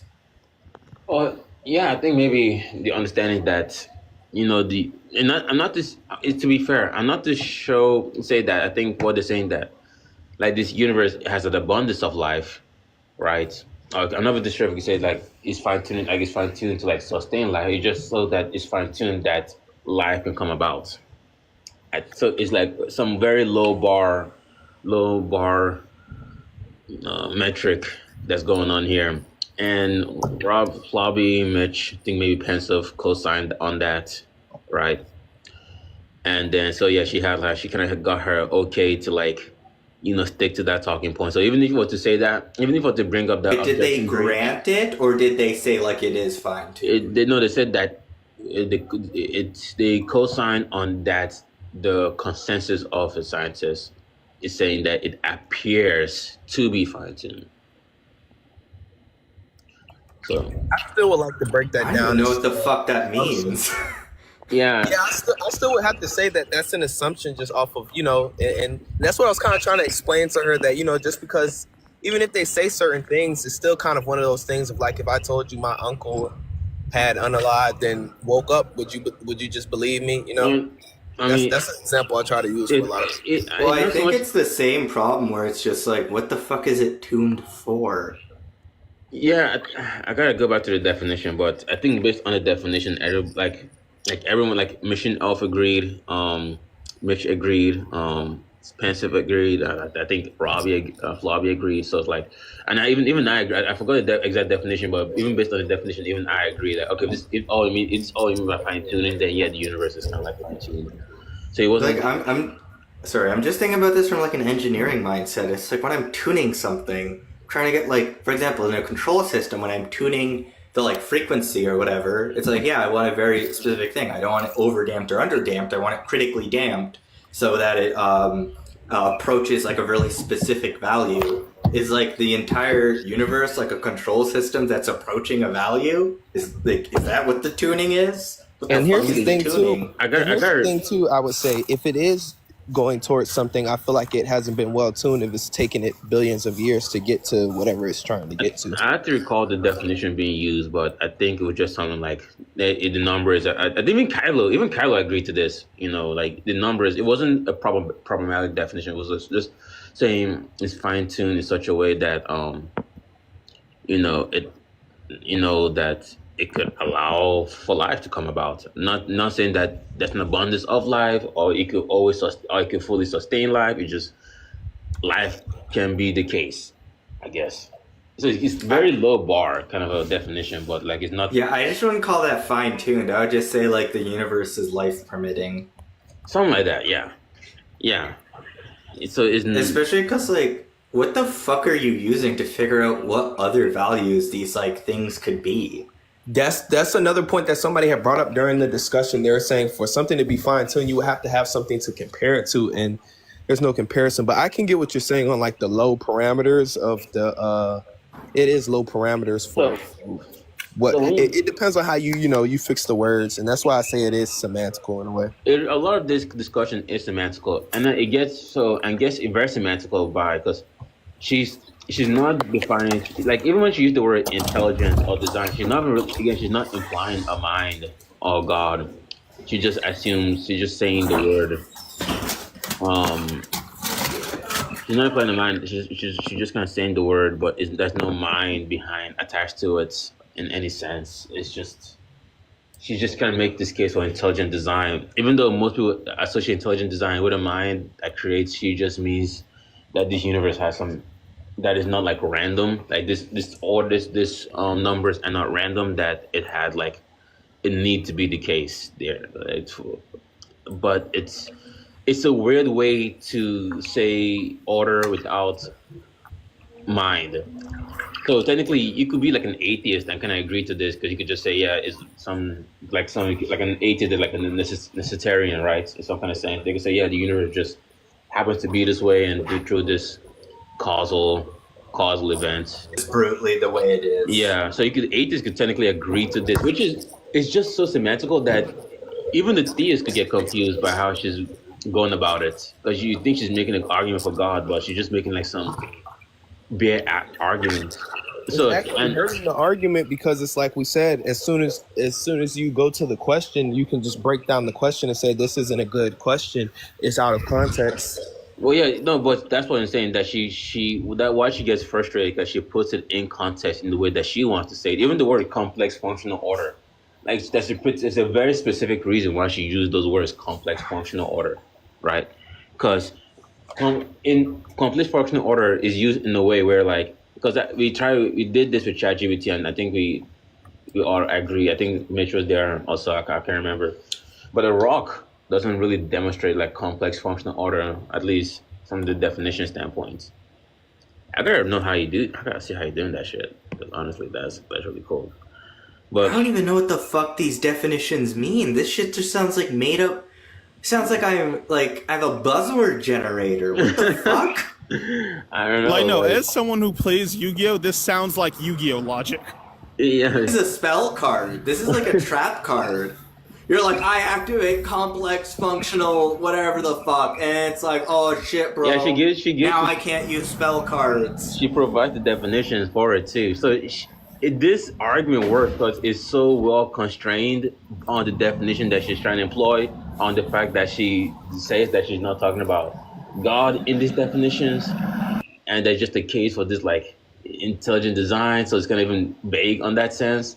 And also at the last question, that the fact that complex functional order is such a thing where really to prove complex functional order using the like in this sense like the universe with the universe is will be circular because kind of presupposing naturalism. So you're trying to say if it is the case that complex functional order could come about without Okay, what the fuck do they mean by functional? What the fuck is it functional for? You just gotta go to her live, man. It's very like, and from I think what's interesting from her point of view, she thinks she's being very direct. Or I mean, technically she is being direct, but even though she's being direct, she doesn't understand that people are still gonna get confused. People want to understand her way of thinking. Like she thinks like, oh, I'm giving you my way of thinking. But she's impatient with the fact that with the I feel like there needs to be a lot of build up for her worldview. Like I feel like I'm missing like 9/10 of what the fuck she means, because there's probably some crazy different epistemology here. But from what I'm hearing, it sounds like this is just like a vacuous / like trivial statement. Like it's defined in such a way that it's just tautological. Like yes, this is true, but it's true in like tautologically. Like I'm defining a system as this, and this is just how everything is. It's like okay, then it's true, but it doesn't really like it's not really like a meaningful statement. It's true, but the definition is therefore the logic follows. But I think she acknowledges that it doesn't follow that it couldn't be otherwise as well. Is she trying to get you get to God? Because I can see how thing. someone would be it's fine tuned with this definition, but what the fuck's the end goal? In a way, she's trying to make a case for intelligent design, but she's not making the case that intelligent design is God. I think she's saying that's something else that's completely separate from what this line of questioning serves to do. She's fighting for the idea, as somebody said earlier. It's just she's doing this to how I look at it, and it's just like even with us having these discussions, people try to make their reality match up to their worldview. That's all it really is. And some people, depending on their worldview, they have to fight harder than others. But the problem is that since she states that this argument is not getting to God based on the definition and the definition the atheists can agree on, like even if you tie the hands, like you say you tie the hands of the naturalist atheists that say, hey, you can't use the universe to prove like this like fine-tuned laws or this universal laws or whatever, this laws of physics. You can't use the universe to kind of prove the universe, saying that it was circular in that sense. So you tie in the hands of any really scientific explanation. The universe is off limits. And I feel like that's kind of the problem of trying to fit metaphysical things into places where science can, explain it. Well, I think she's trying to strictly speak with science. I mean, she does accept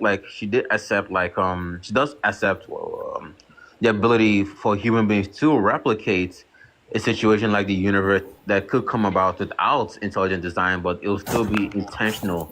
That will still be done with purpose and design. So it's really impossible to like replicate. So she's asking for something that's impossible, and I guess it follows because complex. Because I think what really nailed it to me is that based on the definition, complex functional order, a rock is not complex, but like the universe is. Yeah, and I still feel like complex in a way is still like you know, contextual when you think about it, because it's like something could be very complex to me. Like You have to be all three of those words all at once. You have to put it all in unison. I guess it does add context. The arguments only work like that. Yeah, I get what you're saying. It does add context when you stack those three words together like that.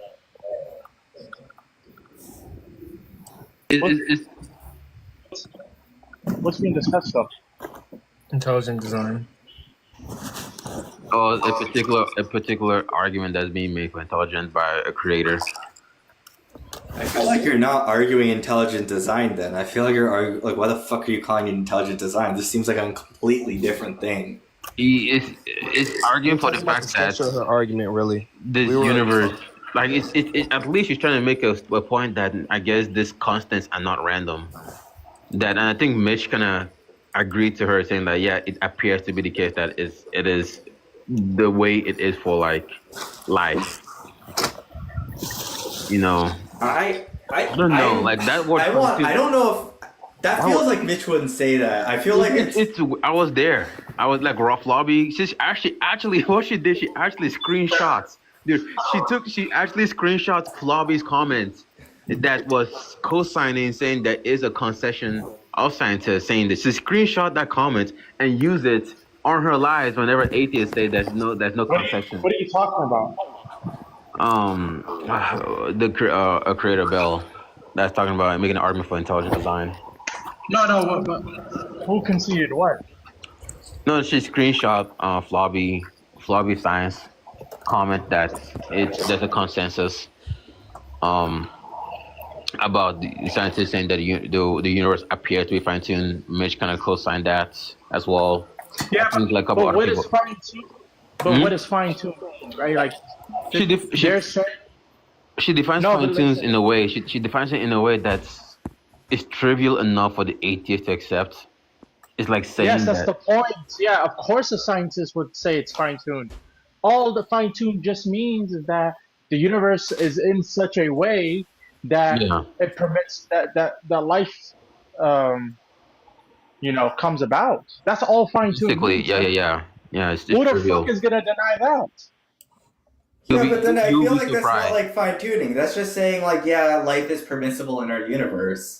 No, that is it doesn't fine-tuning. necessarily mean it's tuned for life. It just can. No, that is what fine-tuning is. It's just that's how stupid the argument is. That's it. That's fine-tuning. That's it. That's fine-tuning. Fine-tuning wants to say that the universe allows for life to come about, intelligent life to come about sometimes, and they want to say, the fine-tuning God theist argumenters want to say that God existing explains this fact more than a non-God hypothesis. Wait, that I think fine-tuning is true, if that's the definition. Yeah, that's why it's so confused, because I had to like step back a second and because I define fine-tuning and stuff in a way that there's a difference between fine-tuning, that the universe is fine-tuned, and that you are a proponent of the fine-tuning argument for God. Now, there's a difference between those two. Yeah, but you could say, but she is correct. Philosophers. Fine-tuned. It's like you said, it's a very low bar. It's a super, super, super low bar, which I get why it does work for what she's trying to do, but that's why she's running into the But problem. it's so it's confusing, because if you go to most people, like unless you get it right out the gates, like maybe Mitch, Flobby, Pensive, Elf, like even I was thrown off.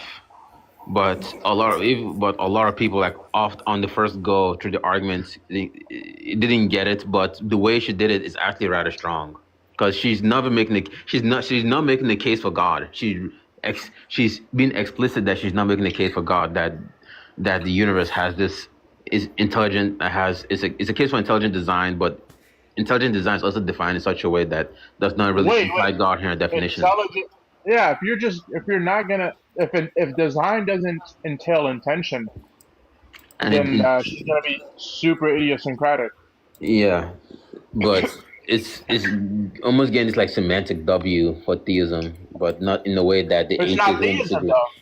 Yeah, it's not even theism because the atheist could define it because you're not even implying, because she would say, I'm not even implying this is a mind. She's not arguing for God. So, but it's confusing because again, the Christian or atheists that go by her life will assume, oh, she's talking about God.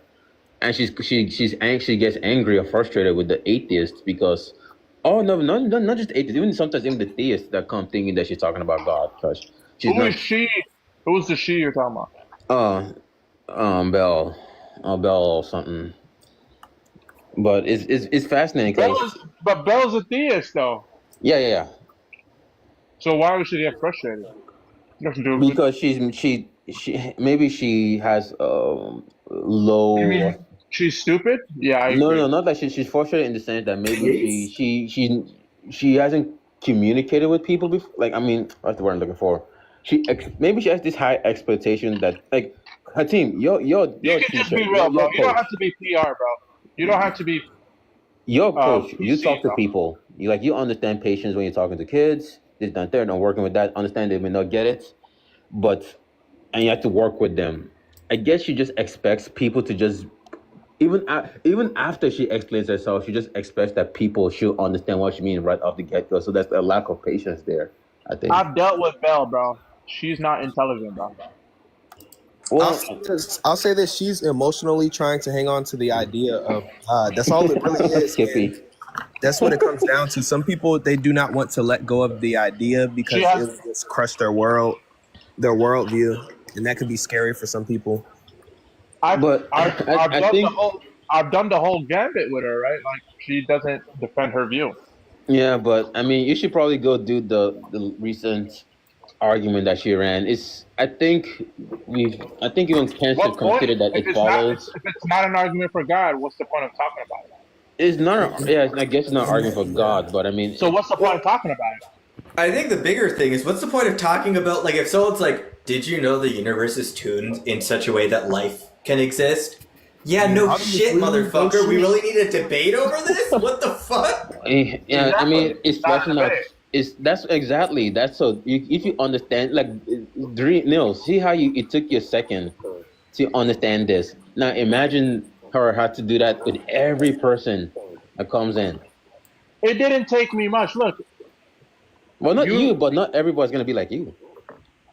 But you just said, like, hey, the universe is tuned to such that life exists.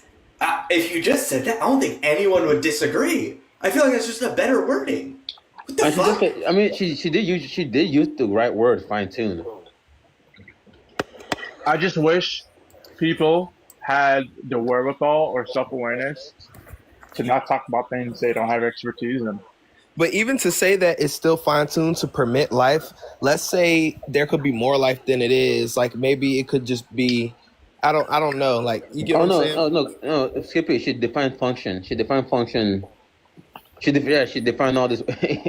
Argument works because she specifically, the only argument really only works because she defines these words this way. Wait, the fine-tuning argument for God is different than just fine-tuning in general. Saint Skippy. Yeah. Fine-tuning just means the universe is in such a way that permits life. There's no denying that, bro.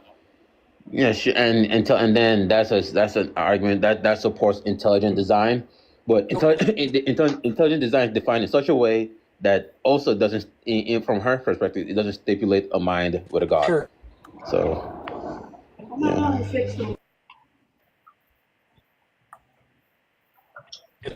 You're lagging out, so it sounds like you're like some sort of horror movie creature that speaks through a radio. It sounds like you're beatboxing. Shitty beatboxing. Guys, I forgot to tell you guys something. Coco and Bobby, I forgot to tell you guys something. What? Ibo Kwani. Oh, yeah. Nigerian things. You gotta say the response. I mean, like, normally I would, but I'm also tired and, like, Wow. my soul I'm is taking your Nigerian card away. Their Igbo card is revoked. my soul is being taken. My brother, are you too tired to be Nigerian? I'm playing Minecraft. They call him Coco because he's black on the outside but white on the inside. Yeah, I'm an Oreo. Is that what it is? Is that what Coco? Oh, that is what Coco is actually. The Coco nut. I'm not even offended Okay, because Oreo is like my favorite cookie. Name me a Can you better guys hear me cookie now? than Oreo. Yes. Yeah. Yeah. Wait. Hold on. Name me a better cookie than. Wait. Hold on. Name me a better cookie than Oreos. Golden Oreos. Reese's filling in. Even I thought the same joke. There's nothing better than Oreos. Caramel Light. What the hell? I don't know what that is. You've never had some people call us Samoa. No, I've never. Chips Ahoy cookies. No, Samoa cookies. Yeah, you're right, bro. So I want to talk about this idea of Bell's argument and function because I was just there, and if you ask her to give you a function, she can never apply it to two separate things, and that's why it's a logical contradiction, because because she wants to say function follows the laws of nature. You're breaking up. My God, Bell it's is intercepting his connection. And that's what you sound like. Yeah. Yo, Coco, if you drop a beat, I'll try and freestyle to it. As we just start rapping. Okay, am I better? Can you understand me now? Yeah. Yeah. Jesus. Okay. So the issue is that what function means, because so it sounds like she's using the term function just to mean obeys the laws of nature, but then if you give her the example of something obeying the law of nature, she wouldn't say it's functional. And so it's a contradiction in that sense, in that it is P and also not P. Yeah, I've had that conversation with her. That very exact conversation about. She wants to say that if something is functional, then it's designed. But then I asked her, "What's the reason to think that?" Right, and then I also asked her, "Is it impossible for something to do what it is, to do what it does, without it being designed?" Then she's gonna say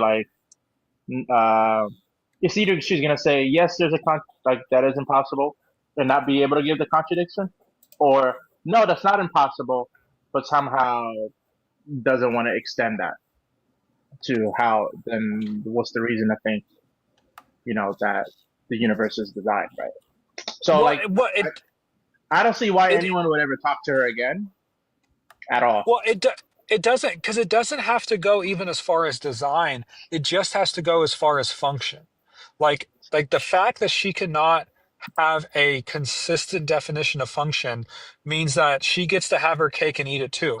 Like she gets to say, no, a rock is not functional, but yes, a planet is functional, even though she's using the same metric for both of those examples. And so because she just gets to decide arbitrarily if something is functional, then she just gets to decide arbitrarily if something is an example of design, because the design is based on the function. I guess sorry. No, that was it. Go. Yeah, so it sounds like she just has no rubric for whatever functional is. Like if I asked her hey, can you give me a rubric such that someone who didn't know who you were and just heard the word functional and heard, well, functional means it fulfills these criteria of the rubric. Could you give a rubric for them to figure out what's functional or not? Sorry, let me explain that. Let me say that a little bit better. Could she develop a rubric and give it to someone so that they could figure out what's functional or not without ever having to discuss with her? That's better. I want to run her argument because I want to see. I feel like eventually, because I'm not even saying that God doesn't exist, right? I'm just saying that you need a definition of what function is. I'm not even worried about the I'm not even, whatever. God can exist. Even if I was a Christian, I would still want an example of what is functional. So how she would define functional is she would say something is functional if it's working. Yes, that's what I said. She got that And from then me. I'm like, okay, what then? But like, anyways, but yeah, like, That's true. That's true. But just because something works doesn't mean it's designed. She wants to say that there's nothing in the semantic understanding of what works means that it would entail design. Can someone explain to me what the fuck work means in this context? Works? Because what if something is doing something, but it wasn't designed to do that? Then it's technically not functional. Yeah. That's not what that. No, that doesn't make any sense. Works means there's something going on that like whatever happens is something works. Like, okay, for example, I bounce a ball. The ball bouncing is working. Like the ball's bounce works. Sure. Okay, but what if I have a situation like this? So let's say I'm programming a video game, right? Technically, the code works as it's supposed to. It's exactly what the programming is. But I find a bug or unintended. Then that's going to be something like it works in a way that you don't like it or you don't want it to work in a way. It's both. There's like wanted works and then unwanted works, and then there's neither, right? You can want a work, you can want something to work away, you can not want something to work away. But then works just means what something does, isn't it? Exactly. Yes, that's the point. Yes. Okay. I was asking for clarification. Wait, no. She can't be this stupid. No. I refuse. No. That's the point, bro. She wants to say that what something does entails that there's a designer behind it, and I've went over this with her for like an hour, bro. There's no way anyone should talk to her. Bro, no way someone's that fucking stupid. No fucking way, bro. No fucking way. And it's really frustrating because like if you start with that, you can get to so many unintuitive places. Like if you start with that kind of logic, she can go kind of wherever she wants. Wow. Which is so frustrating. Well, yeah, I mean, I want to see if I can move people around. I think she's like one of those, like spiritual woo-woo type of girls, like crystals and stuff. I don't know. Yeah. Because as someone who makes machines for a living, I will make a machine, design it to do something, figure out, oh shit, this machine can do something else. Okay, even though I fucked up and you aren't doing what I made you to do, you still have a value. So you do still technically work. Like, oh god. Well, yeah. Think about this is making me sad. Like, unironically. Like, I'm like, what? Who hurt this girl? I mean, it's all right. I think education system hurt this girl, bro. Unfortunately. But the issue is, so if it was that definition, then you can say anything that does something works, right? Wait, which definition are you talking about? Yeah, I'm talking about the definition that Bell uses. So if you were to say it like if you were to grant her this definition of function that's just like it's working, it's doing something, then you could say a rock works because a rock is like is maintaining chemical bonds, it has a certain amount of energy trapped in it, it has information inside of it. It won't work that way. But the way she's using that word, it does work that way. It does work that way. It does work that way. I asked her specifically about that, right? And the question that I asked, followed up by that, was, okay, now why, from the fact that something works, doesn't mean that it's designed? She doesn't have an answer. It's very weird. Like where she uses this definition so hyper specifically when she means by functional. Because I asked ChatGPT is a raw complex functional order. ChatGPT said no, but it's the universe. I guess universe is an object complex functional order. The universe said yes. So that word functional is playing a heavy load. Now you're introducing complexity now, because that's a different topic. Where I asked her, like, what does it mean for something to be complex? Like, what does that even mean? Because it wasn't really clear. And what does it mean for something to be simple? And it wasn't No, really you're clear. no, you're. I don't think you're introducing complexity. You're just changing the definition of function. In order to say that the universe is functional, but a rock is not functional, you have to have a definition of functional that is something other than something adheres to the laws of nature. Exactly. So basically, the internal, like the universe, functional has this is defined in such a way that like this interworking parts. I think that serves some kind of order. Like the argument works based on our definitions, basically. I think the argument can be simplified. I'm pretty sure you could use inference rules and some logic, to make this what it actually is, which is things do shit. Therefore, intelligent design. Yes, it's a horrible inference. But that's no, but that's it. That's the entire argument. I don't believe you guys. I don't believe no one can be this dumb. You have to be slandering her or strawmanning her or something. You've been on TikTok. You've been on TikTok long enough to know that that's not even the worst. If that was the argument, right? If that was the argument, that would apply equally to the universe and to a rock. But her argument, she claims, does not apply equally to a universe and to a rock. She would say the universe is functional, but a rock is not. But a rock is doing stuff, right? Like there are functions going on in a rock. You asked her? Yes. Wow. Then she's a backtracker. And so, or she just changes her mind all the time, I guess. And so you have to function, because if the universe is functional, right, it's only functional in the way that it adheres to the laws of physics or to natural laws, other than miracles. Like miracles don't adhere to natural laws, but other than miracles, dysfunction. So I guess technically. Yeah, so it depends on what your goals are. I agree with you. I actually don't agree with that. You don't agree that miracles don't function according to natural laws? Yeah. I mean, I guess it comes down to the aspect of what miracle could happen that is also still natural. Yeah. Yeah, so the point is about, like, what we understand. Right now, we don't have the ideal physics, right?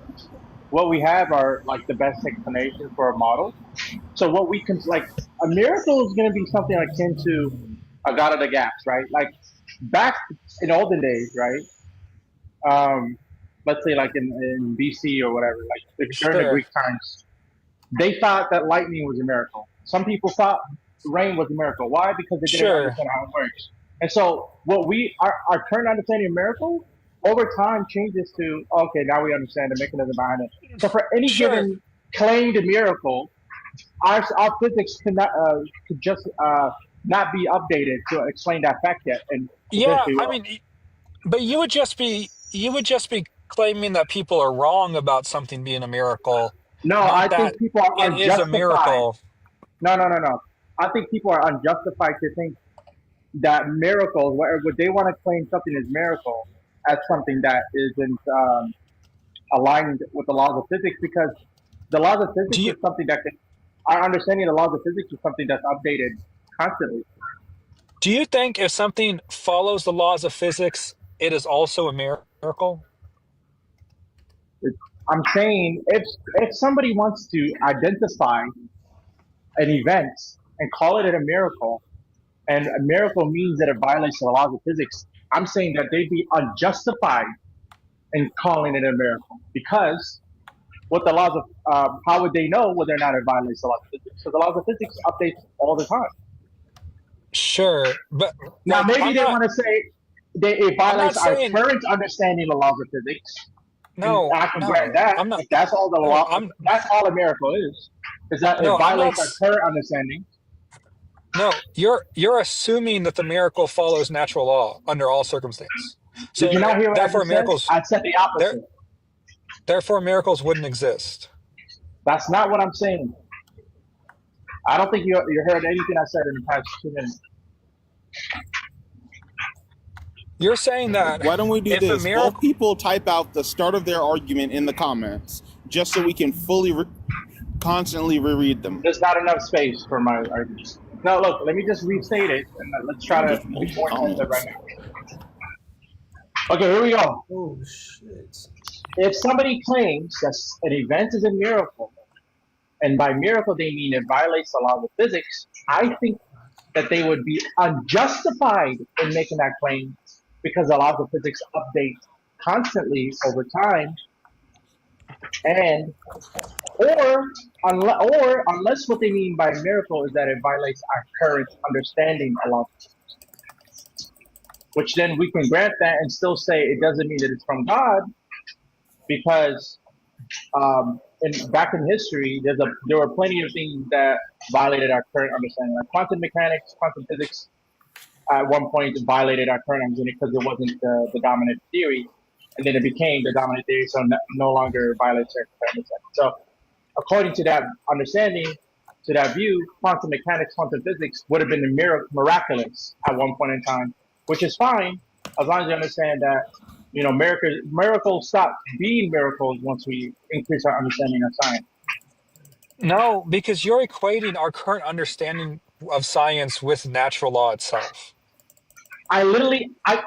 This is how I know you have horrible thinking skills or listening skills, because I said both. I said it's either or, and then you want to point out the one thing to describe the other route that I talked about. Okay, so okay. Oh my God. Okay, so do you think if you can explain something, it's a miracle? Well, it depends what you mean by miracle. If by miracle you just mean it violates the laws of physics, sure, things can violate the laws of physics and it can be explained. Can you give me an example, I guess, of something that violates the laws of physics and is also explainable? Well, I don't. Well, giving you an example would mean that I would have to give you something that is actual, but I didn't say it's actual. I said it's possible. Okay, so it's possible for something to both break natural law and be explainable. Yes, not everything deals with science. Sure, but if we can use those explanations, wouldn't that just be an extension of natural law? No, you can explain things using logic without using science.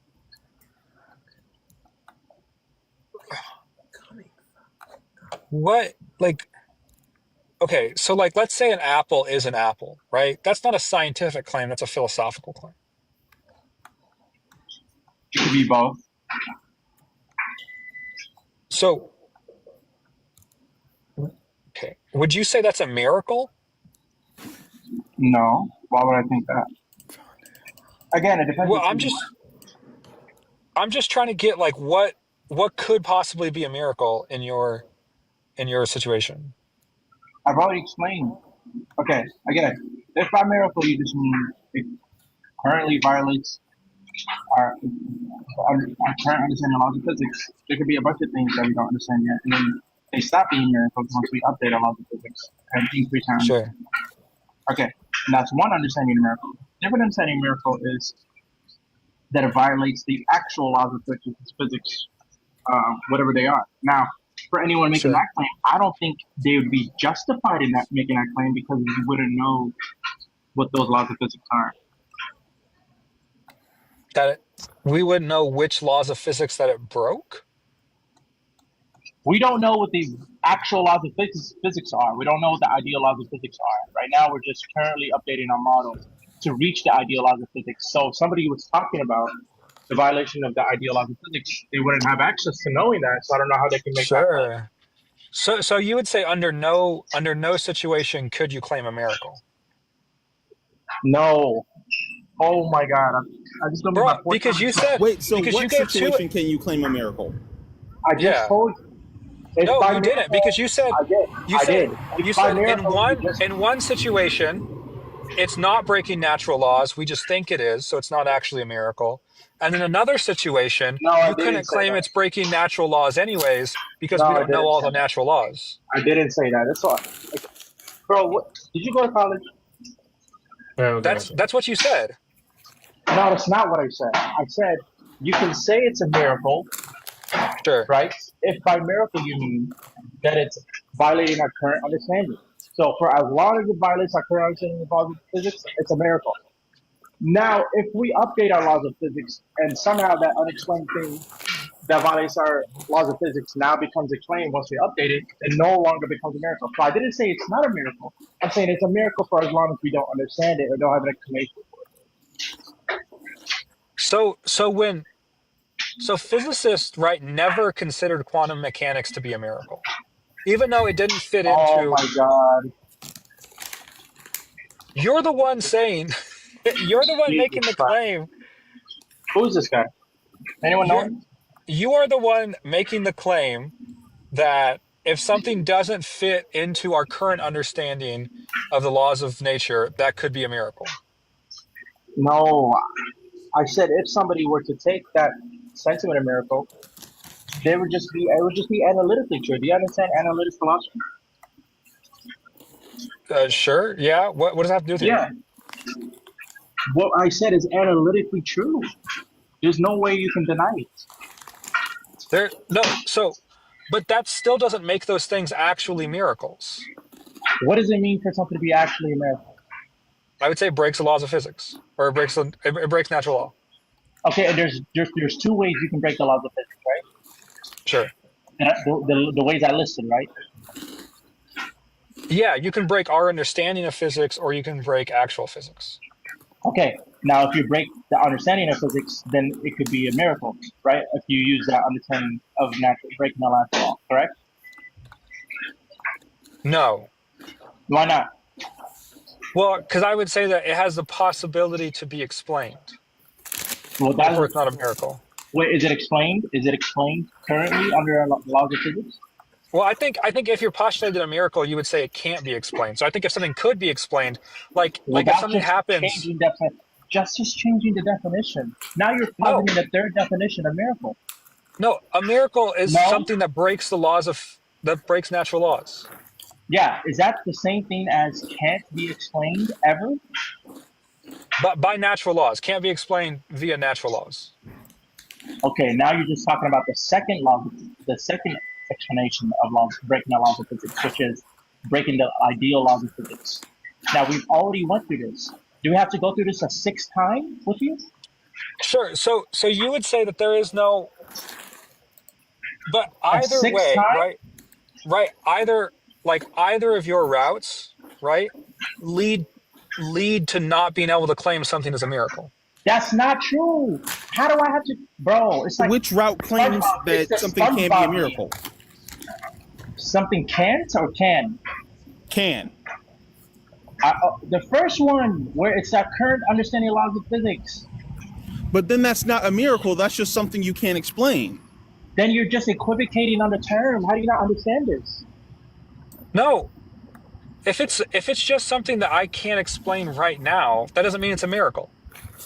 Like, no, if I see a stage magician do some stage magician shit, that's not a miracle. That's just something I can't explain. I don't know, bro. Like, you guys are ridiculous at this point. I don't know, bro. You truly are being confusing.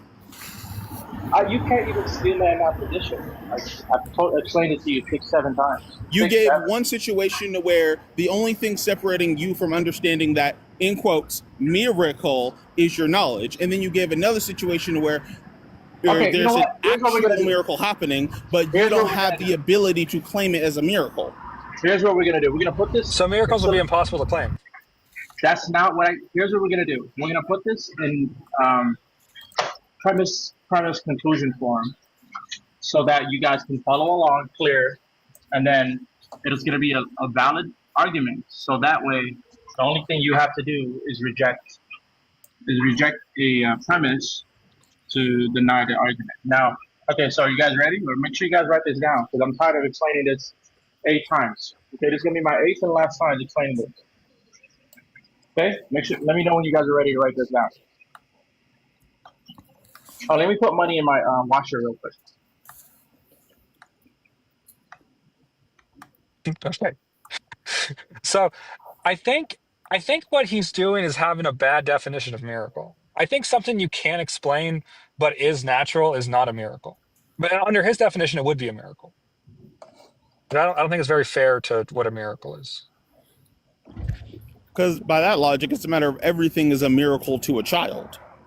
Or like if I don't know how my car works, like if I don't know how the engine keeps the pistons and lines and things like that, that would be a miracle to me. No, it's not about your understanding. It's about a collective understanding. What? Okay. Why? Why does that make a difference? It makes a difference because we're talking about the best information that we have available, accessible to us as human beings. Not to anyone. But nobody has access to all of humanity's information. Yeah. Nobody has access to that. Yeah. Yeah, we don't need to, I will stand on the precipice of no one has access to everyone's information. Therefore, we cannot consolidate everyone's information in order to validate if something is a miracle outside of everyone's information. So, look, do we need everybody's information or do we need the experts' information when we're talking about science? We only need an expert's information because that's a specific area. Okay, so when we're talking about laws of physics, why do we need everybody instead of just the experts in the field? Because if you don't have access to that information, for you, that information might as well not exist. Look, I'm talking to Black, because Black said, well, we don't have everybody's information, as if that's a relevant point to make, because no one's talking about everybody's information.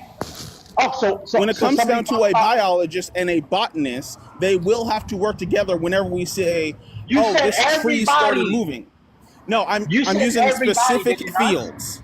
I'm using specific fields for my example. At a time. I'm not. No, so now it's not everybody. Now it's specific. The reason why I had a contention with your definition that describes miracle as outside of common human understanding is because even now today, okay, sorry, where did I mess up? I didn't say common human understanding. I said our current understanding of the laws of physics. It doesn't have to be common human understanding because the common man may not know the highly technical field of physics. Yeah, but if knowledge exists, but you don't have immediate access to it, it might as well not exist.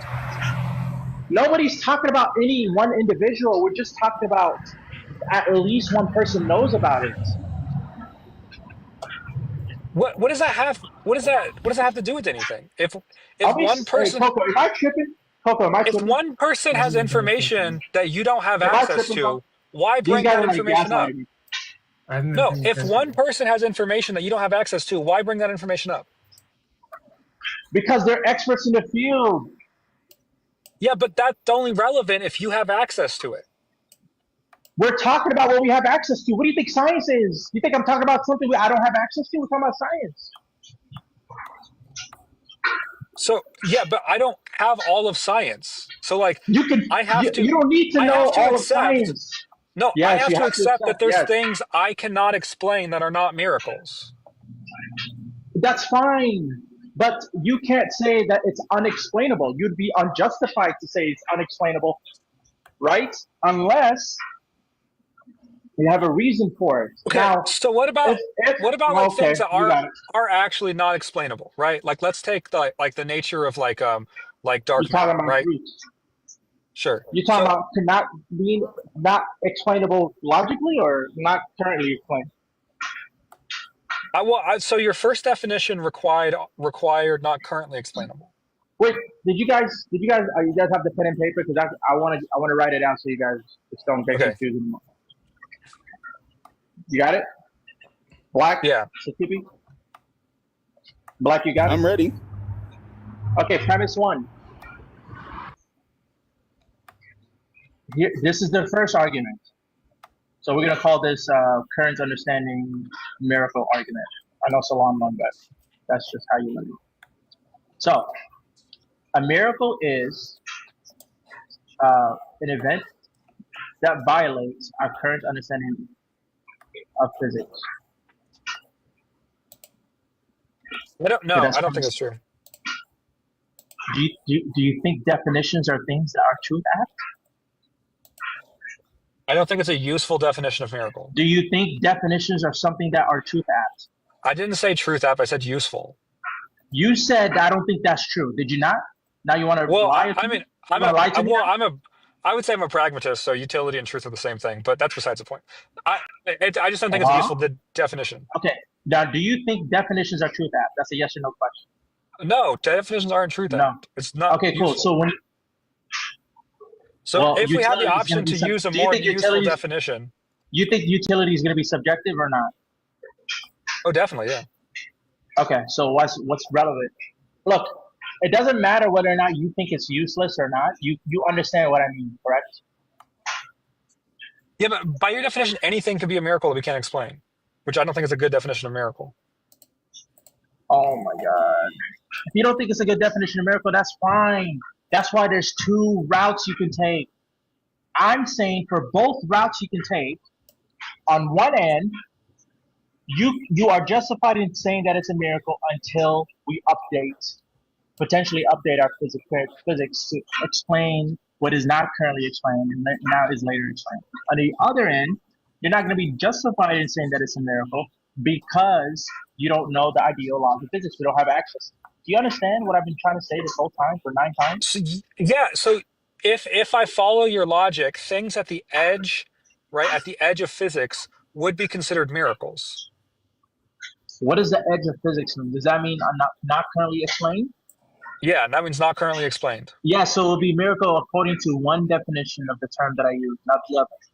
Sure, yeah, but I just think that for example, like the nature of dark matter or something like that, like that's on the edge of physics. It's not explainable.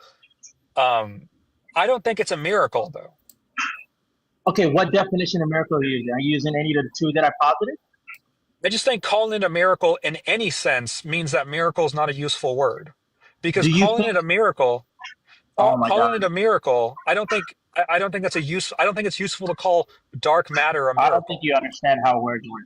I think you think that there's like I think you think that there's like a correct way to use a word.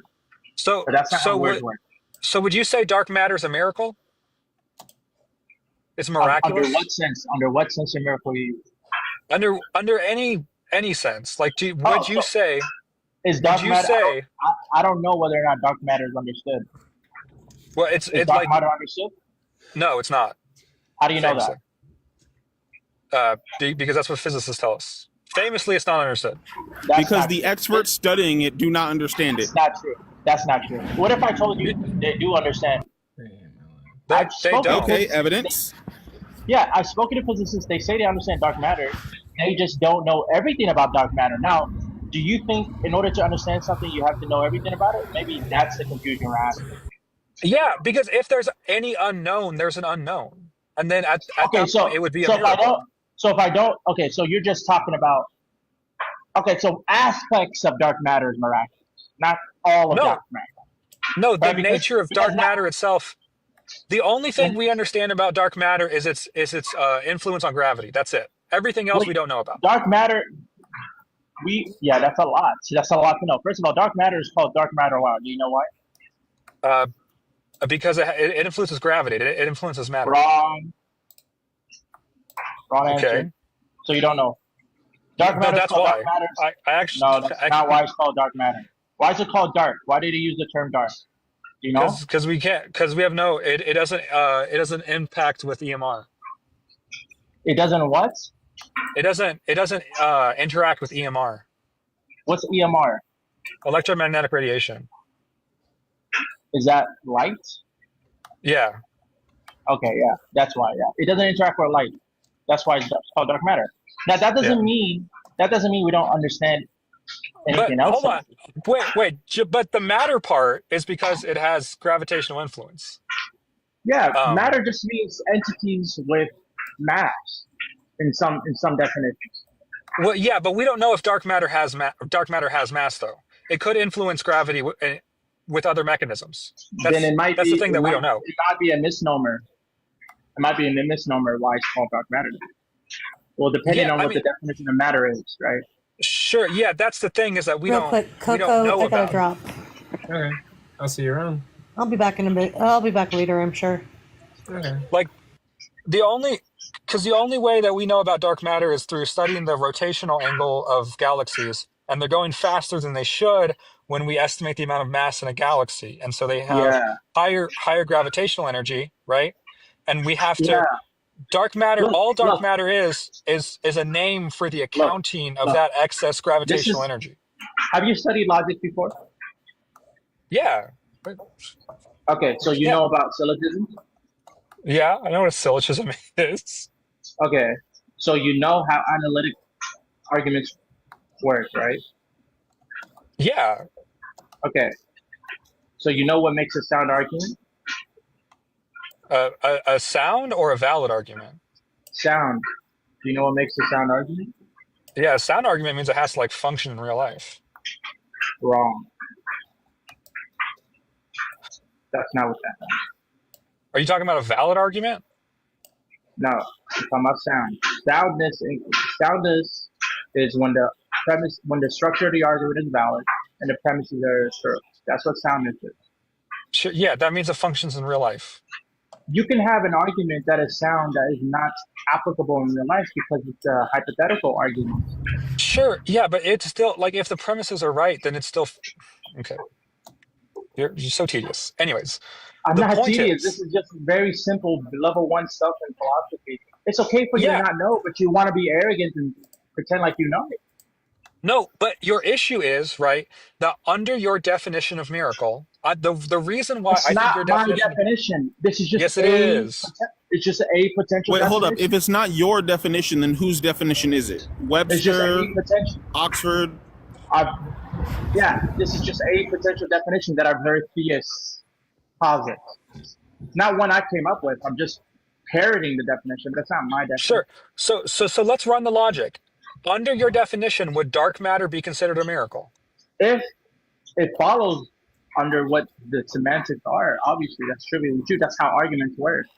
Yeah, For but I example, think, for example, but so it becomes for example, all men are mortal. Socrates is a man, therefore Socrates is immortal. Why? Because that's just what it means to be a man. Is that you necessarily are immortal. So it's just what it means for you to not be understood by the current laws of physics, right? Is for you to be a miracle. That's just what it means for you not to be understood sure, by the current laws of physics. but then if you are saying to me that dark matter is a miracle, right? Yes, under one understanding of the term, necessarily that's just what it means. Sure. Hold up. Are we You can trying to say change. that a You can miracle can lose its miracle status? Yeah. I then said that. I said that 10 times. If you use Well, then this that would mean that definition, it's not a true miracle. then you're just Yeah. equivocating on the term. How many times I have to tell you this? Do you know what that means? Yeah. Doc? I think Do you it's know just what a that dumb means? it's just a dumb definition of miracle. Like Do you it know what that applies means, to Black? things that aren't miracles. Your definition of miracle applies equally to things that are not miracles, which doesn't it makes it a not good definition. Are you equivocating on the term? No. Okay, so how do you? Yes, you are, bro. You are equivocating on the term. You use miracle in two different senses. I'm trying to drop one of them. I'm trying to drop one of the senses. Yes, you. So why'd you say no when I asked you? Are you equivocating on the term? Why would you lie like that? Look, if your term, right, why did you lie like that? Applies to things that would not be described by that term, it's not a useful term. Look, if I said Hatim was a child, right, and then once some additional events occur, it's okay. It could allow for Hatim not to be a child anymore, right? So sure, Hatim, up until the age of 18, now once he's reached the age of 18, he's no longer a child. So over time, things can stop being what they are, just like miracles.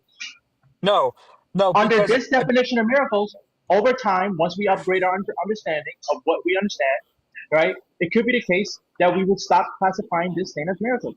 We've done this with species, right? We used to classify platypuses as different things than mammals, right? Now we do classify them as mammals, right? Over time, as we my upgrade problem our isn't that understanding, things we can change classification. My problem isn't that things can stop becoming miracles. That's fine. My problem is that you have to right now consider things in physics miracles. Yeah, that's fine. That's just what do you have a problem with analytic philosophy? I'm pretty sure. I think that's what I'm getting at. It seems like you just have a problem with how logical argumentation and structure works. No, because if the definition doesn't function, right? If it doesn't have like good How does it utility, not it's not a function? good definition. How does it not function? Because I you're calling understand what I'm things that are saying. not miracles miracles.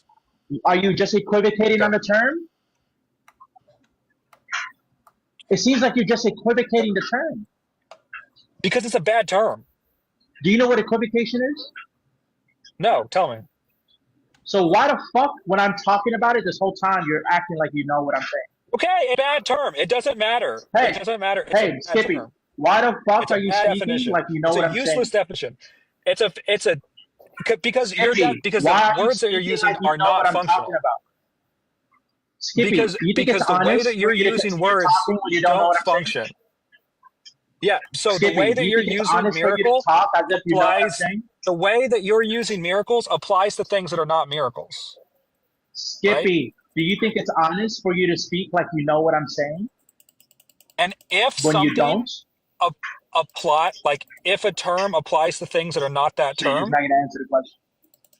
it's not a useful How term. does the term? Okay, so it sounds like you're just equivocating. Are you equivocating? Where is he being Sure. unfair or misleading? Okay, so when you're equivocating, then that's called just not understand. That's just like talking about something different, right? So if I No, I'm said talking about the term that you're using. I'm talking about the term that you're using. do you know what you understand? Equivocating is still talking about the same term, right?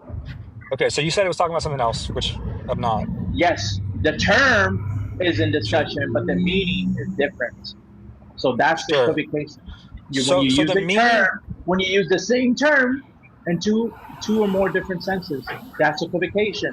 Now, you probably should stop equivocating and just deal Sure, with the one sense. you're the one that's equivocating then, if that's what it means.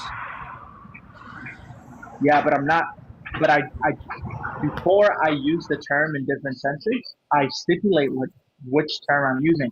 Now, I've only throughout this conversation been dealing with one at a time. So, and right now, I'm just dealing with one. And then when Oh you no, want to, yeah, I'm only. when you reject, look, you're saying that equivocation isn't. I mean, sorry, you're saying that a miracle isn't an actual miracle. What you're saying No, there is, what you're saying there is, it's not what I'm saying. you never said that when I say what a miracle is, it's not what an actual miracle is. You never said that. No, Stallion asked, "Can something Stallion. lose its miracle status?" Yeah, Black Stallion. Who's Stallion? Him. Black Stallion, me. No, Skippy. I'm talking about what Skippy just said. No, it's a matter of. Hold up. You're taking what Stallion said and applying it to Skippy when Skippy never said it. Do you want to bet that he said it? I'll bet you $1,000 that's what he said. I never heard Skippy say that, but I know I said it. Yeah, I'm not talking about you. I'm talking about Skippy. What Skippy just said a few minutes ago was that that when I say here's what a miracle is, it's not what an actual miracle is, and that's why it's not a useful definition. That's what he said.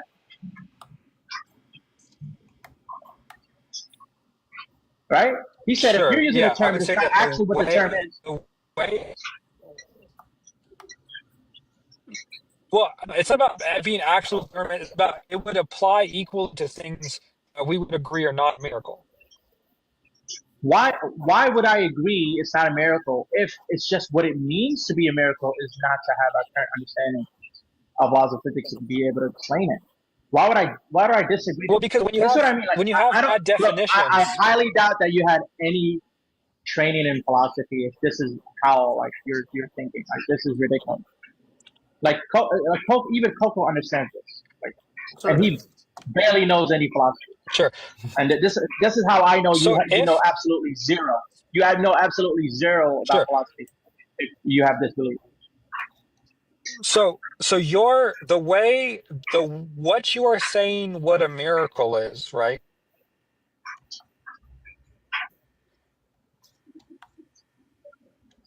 doesn't function well for describing what miracles are. That That's just is applies what you're things saying. that are not miracles. Okay, now who gets to decide what the term miracle means? Isn't it? Is it not the speaker?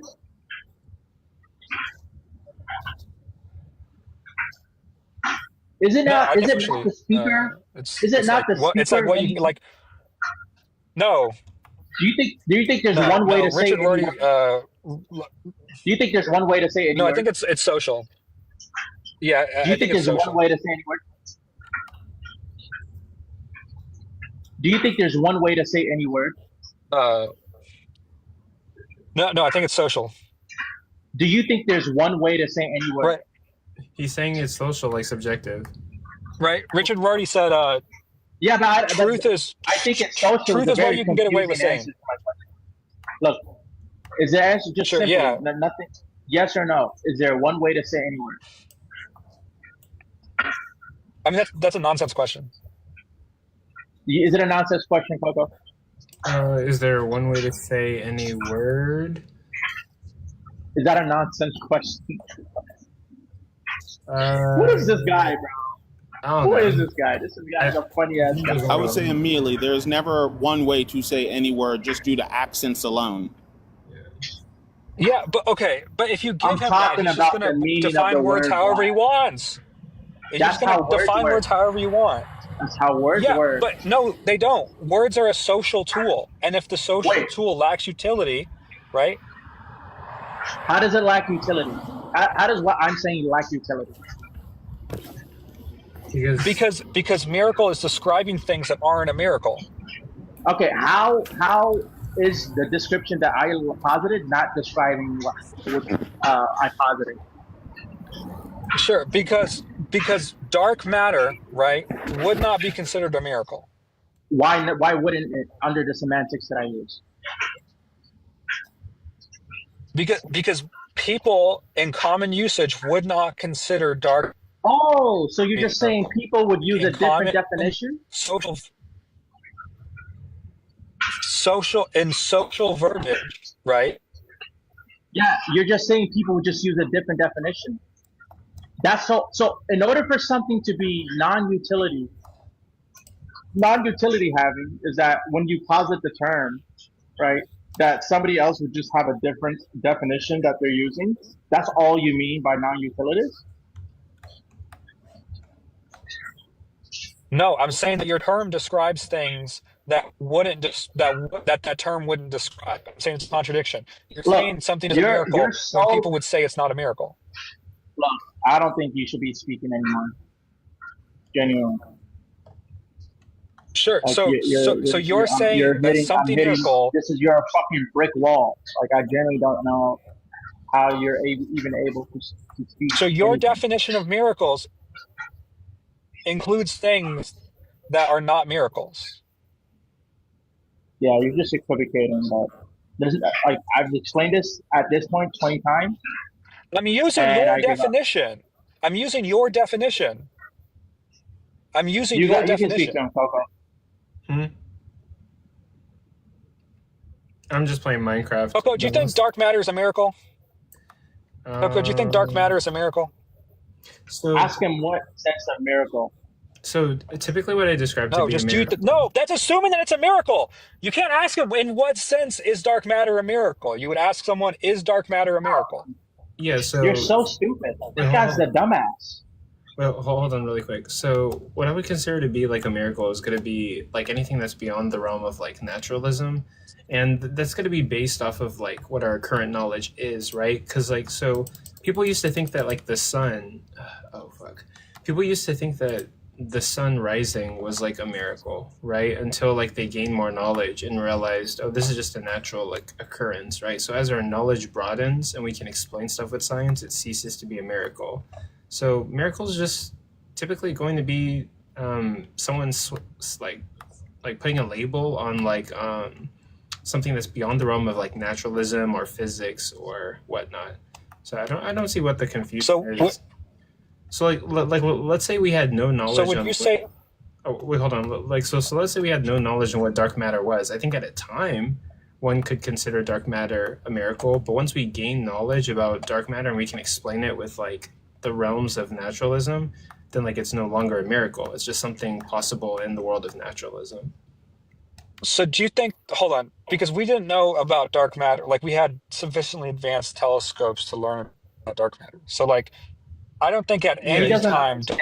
dark matter would have been considered a miracle, He doesn't understand right? that Like it's not like it was a miracle and then it became not a miracle.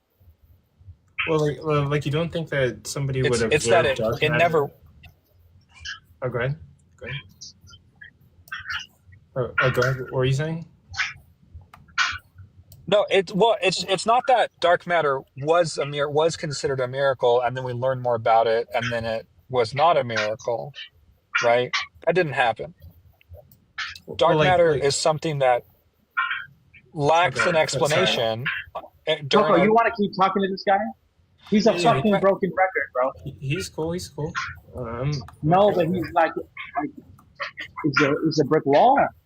But you're gonna beat your head against this brick wall over and over. Like I've been talking for the past hour to this guy. Wait, hold on. Brick wall versus unconvinced are two separate things. But hold on. So when it comes to dark matter, right? I literally had to repeat my argument like over 8 times for you guys. Well, wait, so you guys didn't understand it. Wait, hold on. So when it comes to dark matter, like maybe nobody like considered it a miracle, but don't you think that like it's possible that somebody could observe dark matter and be like, wow, this is a scientific like miracle or anomaly that we have never seen before. And then once we like learn more about it, it's like this is no longer a miracle anymore. No, I don't think it would ever be a miracle, because I think a miracle assumes that you will never be able to explain it via through natural laws. But the assumption behind dark matter is that maybe that it could be explained by natural laws. Wait, and so a miracle. No, well, I was gonna say a miracle seems to be about how much natural laws have access to that in principle, not just in current explanation. Oh, because no, in science, just because we find something new, we're not going to instantly call it a miracle. Oh wait, actually, wait. You have a point there. Actually, I can see what you're saying. Like miracle. Like no, the moment we see a flame that is a different color, we're not going to say, "Oh, that's a miracle," if we already understand the basics of fire. Yeah, that is true. That is true. Yeah, because miracle would be like, this is beyond our understanding by like a significant measure. Not like we know what fire is and you get like blue fire and we're like, oh, this is a miracle. No. Oh, so no, just the pure understanding of a jungle requires 3 to 5 different levels of high science. And if we find a new jungle, we're going to need to get 3 to 5 different levels of high science just to categorize everything in that jungle. Well, wait, so hold on. So, like, let's say you find a jungle that you don't understand yet. Would you call this like would you call this like wow, this is a miracle of nature or something? No, I wouldn't. I mean, yeah, I think in that sense you would say miracle just mean beautiful, or something that elicits like the emotion of wonder or something like that. Like I think sunsets, right? I can say sunsets are miracles. They literally make me cry sometimes. Interesting. In the way that like you know what? I won't say shit on that because I live in Nevada, so you technically don't get sunsets. Okay. Oh, damn. That sucks. But like, sorry, Ring of Mountains makes it where I can't actually see the sunset. I think the connection's like a little bit off.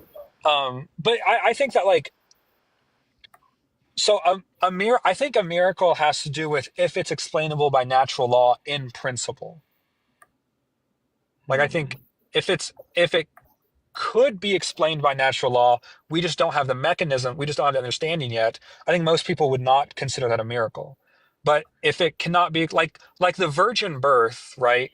Christians don't say that's a miracle simply because we don't understand what kind of like Jurassic Park type asexual reproduction was happening, but they would say that it could not be understood through natural law. The same with like Jesus's resurrection. The reason why it's a miracle is not because like we don't understand the mechanisms by which someone could be in a coma, but they would say that like something supernatural that in principle natural law could not explain happen. Like if someone passes away from blood loss, you do nothing to their body for 3 days, and they get the fuck back up, I'm gonna say, oh shit, that's a miracle. Because theoretically, you passed away from blood loss, motherfucker.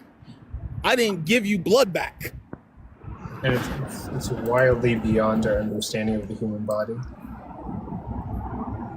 Well, and not even taking into consideration that a wound like that wouldn't be able to heal in 3 days. So that means I think it's a matter because host, like, I feel like what you keep going back to is like this degree of that, how far it's outside of our understanding.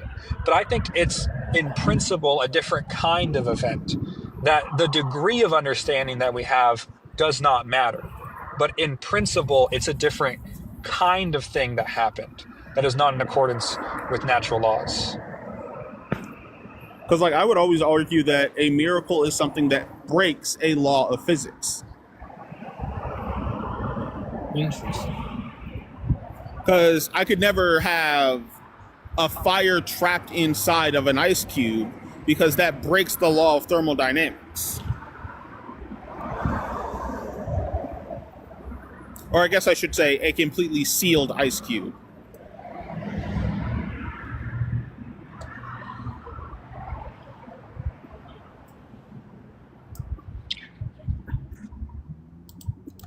Actually, imagine if Jesus did that shit to where he just said, hey, I'm just gonna make an ice cube out of thin air and then put a fire in that motherfucker, and that motherfucker will stay lit for over 10,000 years.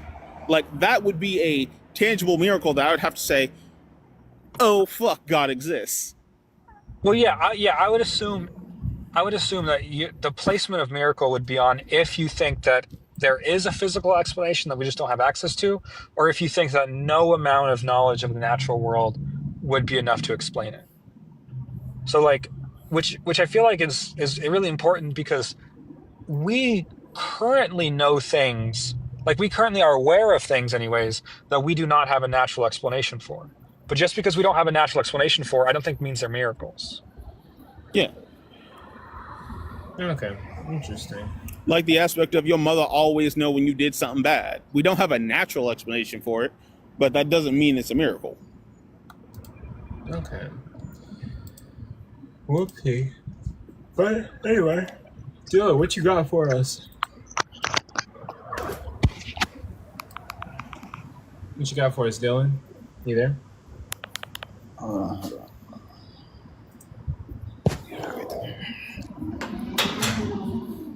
You there, Dylan? Yes. What you got for us? I mean, why shouldn't you trust being a Christian? Isn't it like a 50-50? I would say like that's kind of a false dichotomy. There's like other gods, so it would be like more like 1 to 1,000. Like out of normal statistics, like isn't it like a 50-50? Like, are you saying to start off with believing in God of you have to believe that miracles are possible? That is a 50-50. Are we talking about miracles still? Or I think he was talking about like past. Like, no, the only way to get believing in God down to a 50-50 is we have to first believe miracles can happen. No, it's already a 50-50. No, it's not. Because if you're going from a straight zero, to be completely honest with you, because we have. In all honesty, it's more of a 88-12 in favor of not being God, because immediately people have the ability to lie on God's name.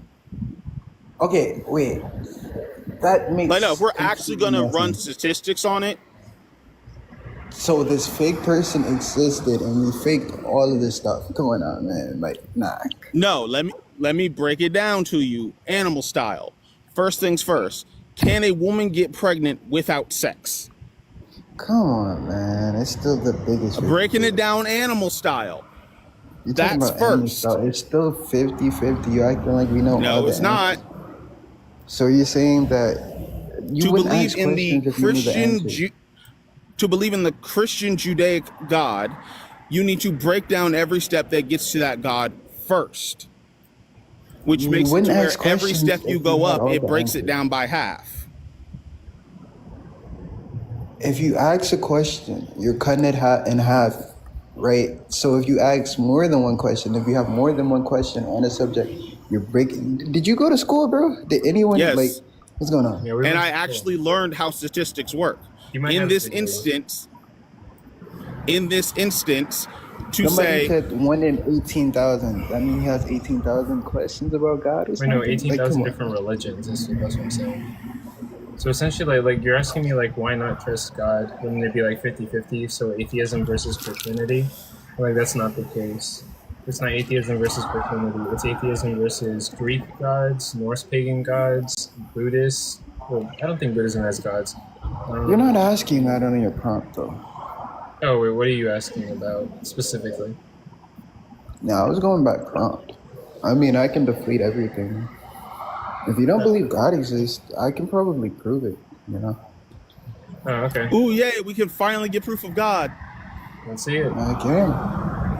So, to demonstrate, you know, me not being God, by the way, I can still demonstrate, by the way. What would be, like, probable belief for you? Something magical? So maybe some kind of like convincing argument that supports all of its premises significantly.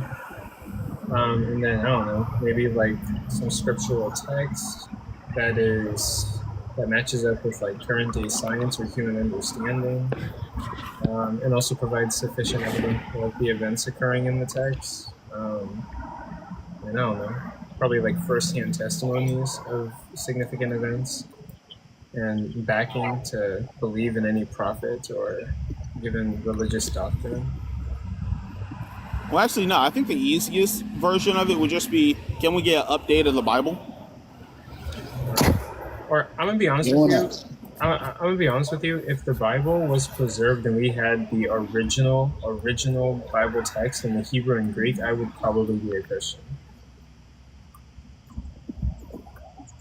Because that would be an absolute miracle that we preserve the original Bible manuscripts, but we don't have those. The best copies we have is dated.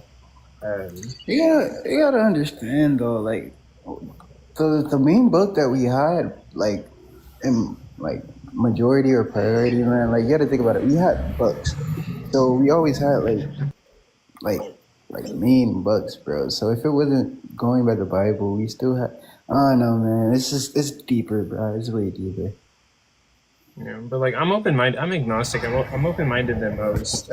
Some days I'm driving home from work and I'm like, life is really hard. I probably want to go back to Christianity.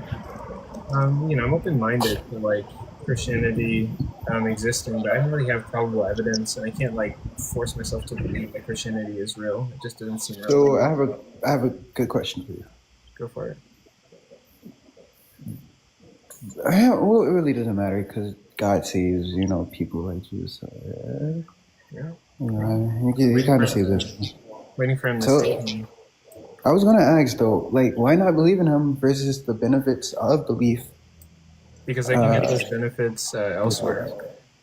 So name one of the benefits. You can do everything. You could do like you're not stopping yourself believing in Christianity. If anything, it's above, than a defect. Oh, wait.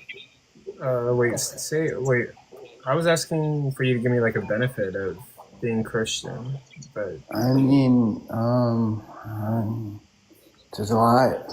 I'm not gonna talk about the will. Maybe just I guess strength or faith, to say the least. I think a lot of people have. Are you trying to say Christianity makes you stronger in any way?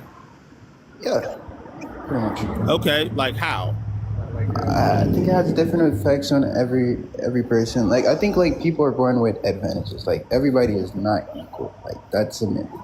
So you're saying Christianity is like the quirk factor in My Hero Academia? Like, I mean, if you want to get it in that perspective, more or less, yeah, but no, because like people don't have those type of abilities. More normal, I guess. I mean, but there has been spoken, things about the Haitian Revolution, them using magic. I'll just random type of stuff in history, bro. So it's not impossible.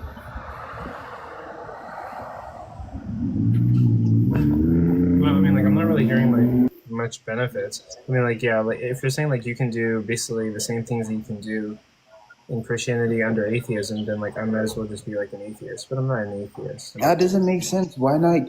You're saying I'll get 99% instead of 100%. It's just like, Wait, bro, what are you doing? Wait, hold on. So, what is Christianity providing that I need to become a Christian for? Like, well, what is? So even if you're not a Christian, are you avoiding the things that Christians would do? That's my question. Now. I mean, not necessarily. I mean, like I go to concerts. So even if you're not a Christian, you're cool.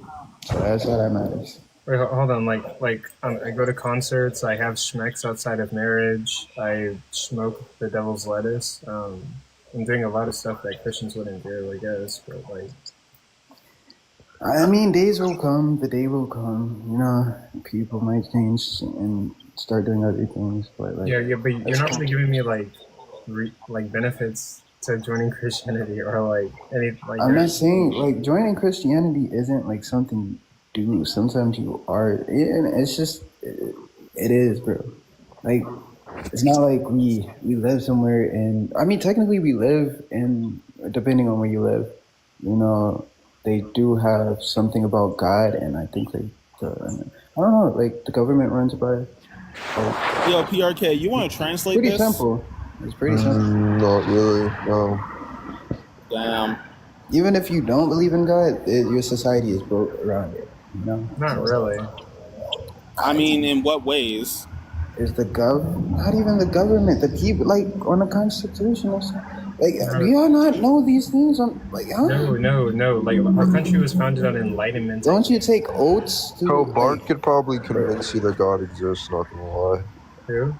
Bart, the guy who was harassing women all over TikTok last year? Yeah. I've spoken to Bart. Bart could convince you that he's smart. I mean, do you mean Bart Ehrman? No. No. Bart. I need a last name now. My friend. I don't know about this harassing stuff, but. Oh, Bart on TikTok? No, that guy's a loser who stalks me, and he doesn't have Bart? anything good. Yeah. Are you sure we're talking about the same person? Yeah, Bart with like the blue profile picture. He just stalks me on TikTok, even though I told that loser to fuck off and stop talking to me because he harasses women, and there was multiple complaints about him harassing women. All right, I'm not getting in between this then. I didn't know you guys had beef, bro. I'll just put that to the side, bro. I don't know if he's. That's not even their beef. That's just straight up something he does. Yeah, he's. I don't know. I'm not gonna comment on it. And also, like anyone in this room can tell Bart I said that. I'll even say it to his face. But I blocked him. I don't want nothing to do with him. Well then, I don't think it's man. So PRK, do you believe being Christian gives you any leg up on being an atheist? I mean, it gives you a chance to go to heaven. I think there's more than a 1% chance that Christianity is true, and if that's the case, then so is it a matter of only way to go to heaven is believing in Jesus? Hold on, what counts as a belief though to God? Come on now. Hey. Yeah, I would say the only way you go to heaven is believing in Jesus. Oh, what counts as a belief? What was the name of the first man that went to heaven? The first people that went to heaven? I don't know. The first man. The first man to go to heaven? Mm-hmm. I don't know. Okay, do you know when he went to heaven? Before or after Jesus? We know. I don't know if people before Jesus went to heaven, and yeah.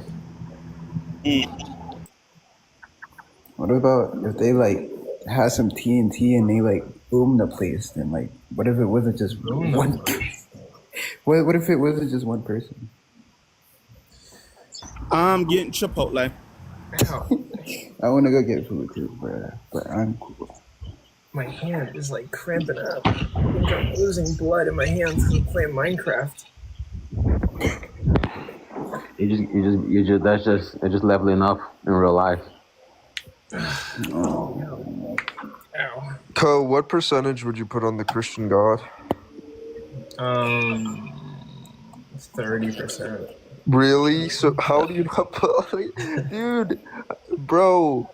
You could go to heaven. Like what? Look, 30% 30% is chance you won't something, bro. stake God, your God can work with you won't believe 30%. in God. Like with a 30% chance, that's super high, Coco. I think there's like a Brooke, 30%. why do you want to go to That's heaven? actually pretty high, bro. 30% is cool, bro. Hey, but Brooke, why do you want to go to heaven? Because life is preferred over death, and if I could spend life without any problems, that would be insanely awesome. It's pretty simple. Like, life is why is Life is. You would prefer to live rather than die, right? I'm not too sure, actually. Okay, would you prefer to live forever in a place where there's no suffering at all? I'm honestly not too sure. Because look, That's like, crazy, Brooke, will you agree that prior to being born, you don't know what that's like?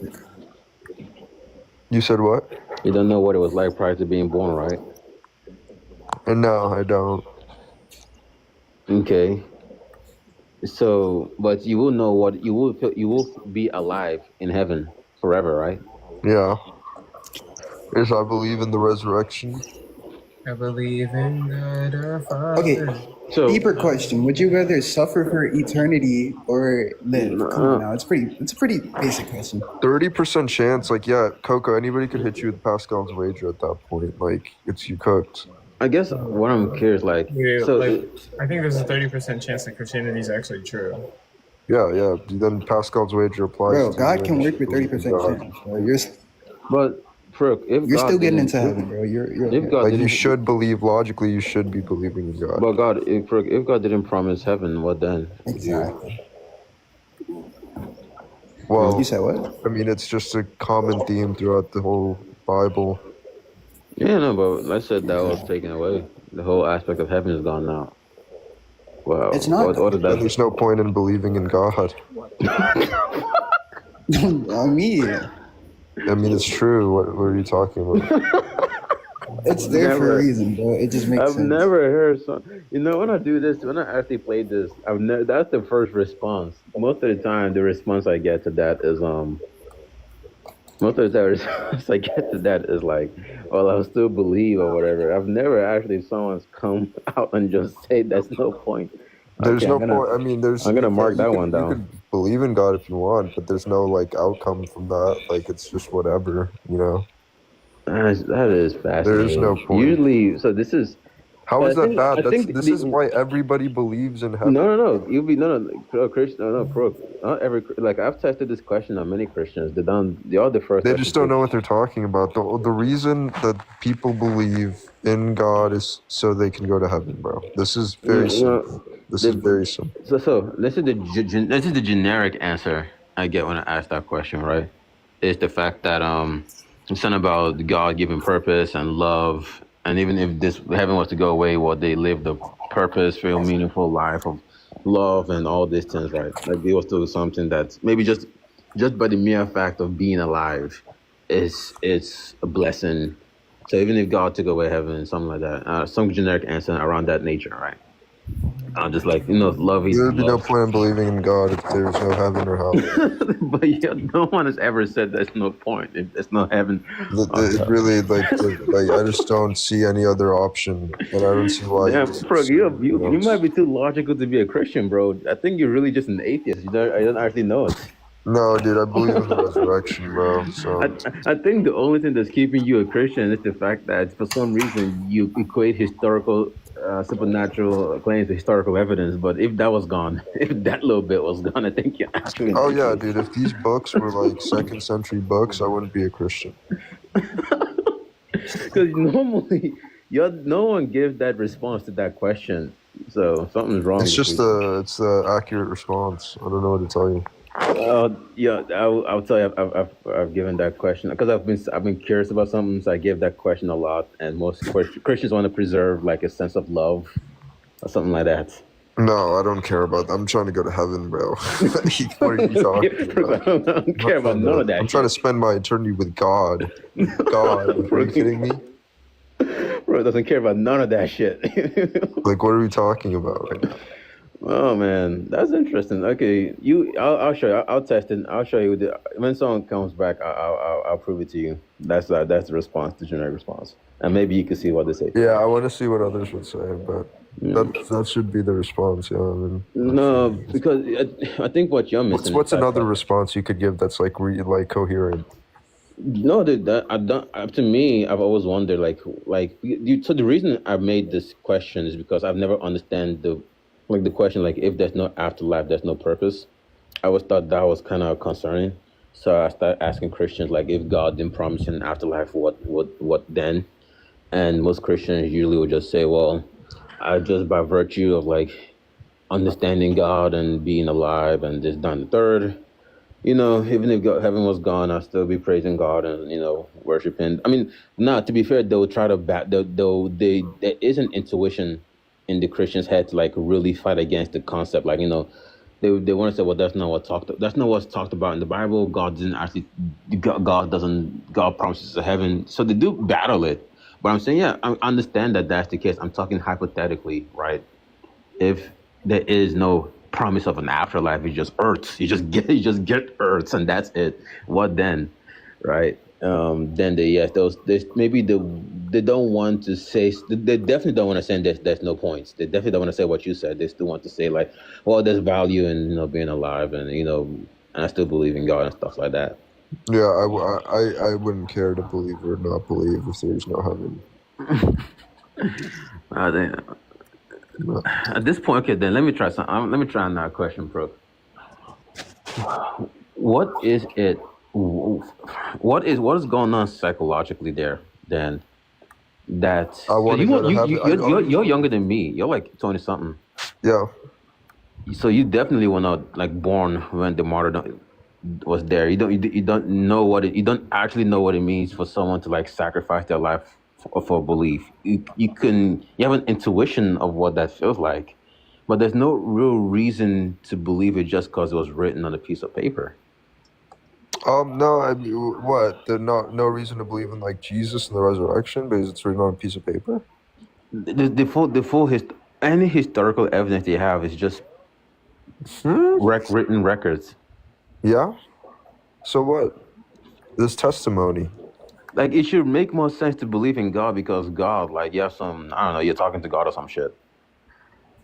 No, dude. I'm literally just fair with the evidence. Like when I'm looking at these letters, right? I'm literally just fair when I'm looking at these letters, and I'm like coming up with the conclusion that okay, these people. No, I'm not saying that you didn't come up with a good conclusion because you're good at that. I trust your analysis there. I'm saying most Christians believe in God because God spoke to them or whatever, some encounter, right? But yeah, it's stupid. I mean, I have never gotten an encounter or anything. I suspect that a lot of these people are suffering from some mental thing. Christian, I don't know. I don't even know. Coco, you see what I'm saying, bro? It's just I'm gonna say what seems to be true. Like. I don't see any reason for God to come up to random strangers and bless them with miracles for no reason. That's just stupid. I mean, I'm sorry, God. I'm sorry if I'm wrong here, but you're actually doing that. Hey, I'm sorry. Like, it just. I don't know how you're doing that psychologically, because to me, the Christian answer is, yeah, I believe in God because He spoke to me, and if God does no promise of afterlife, just by virtue of God making me, I'm still very happy. But dude, a lot of people have done this. Like a lot of people have come to Christianity because of the resurrection. Like, how do people come to Islam? It's because of the Quran. Like, I think they're like it's not uncommon. I don't think it's uncommon, but I think you're the first person I know is really unique. Most Christians I talk to often have like some feeling of God, like some like true sense of God. It's not just because it's not like I don't think this supporting evidence is what does it. You know, I don't really think it is. I think it was Yeah, I afterlife. mean, I would agree with you. That's true of most Christians because when you talk to most Christians, they don't even know much about the resurrection evidence, which is absolutely insane because it doesn't take a They lot don't of need, time to but they don't need research. to. They don't care about that. They have an encounter. They have a feeling. They have an intuition. It's all these things are there. Yeah, I guess so. But I'll say this, at least to this particular question of God taking away the afterlife, you're the first person to give that particularly unique answer. That's not something that the Christian want to say for sure. Like, I think they don't want to say that out loud. Like if that was gone, because It's just, yeah, I'm just gonna be honest, right? Like, there's no need not to be honest. And if they were being honest, they'd probably say the same things, but I don't know. because you I guess when you say when you say you love God, what does that mean there? I believe in God. I trust in God. Do I love God? I mean, I guess I have a relationship with God. I don't really know, like, what does love mean? Like, Like God, relationship with God. I don't really know. God loves you, and you love Him back. You know, you haven't. Yeah, I understand that. I mean, I have that relationship with God. Yeah, I do have that But relationship. I do feel like we're in a relationship. is that relationship built on top of some kind of basis? It's built on top of my beliefs. That He's real. I mean, but I understand. But I mean, once the afterlife is gone, is that love still strong? Like hypothetically, the afterlife is not promised is gone. Is that love still strong? Yeah, I would say so. Oh, well, okay. I mean, that's good. I mean, if I imagine that the afterlife isn't the only reason. Well, it's a part of it. Like, if there was no afterlife, I don't know, or the relationship would be harmed.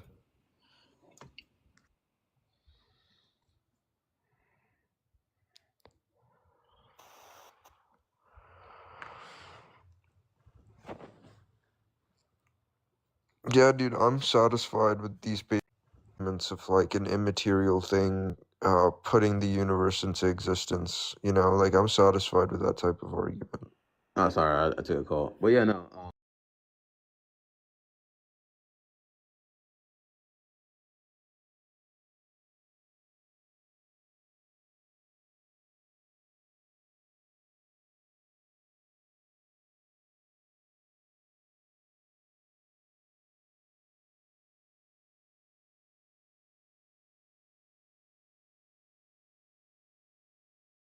I did before. Um, so that would hinder things for sure. I mean, I'd have some relationship at this point, but it would be way different. I mean, God just wants a relationship while you're on Earth. He wants a relationship while on earth and in heaven, and that's No, all no, right. that'd be hypothetical. I'm proposing. He only wants a relationship on Earth, Yeah, then not I, heaven. I don't know. I mean, it's a super weird question. I don't really know how to answer it at this point. It's just because it's weird because I don't understand this whole like this whole meaning because of an afterlife, right? Because it seems to be the case. Like if God wants a relationship, it's not like he needs an afterlife to have that relationship. He could have that relationship on Earth, and he could have that relationship with those that choose to be with him on Earth. He doesn't really need to promise you an afterlife for that relationship, you know. Yeah, I feel that. Give me a second. Crazy things. You know, it just challenges this notion of what purpose are they actually looking for? Like, why do you love God? Is it because you get you get this? What do you mean when you say purpose in the afterlife? Is it because there's no suffering and you're chilling, right? Like there's no you don't gotta think too hard. You just like, but when you take that away and you can only have relationship on Earth, do you still want that? Is it still is it not this is God not the same anymore? Is it the afterlife that really is it the real kicker? And honestly, what is love here? I just don't know. I mean, I think all I know is Ko should be a Christian, given his credence. I don't understand why he's not. because it just doesn't really, it doesn't seem realistic to me. It's not like a worldview model that I see as realistic or compelling. I mean, why Coco? Why is that? Well, I mean, like, even if I forget like contradictions in the Bible, even if like, I mean, Mhm. yeah, like I don't know, the problem of evil still seems valid to me. Divine Why is the hidden. problem? Wait, no. Give me why is the problem of evil valid exactly? Um, God, like given how God's described, I just don't really see it as compatible, right? Like I look around the world Wait, and I see like, what is about being all good being also entails that you must always do the good? Why is that the case? because like I wouldn't imagine like if I told you I was all good, but then I told you like in order to accomplish my goals, I need to rape somebody. Like, would you still look at me and think that I'm all good? No, but you could just say But then good. the goal is good. Well, yeah, the goal is good, but like, I mean, I'm all powerful. Like, why would I need to grape somebody in order to accomplish my goal? So like, that's Yeah, that means that whatever the goal is good. So maybe whatever that contributes towards that goal is good. well, yeah, but like even I can like come up with other ways to accomplish the typical goals that Christians give me. The Christians give me. Well, Christians will be just will be quiet on matters on what God wants, besides like salvation and stuff like that. Which that's what's revealed in the Bible. They'll be quiet on what God really wants. Well, I mean, they kind of make some assumptions, right? Like scholastic thinkers will say like God wants to have like character development, so that's maybe why He allows certain evils. But then, like, I would just Yeah, but ask, these things are just the case. They don't actually know the case. That's just like an assumption of the fact. They're still it's a theory. It's kind of like when you posit different models. They don't really know the case. yeah, and I guess for The me, act the only quiet matters that don't pertain to the Bible. At yeah, least the aspect of the Bible that is not like allegorical. yeah, for me, like, the models that they provide don't seem to really like work for me, I guess, and like also just Because like you're saying that God is committed to do the good for some reason. Why? I'm not sure why. yeah, because he claims that he's all good and like he wants like what's best for humans, and like he seems I to. don't know. Wait, I don't know if God claimed any of that. Did God say He claims he wants the best for humans? Is that what I He claims? mean, he did this thing that I don't really think he had to do. He sacrificed his son to save us all from himself, like damning us to hell. Because Sir, you should come up. I want to ask you this question about Ko's view. If he thinks there's a 30% chance a Christian God exists, he should be a Christian, right? yeah, but like to me, like So, like I see all sorts of evil in the world. I see people like pray to God to take away their cancer. They still end up passing away. I don't really see like God helping anybody or being there for anybody or Yeah. doing anything for anybody's life. Like, by the way, Swinburne wrote a whole paper that if there's a 50% chance the Christian God exists, then there's a 97% chance the resurrection happened. I don't know how the math works there. It's like Bayesian stuff, but I'm just putting I it out think there. John is that. I saw John like did use that argument at one point. I'm not too sure what's going on there, but but yeah, I don't like the 50%. I don't know. The 50% chance feels solely based on the fact that's a man that claimed to be God. It's so weird. Like if because I don't think there's too many people as of that. Too many historical figures. What are they? There's not a lot of historical figures that claim to be God. Is there? I feel like there should be. No, there's not any. Is there really none? Like I just don't people think that there's go like about any saying God. historical figures that are written about like at a in antiquity or anything like that that claim to be God. No. after today, I need to stop playing Minecraft and actually start doing stuff in I life. don't think people even claim to be the Messiah really. Like I think people were called the Messiah after they passed away. I don't know if that's true of Jesus, but it seems to not be true of Jesus. Like Jesus seemed to actually say he was the Messiah, but who knows? It seems like he said he was the Son of Man who would come at the right hand of the Father. Or yeah. And so he said that, which the Son of Man was the cosmic judge of the world. So he was calling himself the judge of the world or something. Yeah. I think that's probably true. Yeah, I mean, just I don't know. I fear that um if if God revealed himself in every era of mankind, in every in every different era of man, I think there'll be less ambiguity. But maybe that's a reason for that. But anyways, so I'm not Coco. I think the whole I think the problem of evil the problem of evil works to some degree if you want to force the Christian to say that God must do good. I guess I'm not in my brain. It doesn't make sense that. Then again, I don't know what it means for good to have like ontology. To be honest with you, I don't know what that actually means there. But maybe I'm also not convinced that God must do good for some reason. Just because He's good, that He must do good. Like, As long as He doesn't do evil, I guess. Well, like the claim is like God is like all good, and so like there'd be something I would expect. Like he's all good, he's all powerful. So anything that he needs to do or has to do or does should be like good or just or morally righteous. And I just don't really see that. I don't know such a thing as all evil. All evil would be like they do nothing good. It's all evil. There's Like, misconduct. Like, all right. yeah, Like like if this you, is sick of there's another thing like if God is like if people describe God as all good and like he does 11 good things and let's say the 12th thing is like evil, then like it wouldn't be all good. Yeah, Coco, you're cooked. If you put in 30% chance that Christian God exists in Swinburne's Bayesian formula, which I'm literally reading right now, there's a 95% chance the resurrection happened. Oh wait, that's crazy. Yeah. Sir can talk about this more. We read the whole paper like the other day on AR stream. It's like 14 pages. I can send it to you.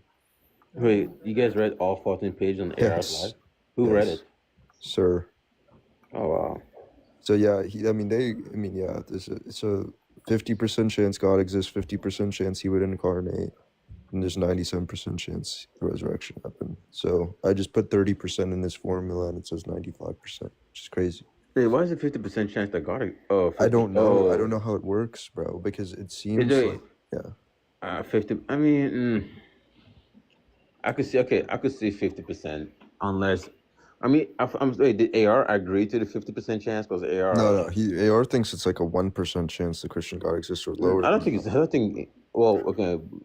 Oh, a Christian God specifically. Yeah, I can put in like what percent chance do you think the Christian God exists? I'll put it into the Bayes formula. So a God that creates. Okay, a God that creates 25. Christian God specifically. Yeah. Maybe 25. 5%? 25%. Really? So, I mean, for you, the resurrection would still be over like 90% chance of happening. Yeah, I mean, it's possibly given. I'm not sure what's going on back there. But If that's actually true, that it's a 25%. Yeah, I think 25% compared. Maybe because I have more understanding of the Christian God than, like, I don't know, like when you compare to like Allah or like Muhammad, like because Muhammad has historical precedence as well. So I'm not because maybe I'm giving credit because God was a man that existed, and at least, but Muhammad was also a man that existed as well. So I'll probably give Muhammad about 25% chance. 25% chance for Muhammad? Are you kidding me? for Allah as well, because for the same reason I give in Christianity. Bro, what? Why wouldn't Allah You'd have to accept Muhammad's testimony, and you'd have to say that he's a true prophet or something. You think there's a 25% chance Muhammad's a real prophet? I'm not accepting that like Schmedophile. I mean, not besides the whole Schmedophile, but as far as like talking to God, I guess, because that's what the Muslims care about, just like he talks to God, or that's why he get his prophet status. I'm not too sure why it wouldn't be, because if the requirement is just talking to God, and that's why you're prophets. I mean, that's what they care about, right? Is that he talked to that he was a person that talked to God. So they gave him that Yeah. status. And it's saying, so Swinburne is saying, given the evidence about Jesus and given the prior that there's a 50% chance of God and a 50% chance he'd act this way, the resurrection hypothesis fits the evidence vastly better than the alternative. And that's why it's Incredibility is nasty work. Yeah. Damn. That was incredibility. I'm just playing. I don't know enough about. Yeah, I mean, Bobby, you should be believing in the resurrection according to Swinburne's formula. I mean, the resurrection definitely has. If you accept the minimal facts, that is. I accept minimal facts, but I don't know. It doesn't follow I should believe in the resurrection. According to Swinburne's Bayes formula, yeah, would be because the like Bayes we could get formula, Sir in here, bro. You'd agree with me. Like if you're putting it at 25%, yes, it would be like over a 90% chance the resurrection happened. Even I've talked to Sir about this. He says if he were to put it at 25, 30%, yeah, he'd be a Christian. Is Sir a Christian? Yes. He's a Christian. Damn, Sir. It's crazy. So I'm just saying, you guys are putting it super high. Like, I don't. It just follows that you should be a Christian. I don't know, or you should believe in the resurrection. But I don't think that's how beliefs work, though. At the end of the day, like, it doesn't. Again, I'm not sure how you're able to just look at like paper, like written records, and say, "Yep, that's gonna do it for me." Like, I'm not even too sure what it means for Coco to like read up on the resurrection. I'm like, "Yep, this is now that I read up on the resurrection, I now believe." Like when I think I asked her this question because Sarah was like, "Yeah, if the old if the history aligns, he will be a Christian." But this is just something that I don't know. I can never like wrap my head around. Just at this point, I think I'm the kind of person that needs to talk to God as well. The historical consensus is they were convinced they saw Jesus. You would agree with that, right? I mean, I think I agree with that, but I like because I could just make an inductive inference because like I could just say, I think an inductive inference is just saying what's the most probable conclusion given the evidence or something like that, right? So historical consensus would be evidence, and so if I say like if most scholars hold to this or most historians hold to this, it's likely the case. Like that actually follows. It's not fallacious. So I could say most historians think the resurrection happened, therefore it likely happened. I mean, not the resurrection. The postmortem appearances likely happened, therefore it likely happened. Yeah. I don't know. Maybe I could believe in Jesus in the same way I believe in Abraham. Lincoln? Yeah. But I'm not too. I think Abraham is real as historical figure, but I'm not too sure I think Abraham is real as in the same way I think like this bottle I'm looking at is real. Like I know he's real as some figure that existed, right? But not as real as like I don't know that rock right there or something. It's weird to think about in that sense. Like I have to. I'm assuming Abraham is real because of like some statistical anomaly, some probability thing going on. You know what Yeah, you can say that Abraham's a real person, like inductive inference. Most historians think Abraham's a real person, therefore it's likely the case Abraham's a real person. Yeah, like there's some. Yeah, but I have no inductive inference for like talking donkeys or something.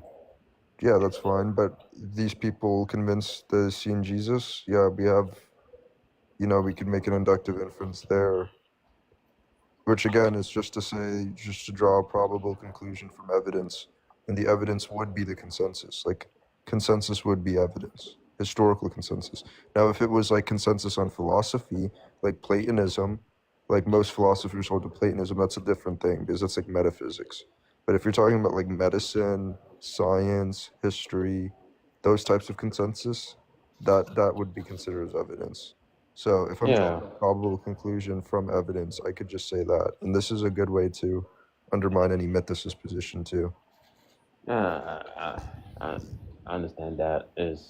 I think that's just.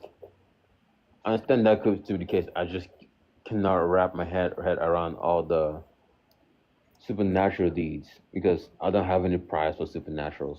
So like if you're saying people saw Jesus and walked with him, I'm like maybe that's not hallucination, maybe that's real, but I just I just have no prize for supernatural. So it's just that's nothing to do Yeah, with. I I mean, it mean, would be our you priors, right? legitimately have to believe in God just cause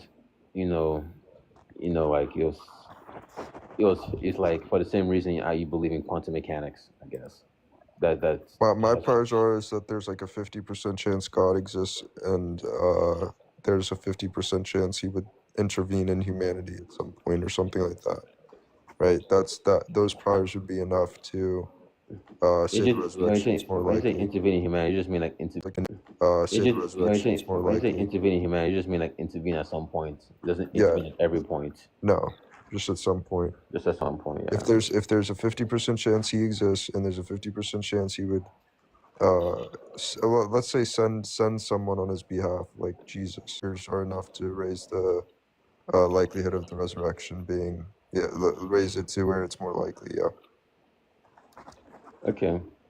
So I mean, one of the reasons you believe in God is because the promise of heaven. So yeah, you think you do you feel that God you feel like God just only want and you think and you feel God only wants certain people to be in heaven. Yeah. And so this Certain people who had like a fair chance at it. Yeah. So I believe in free will and stuff. All right. So. And you just a chance at it. I don't even know if I would say fair chance, because life is unfair and salvation is unfair and all of that. But Life is a bitch with a cherry tattoo on his ass, stripping at the strip club at 6 p.m. Bar. I guess what am I trying to? Because you need to make that into a song, bro. What am I trying to say here? I'm trying to say like, all right, you believe in God because there's a heaven. Look, I'm just saying, if there's a 50% chance he exists and a 50% chance he would send someone on his behalf, then there's a good chance that he resurrected, like Jesus resurrected. Why can't he? Wait, that's actually wait. If there's a 50% chance that he exists, why is it good? Why should it follow that he should send someone on his behalf?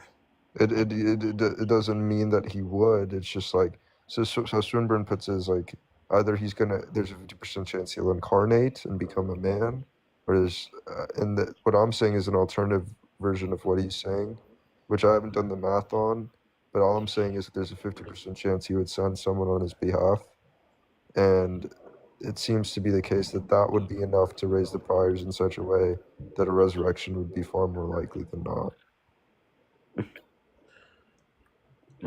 Man, I wish I could believe in God the way you do, because I think maybe I'm thinking about God too hard, and you're thinking about Him too like.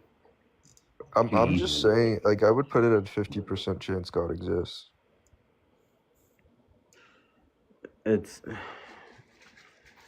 I think so. This is what I'm interpreting. That's when you do like the analysis that AR does. Like you have to do like some probability to get to a God, and maybe not to. I think how do you go from 25 to 50? Because I think AR makes a pretty good case for 25%. I don't even know what AR argues really, dude. Yeah. So. Crap! I feel like I should to regurgitate it because he says it like so many times. He says it all the time, but I don't. He says it's likely the case that the universe is either eternal or not eternal, and if it's eternal, it's not compatible with a God. But Right. if it's not eternal, and then I get lost. I don't know what else he says. I think okay, so yeah, I know that's a 50-50. So I would define God as a God that creates a universe, right? That's the bare minimum definition. So if you have to have like you have to like apply some principle, also not principle, what's called principle of indifference, right? That's going on there. So in that case, you have 50-50 internal universe. So God is just gonna be incompatible with an eternal universe because that's not a God that creates, right? So you have to go a little deeper. So you have to go into the other half, the other 50% in the world where the universe is created. Now we have to divide that in two, right? So now you have a universe that could come about without God, and a world that come about with God. So that's actually 25. That's 25% right there. So that's how we get to 25%. So this makes sense when you apply the principle of indifference, and I guess some other principles I'm probably don't know the name of. So how are we going from 25 to 50%? Or like how are we defining God? What properties are we adding to get to like a 50%? 50%. Why can't you just be like, hey, the universe probably isn't eternal, and we don't really have to figure out what God is true. Zion, chill out. Because there's probably a single underlying truth to all of this. Oh, no, this is Era is just making a deductive model, an abductive model or a probability model, and I think it makes sense because it's not so much about figuring out. Is that if you define God in such a way, right, which is like a God that defines the universe, then you have to you have to rule out the likelihood of this state of affairs that could exist, or that is all contribute to the state of affair of a God that creates, right? So if there's no logical contradiction in an eternal universe or God that creates the universe, right? There's no logical contradiction there, right? And I try to explain the data. Well, you have to rule out 50% right off the gate because that's including in the sense that you could have a God, but it's not a God that creates, right? So it won't be the Christian God that creates the universe or instantiates reality. I mean, Thomistic metaphysics is kind of weird. Even the Thomist wants to say Thomistic metaphysics is kind of weird. But even the Thomist wants to say that God instantiates reality. So I'm pretty sure that will be compatible with an eternal universe, or could be, but probably not. So you're only left with the 25%. So I'm not too sure how you're getting to 50%. You need to do something to go from 25 to 50. So I think it's a pretty good case that AR. Well, instead of trying to build up the 25%, why wouldn't you be trying to like deconstruct the 50% and show? We did deconstruct the 50%. I'm not talking about for God. I'm talking about for the universe being eternal. Yeah, we did that. Okay, and what happened? Yeah, we had said the reason why God cannot exist. So if God exists in the other half of the pie of the pie where it's 50%, we have two pies, right? An eternal universe and an eternal universe that exists with God, right? But we define God in such a way that God creates the universe. Unless you want to say that God didn't create the universe, but maybe like sustaining the universe. But that means that God didn't actually create the universe. It's just kind of like existing alongside the universe, like some property. Unless you want to say that is compatible with a Christian God, I'm not too sure. You want to say that? I mean, you could say that the creation of the universe was the effects of God's. No. But if you as soon as you use that word creation, you're no longer talking about deconstructing the eternal universe side. Right. I see what you're saying. I gotta go. I'll be right back. I'm gonna in like an hour. I'm gonna go do my catechumen class because I'm a Christian. Because I'm not a devil worshiping. No, I'm just playing. I'm not. Right. I'm not gonna disrespect Coco's live. You have fun. Have fun. Yeah, so Bobby, with the whole, why would there be a 50% chance he would send his son thing? I think that's what we need to concentrate on. But if those are my priors, yeah, the resurrection's more likely. I just made sure. I don't think you got. Calculation.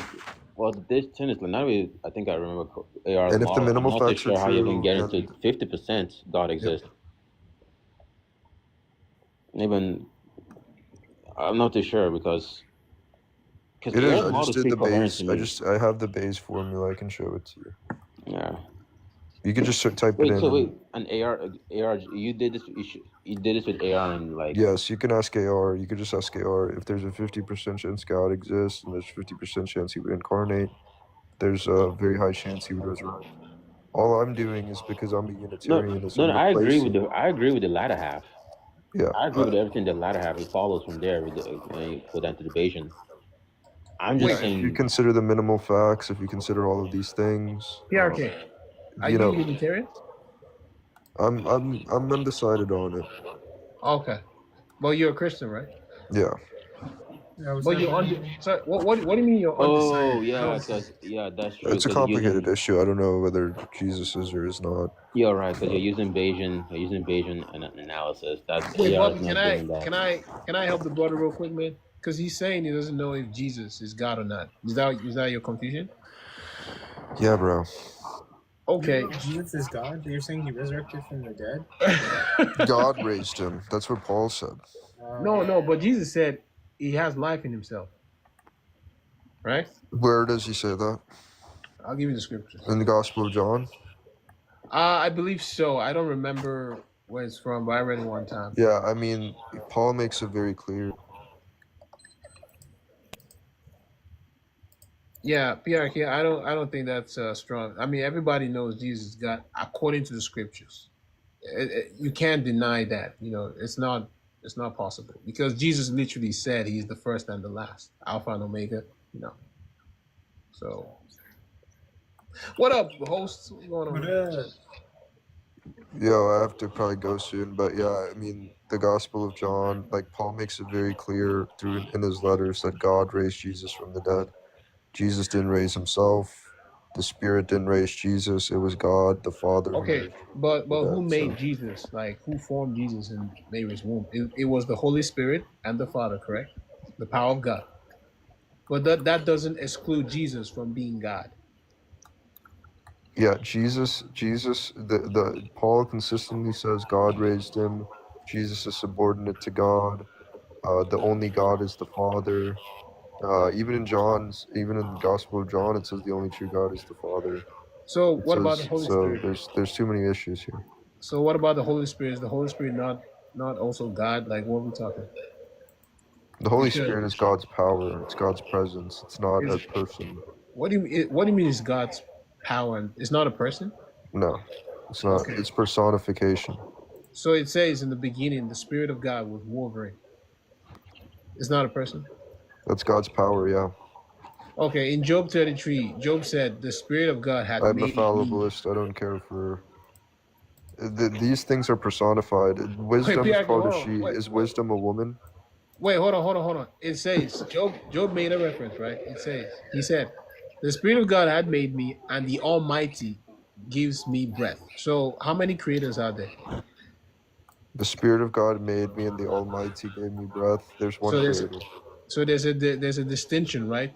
He's trying to infer that, hey, the Holy Spirit is part of the process, which is different. No Jewish person thought that the Spirit was a separate person in the Godhead through all the time the Old Testament was out, like for 1,000 years, let's say. No Jewish person thought the Spirit was God. So God is a separate person. So Moses never understood that God is triune. No. But yet in Genesis, he said, let us make man. Who wrote that? That's the Royal Council. And Moses didn't write that. Moses might have not even been the person. Wait. You say, so God has a royal council on when he makes decision on what to create and say, let us make man. It's just silly. You're not engaging with what I said about Paul whatsoever. You're going to the Old Testament, which doesn't prove what you're saying, because no Jew took it in the way that you're taking it at all. Bro, do we go by what do we go by what people take the scripture as? Yes, we can go by consensus of experts. Yeah, we can. Oh, really?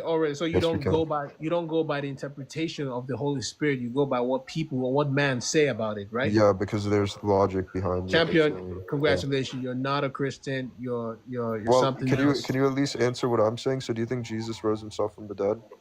No, I'm saying the Father it was a combined process, but he has the power to wait. Where are you getting that it's a combined process? Why does Paul never because Jesus said the Father has life in him, so as the Son. Why doesn't Paul ever mention that it's a combined process? Paul was trying to explain the relationship. You see, everything about the Bible, about Jesus, is all about relationship. God is his You're father not is part of. answering my Look, can I question. finish? Why didn't God mention that Jesus was raised by the Father, Son, and Holy Spirit? Why did he say God the He Father doesn't raised he, Jesus? he doesn't have to mention that. He was just trying to explain that the process, okay? Why doesn't he have to mention that? That's a pretty important thing to mention, especially when Paul talks about the resurrection Wait, hold on, bro. So because many Jesus times. wait, because Jesus didn't raise himself, his father did. That makes him not to be God. Yeah, if God raised Jesus, Interesting. right, then that doesn't necessarily mean that Jesus is God. Acts 2 and 22, God Okay, did many I got you, miracles through bro. him. I got you, bro. So would you say that being God God raised him. Yeah, is, that doesn't bro, can mean, I finish? how can God raise God? Bro, That's can I crazy. finish? Can I finish? Can I finish? Yeah. So would you say that being a God is having unlimited power and doing anything you want? Yes, which Jesus couldn't do. Okay, so Jesus said, anything the Father does, I do also. Where is What does that that in make you to the be? Gospel of John? In the Gospel of John, it also No, says I'm the gonna only give true you the God is the scripture. Father. I'm gonna give you the scripture. Give me one second. In the same Gospel, it says the only true God is the Father. So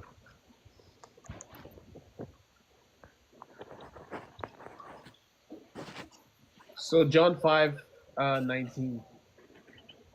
It says, very, very, I tell you, the Son can okay, do so it nothing is on the his own. Gospel of John. Bro, can I finish?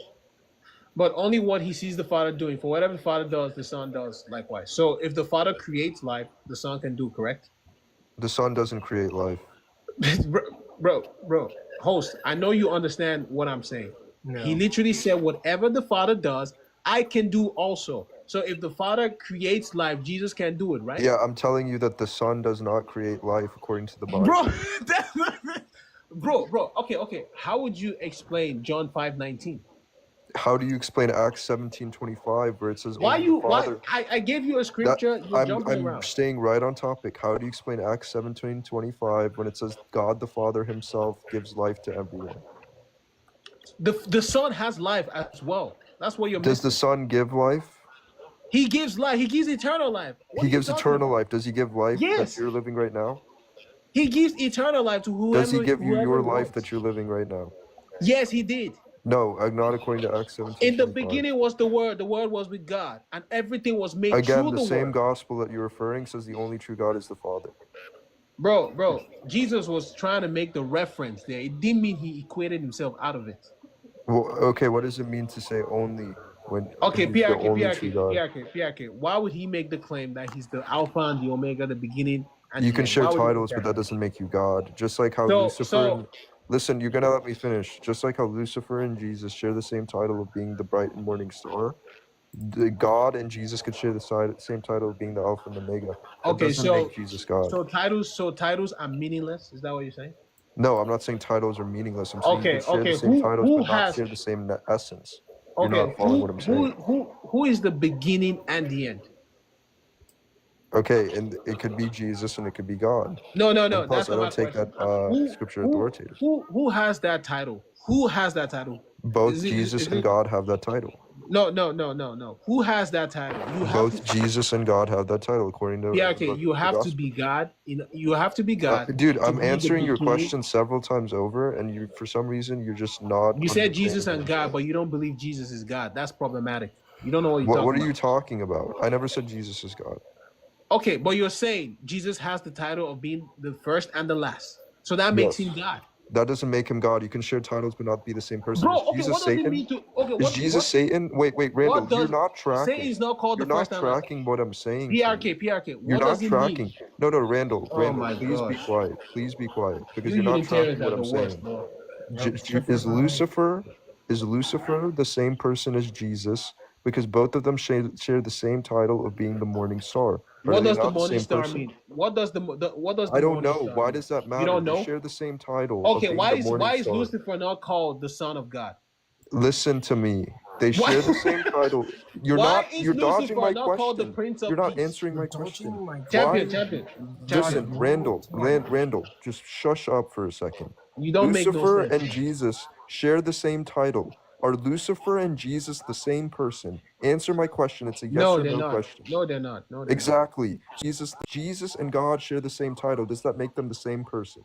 I never claimed they were the same person, which they're trying to Does that arrange. make them the same being? They have the same essence, but they're distinct persons. So does Lucifer and Jesus share the same essence because they share the same No, titles? no. So does Title, Jesus and God share the same bro. Can I essence finish? because they share the same Title titles? is a You reflection. baked, bro. You're I'm done. baked. I'm Cooked. baked. Okay, got you. Yes. Wait, Next hold argument. on. Title is a reflection of your status, We've already went over right? it. Next Okay, argument. what does it mean to be the bright and morning star? What does that mean? I don't know what that means. You don't know what bro. it And means? why does that matter? Why does that Okay, matter? what Because I've already what does baked it you mean on to this. be the first and the last? What does that mean? It can mean preeminence. It can mean the firstborn of creation. It could be the last prophet. It can mean many things. Jesus could be Okay, the first and last. Sure. so That doesn't Jesus. make him God. Wait. So Jesus is the firstborn of creation. Is he the end of it all? He could be the last prophet. He could be the Okay, last so person, if he's right? the end of it, right? That would make him the source It of doesn't creation, matter. right? I've already shown you. Holy, That they could share the same titles and not share the same essence. bro, So your argument doesn't hold. It doesn't meet the burden of proof. Let's ask host. Who can be the first and the last? It's probably best if you don't ask me. Randall, do you think you're winning here? I've absolutely baked PRK, you. I have to go soon anyways, but I've actually absolutely baked you. So I'll ask you again. Hold on, PRK, hold on, man. So you stop using the stupid argument. PRK, hold on, man. Does Lucifer and Satan, do they PRK, share the hold same on, man. essence? PRK, Do they hold share on. the same essence? You Does said Lucifer and Satan share the same essence? Yes You or said no? Lucifer and Satan? What are you talking Yes. about? Sorry, Lucifer and Jesus, do they share the same essence? No, they don't. Okay, but they share the same titles, right? Okay, a title is a reflection of who you are, right? It doesn't mean Okay, that so you so by them sharing the same title, is that a reflection of who Jesus is? He's Lucifer? No, bro, no. Okay, so they're sharing the same title, but they don't share the same essence. Why can't I say Jesus and God share the same title but don't share the same essence? Because it's not possible. Only the That title. doesn't make any sense. Bro, can I bro. finish? The title of being the first and the last, you're entailing that, hey, you are the source to everything that exists in the No, world or in the universe. it doesn't entail So that would anything. make you to be outside of time. No, That Randall, doesn't you follow, don't bro. understand. If you say that if the way I'm interpreting PRK is saying is like maybe title and essence in the same essence, like identity and what else for like you can share the identity, but you can also then there's identity and essence I think is going on. So there has to be one identity of God, but if you have multiple identities, you have multiple gods. Well, we don't believe in multiple gods. It's just that's the nature of God, being three persons in one essence. So you could have like some title, but if you you could have one title, right? One identity God, but if this identity is spread to different parts, even if they were to act in the same manner, like act the same like in a half mind, there's still these three identities which are God. Yeah. I'm not disputing that, bro. But we don't call So it you have three. Hey Randall, did God die? Did Jesus die on the cross? Yes, he died. He died. So why does that? Why does can First I Timothy? finish? Listen, Can I why finish? does 1 Timothy 1:17 say, "To the King of Ages, immortal, invisible, the only God, be honor and glory forever and ever." I think he just considers having multiple gods for some reason. PRK, hold on, wait. PRK, what is death according to the scripture? What is death? What is death? I don't know what it is according to the scripture. Okay, death is separation from God. So you don't fully die, right? You're still living. It's a transition to another dimension. So did God die? Yes or no? He transitioned to another dimension. So he didn't die. Bro, no one ever really dies. Your physical body died, but your true self is the spirit and soul, which never dies. That's scripture. So God died, okay? So I guess not. PRK, you don't even know what. Is he invisible? Is God invisible? He can make himself visible. Okay, why does 1 Timothy 1:17 say immortal, invisible, the only God? Yeah, because Timothy was talking about probably God's true divinity. And who do you think he's saying when he says Bro, can the I only finish? God? Bro, can I finish? Jesus pre-existed before the world. So at that time, he was a spirit, right? Yes. Okay, so no one could see him, but he manifested himself. That's why he became visible. So that I don't see why that's an argument or like What, that he's invisible? That's not an argument against. You said he just became visible. The Yeah, only yeah. He God, took the on God does he not took on a become form. invisible. Timothy was talking about like his pre-existence basically. His pre-existence. Mm-hmm. Okay, so who is he talking about here? The only God. The Trinity. Okay, can you show me in the context how it's talking about the Trinity? Yeah, what's the scripture on that? It's 1 Timothy 1:17. You know what's interesting? He said he doesn't know if Jesus is God, but he's arguing against it. Isn't that crazy, yo? What? I don't know how that's in.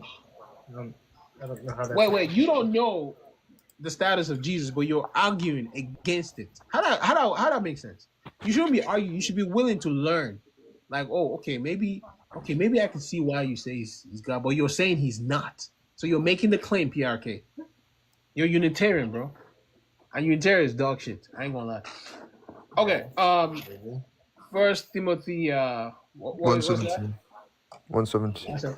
Now to the King, eternal, immortal, invisible, the only God, be honor and glory forever and ever. Well, that's a bit insane. Okay, so what about this? You want to know? He went to read it this one? Well, I have to go right now, but I'll talk to you soon again. The only God there is referring to the Father, and he doesn't just say it one time. Paul says it many times that the only God is the Father.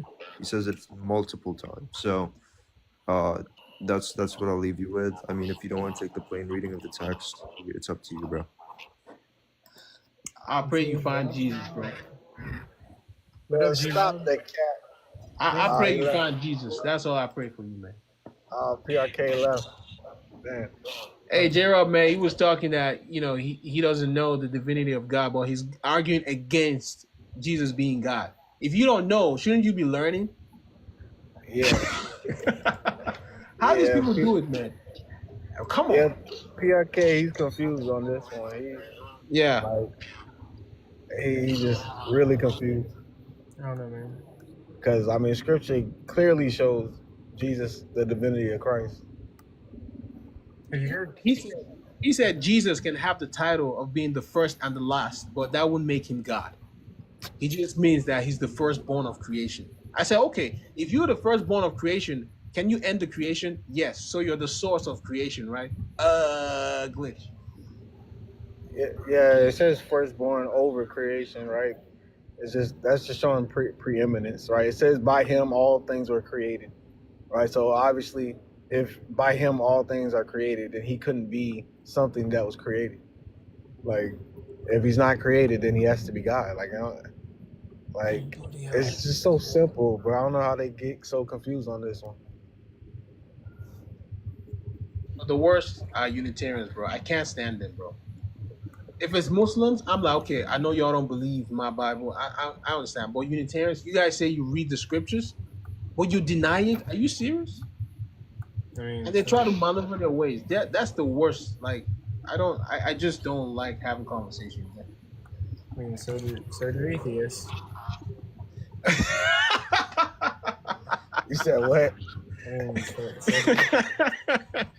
Well, host, in all fairness, atheists, you can have a conversation because they're in darkness. Okay, you guys are in darkness. You don't see clearly. Sans blinded your eyes, man. All that. You know what's funny? Lots of ND experiences that I've watched, right?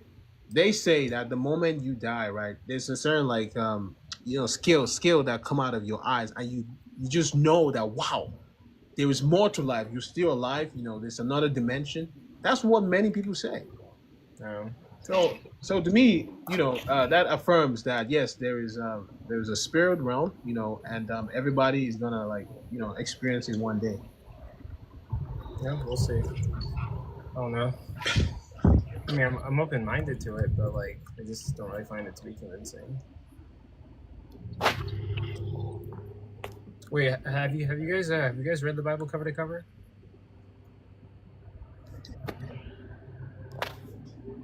Sorry, you and Randall, have you guys read the Bible cover to cover? So It's funny because I don't even know. Like basically, I didn't read it cover to cover. Like I read the New Testament from cover to cover, but the Old Testament, I just like study the books individually, and I read the books individually. But I never read them in order because they weren't even written in or they're not even structured in chronological order. So Okay. I don't know. I mean, like, who knows? Maybe I'll read the Bible cover to cover and like it'll change my life or something. I mean, you got to be reading with like intention of like seeking God, though. Like, just reading, because a lot of times atheists are reading to like disprove it or try to find flaws in it. Yeah, I get that. I have I don't know. One of these days, I'm going to start reading my ESV study Bible, and I'm not only going to read like the Bible like line for line. I'm also going to read the undernotes to get like the background context, and like it explains like Greek words and like how they're used and like what the hidden meaning is. So it's kind of what I want to do. Actually, like Jared, the other day I was thinking like I want to read the Bible before I die. Like before I pass away, at least get a cover to cover reading. Like, have you ever read like a book of the Bible? Not like a book entirely. What? Like, man, so wait, you when you were like, you were a Catholic, right? Yeah. You didn't even like read? I didn't read it like entirely. I have like big chunks of it memorized. No, I mean like you never read like a book? No. I never read it. Oh man. Yo, you missed out. So like that's part of the reason, like, I don't know, when you left the faith, you felt like God wasn't there or something like that? Yeah. That's why you left? Yeah, it didn't really seem like realistic to me or like God was there. I didn't feel like God's presence. Just felt like I was like forcing myself to believe, or like I believe in God and I'm just kind of making reality make sense to like sort of go along with this God belief. Yeah, I mean, that's where like like as a Christian, you have to have like a relationship with God, and it's not just like just expecting God to do stuff. Like studying His Word is how you get to know who He is. Like, and that's why I said when you read, you got to read with intentions of like seeking Him, because like once you study His Word, you truly get to like understand Him on a different level, and you have that connection with Him. Yeah. But if you just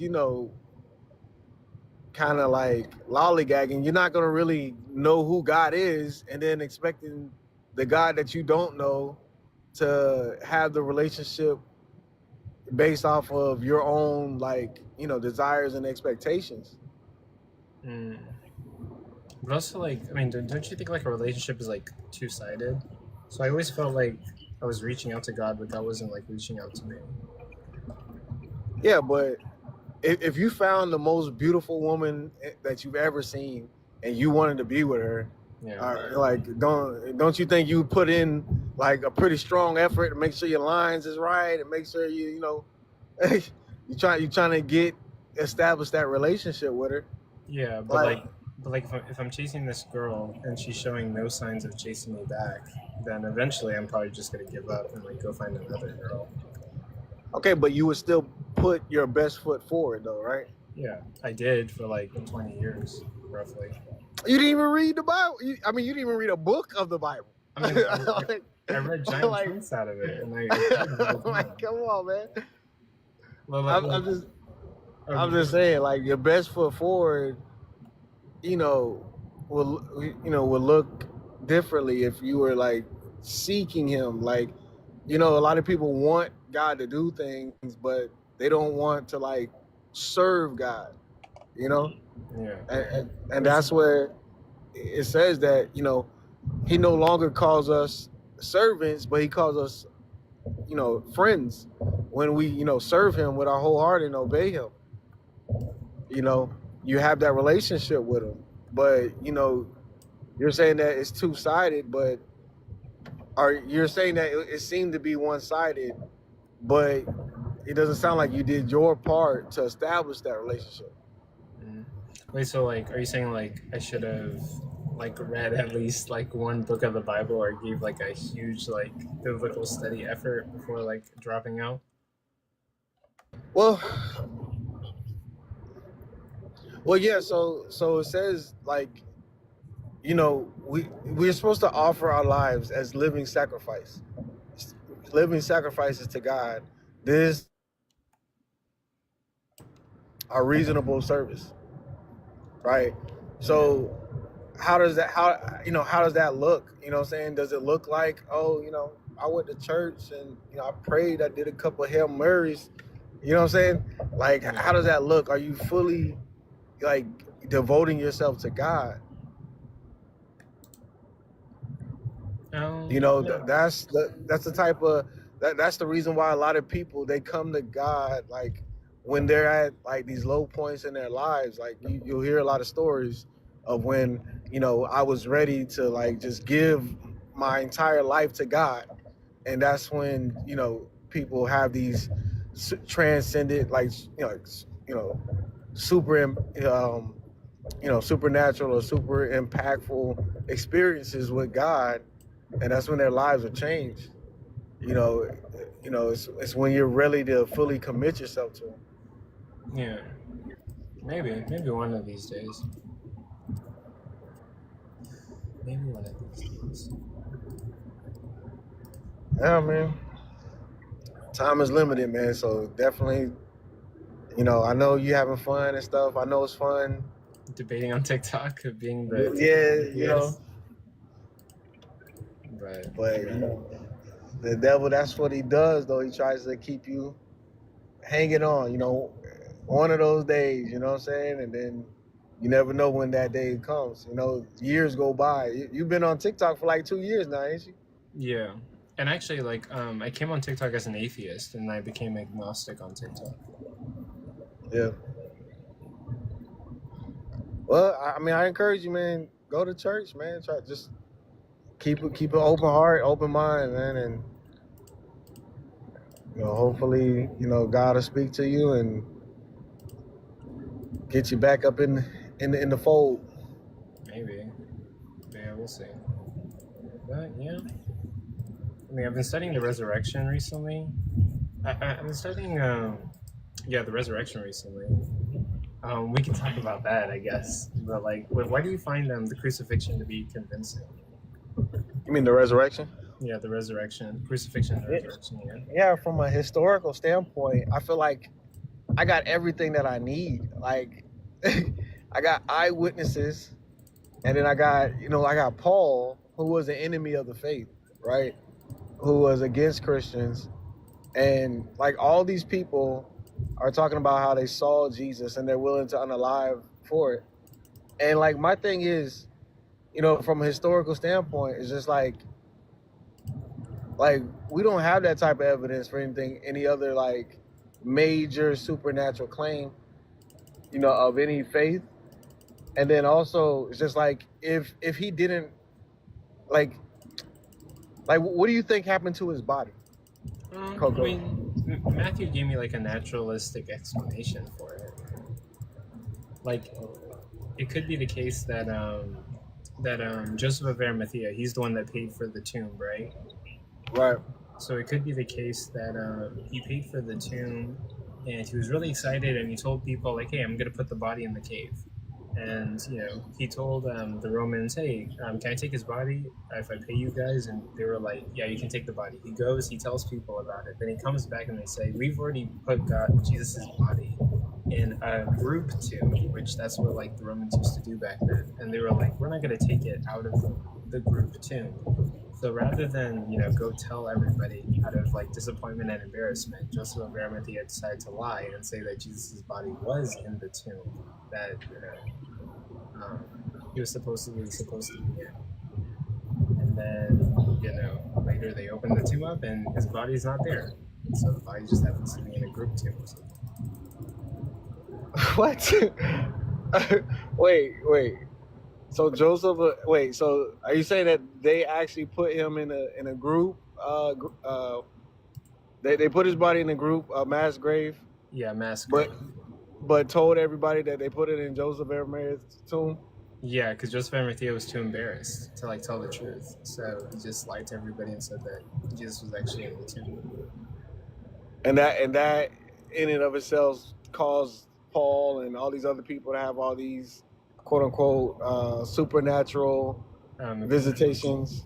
Well, I mean, like those could just be like there's this naturalistic phenomenon where people who are grieving somebody might have visions of that person. They're called bereaverial dreams or visions.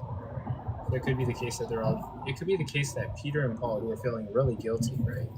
They had bereaverial visions, and then they told other people about it, and that influenced them, who they were also grieving, to have visions as well. Bro, that it doesn't work like that. These people had like multiple appearances of Christ. Like we're talking like over the course of like 40 days, they sat, touched, and ate with him. Like it's not like hallucinations don't work like that. There's no example of group hallucinations like that. Yeah, like that's the one thing I can't explain. People sat with Jesus. That's like the 40 days thing where they had lunch with Jesus for 40 days after. That's the one thing I can't explain. Yeah, on multiple occasions. Like even the explanations you're given, they're like mad rocky. Like there's no incentive for the guards to do that because they know that they would be unalived if Jesus's body turned out missing. Like we even have writings from different Roman officials like talking about how grave robbers were supposed to be executed, and there's examples of like if the guards if a guard didn't allow somebody to like get away with something like that, the guard would be executed. You know what I'm saying? And there was no they did not want Christianity to spread. So like it would have been very simple for them to be like, yo, Joseph of Arimathea, he did this and that, and the body is actually in this mass grave, and then that would have shut everybody up. That would have ended everything. I mean, it couldn't be the case that Joseph of Arimathea.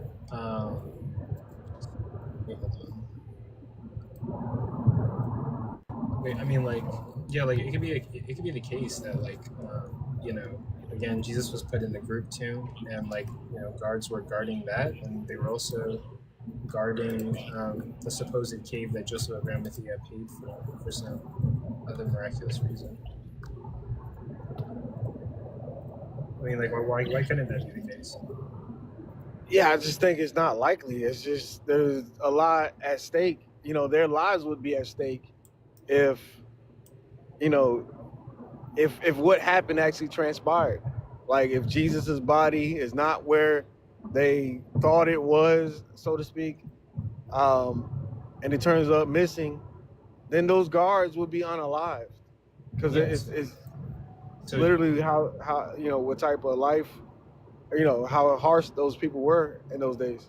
Well, yeah. So basically, Jesus was put in the group tomb, and the guards were guarding that tomb, and then they also happened to be guarding the cave as well. So they knew exactly where the body was. And they were just guarding multiple different burial sites. But you said they got paid off. No. So Joseph of Arimathea paid for the cave, right? He paid for the tomb.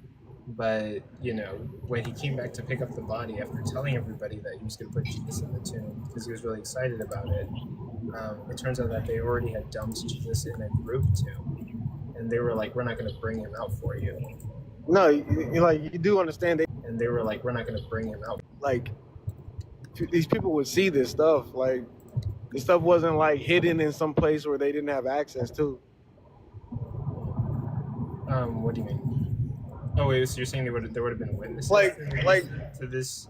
tomb thing that's going on? Like, yeah, it's not like they're gonna be able to hide the body. Like, you know, when they take the body down, there's still people. Like, you know, there's still people there. You know, it's not like, you know, they're doing this in some hidden place where they can't see where they're burying the body. I mean, just like now, like if anybody being buried, you know, the family, the crowd, they would watch them go in the grave. Wait, so couldn't it be the case that wait, so you're saying people would have seen them put Jesus in a group tomb? Put them in a grave, yeah. Oh. I mean, it could just be the case. Oh, wait, so you're saying there would be witnesses. But I mean, like, we don't really have that many witnesses to the resurrection. A lot of people were illiterate. They wouldn't even write their testimonies of anything. Yeah, I'm just saying, it's just not likely that all these people are just going to come to the conclusion that Jesus risen from the grave based off stuff that they couldn't really, like, you know, they didn't have any epistemic access to, like where they buried him, you know, if he was actually buried, you know, like if I'm living in that day and I'm like, oh snap, I saw Jesus risen from the grave, well, let me go to where they lied him and see if he's still there, you know. And then there's a whole crowd of people like, hey, let's see if he's still there, you know, like they're all gonna be like, look, he's still there, y'all shut up. You know what I'm saying? Get back to work.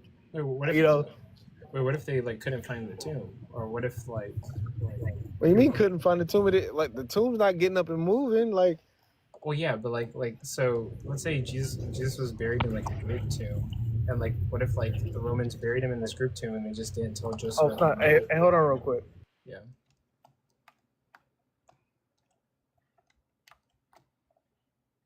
Oh shoot. Zombie.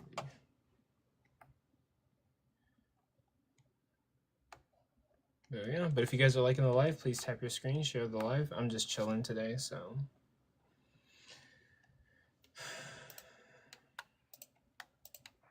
Doing my thing. Obsessed with Minecraft.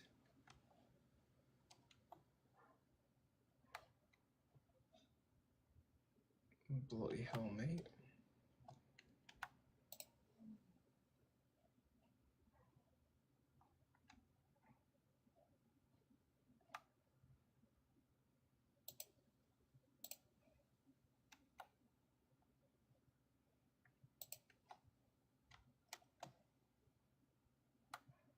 Yeah, hello? Yeah. All right. So what if it's the case that like, okay, so here's what the timeline would be, right? Jesus gets crucified. Then after Jesus is crucified, Joseph of Arimathea goes up to the guard and says, hey, can I take his body? And the guards say, yes, you can take his body. We're going to take him down from the cross. So then Joseph of Arimathea goes around telling everybody, hey, I'm going to get Jesus' body. Hey, I'm going to get Jesus' body. And then when he comes back to collect the body, the Romans are like, we've already put him in a group tomb, and we're not going to dig him out for you. So Joseph of Arimathea is feeling guilty now because he couldn't get the body. And he, rather than tell everybody the truth, he lies and says, oh, I got the body and I put it in the tomb. So given this, you have an empty tomb. Jesus' body is actually in a group tomb somewhere. And yeah, that's what, no, but wait, how are you getting there? Like, how are you getting there from, like, Joseph of Arimathea is asking for his body with in front of a crowd of people watching him be crucified? Wait, he asked for the body in front of a crowd of people? Yeah, there's people. Joseph of Arimathea was there, like, while he was being crucified, just like the group of individuals that were there. Okay, but like, did he go anywhere, or did he? It wasn't like he was like by himself. Yeah, but like he might have asked after the crucifixion, but did he go anywhere? Did they give it to him immediately, or there was some time, like, before he collected the body, right? And There was some time before he collected the body. Yeah, and then he probably didn't stay there. He probably went somewhere and came back to get the body. I'm trying to figure out, like, why do you think he's going to be alone, like, with the body of Jesus, or like, well, no, like I'm just saying, like how is he going to be, like, I don't know. It's just like you're making it seem like all these people aren't around when this is happening. Wait, so it could be the case that like Joseph of Arimathea had a group of people there when he asked for the body, and like they all knew that he was going to get the body, and then like as they're taking Jesus down from the cross, maybe he leaves that location and goes off to do something, and then comes back to collect the body. Could that be the case? Okay, but again, like I don't think that anybody is gonna let Jesus, or I'm sorry, there's gonna be multiple individuals that aren't going to let Jesus out of their sight. They're watching him hang there, they're mourning that their Messiah, their family member, their loved one has been, crucified. Like whoever's burying them, there's going to be people around. Like wherever his body goes, there's going to be people following. Well, yeah, you don't think like, well, like I understand that, but do we have a guarantee that Joseph of Arimathea was there for them taking down the body and handing it to him? Huh? Do we have a guarantee that like Joseph of Arimathea sat there and waited for them to take down the body and hand it to him? Do we have any what? Do we have any guarantee that Joseph of Arimathea waited for the body and got the body after the crucifixion? Did he sit there and wait there for them, and do we have confirmation of that? I mean, if you want to read through the Gospels, I mean, from what I understood, it just says that he was there, and So he was there for like the crucifixion, but there's nothing that says that he was there. Yeah, it says there was a crowd. There was a crowd of. I'm sorry, you said what? Wait. So like, there's a guarantee that he was there with the crowd and they watched the crucifixion, and maybe like he even asked for the body afterwards. But there's nothing that says that like he waited and he collected the body, he touched the body of Jesus and put it in the tomb himself.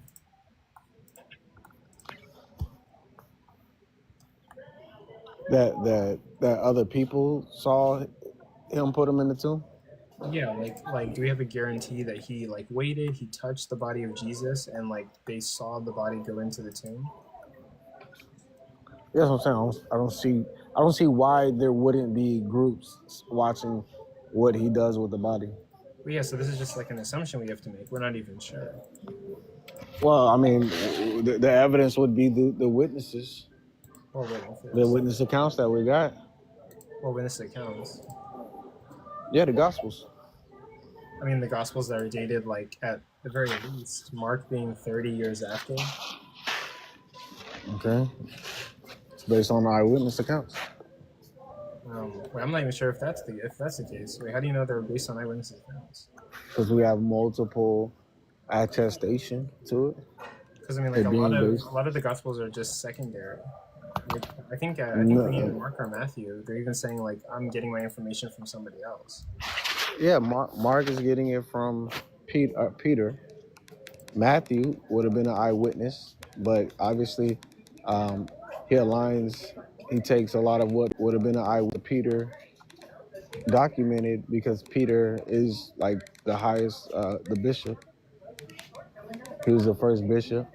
And then Luke was, he's basically a historian.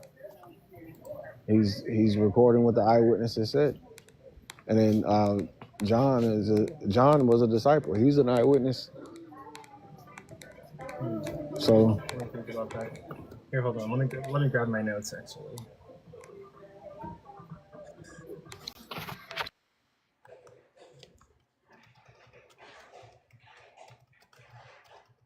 Wait, when you say like eyewitness testimony to what?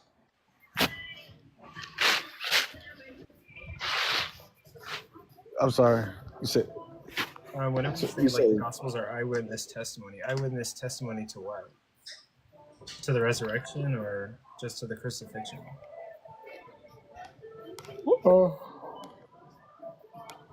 I mean, it's based on eyewitness accounts of like all of it, really, the crucifixion and the resurrection. I'm not saying that each account is an eyewitness account, but it's going to be based off of eyewitness accounts. No. Hmm.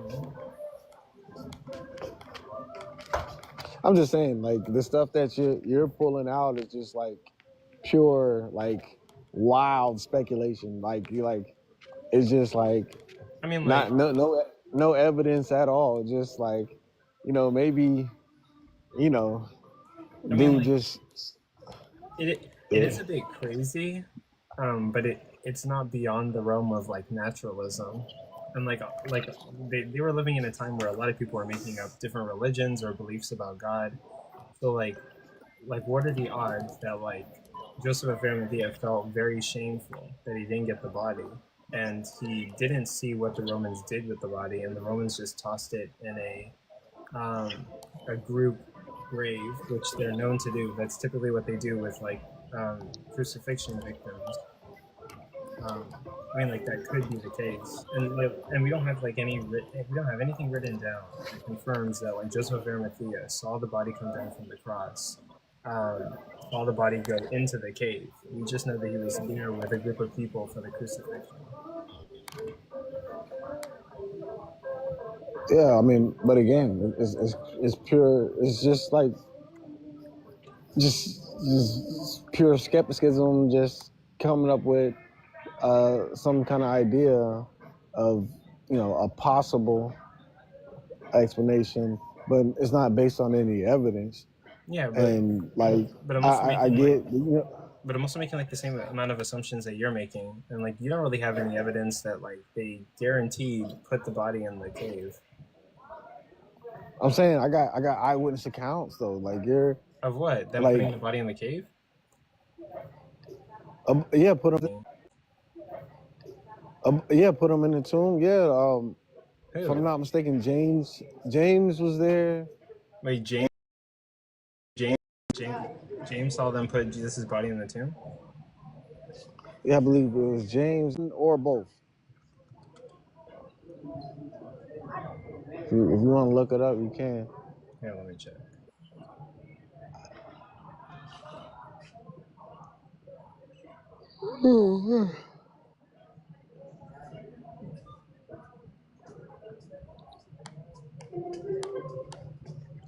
Okay, so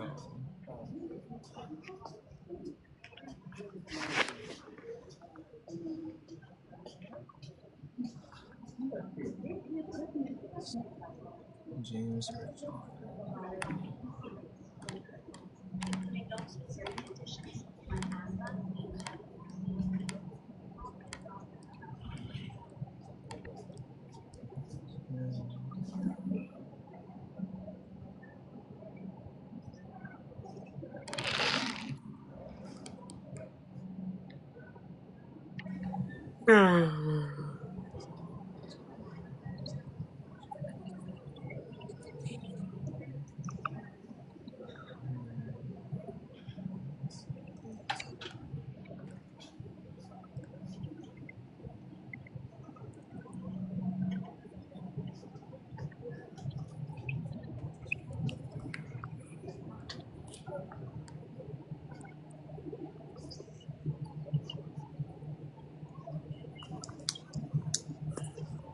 Okay, so actually, Google is saying that James and John didn't see Jesus be buried in the tomb. All I can find is that something is saying that Joseph of Arimathea took the body from the tomb. But now I'm curious, like, who is writing that Joseph of Arimathea is guaranteed taking the body and putting it in the tomb? Well, I believe it's recorded in all the Gospels. Let's see. What says Wait, you say James wasn't there? James was there for the crucifixion, but he didn't see Jesus's body go in the tomb. The only witness that we have for Jesus's body going in the tomb would be Joseph of Arimathea. Like nobody else witnessed him going into the tomb. They were all there for the crucifixion. And so if Joseph of Arimathea is the only person, then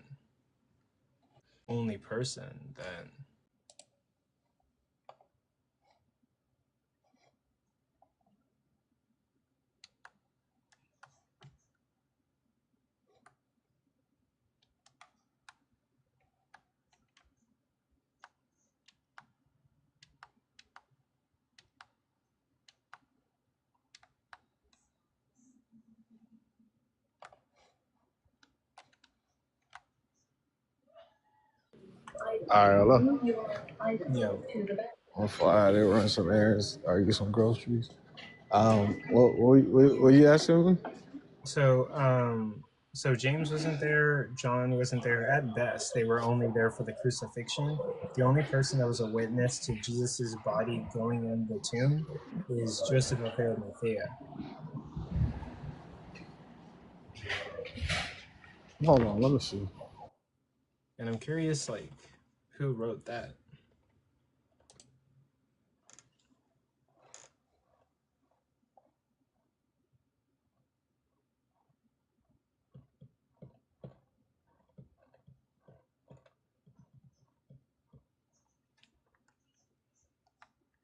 All right.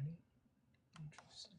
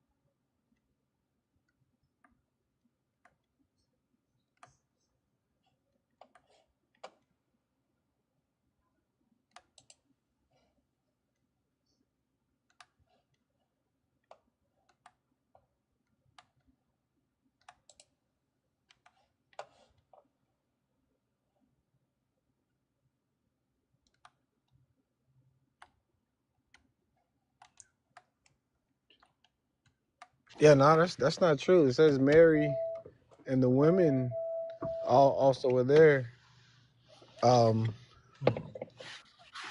Yeah. If we go to Luke 23, 55, it says the women when Joseph of Arimathea went buried them. It says that the woman came there too. What line is it? Say it one more time. Luke 23:55.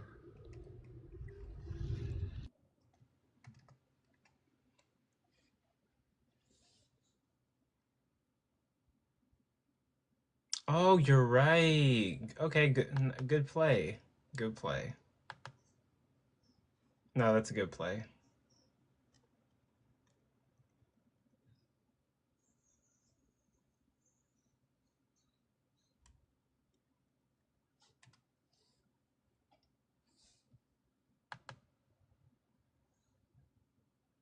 Let's see.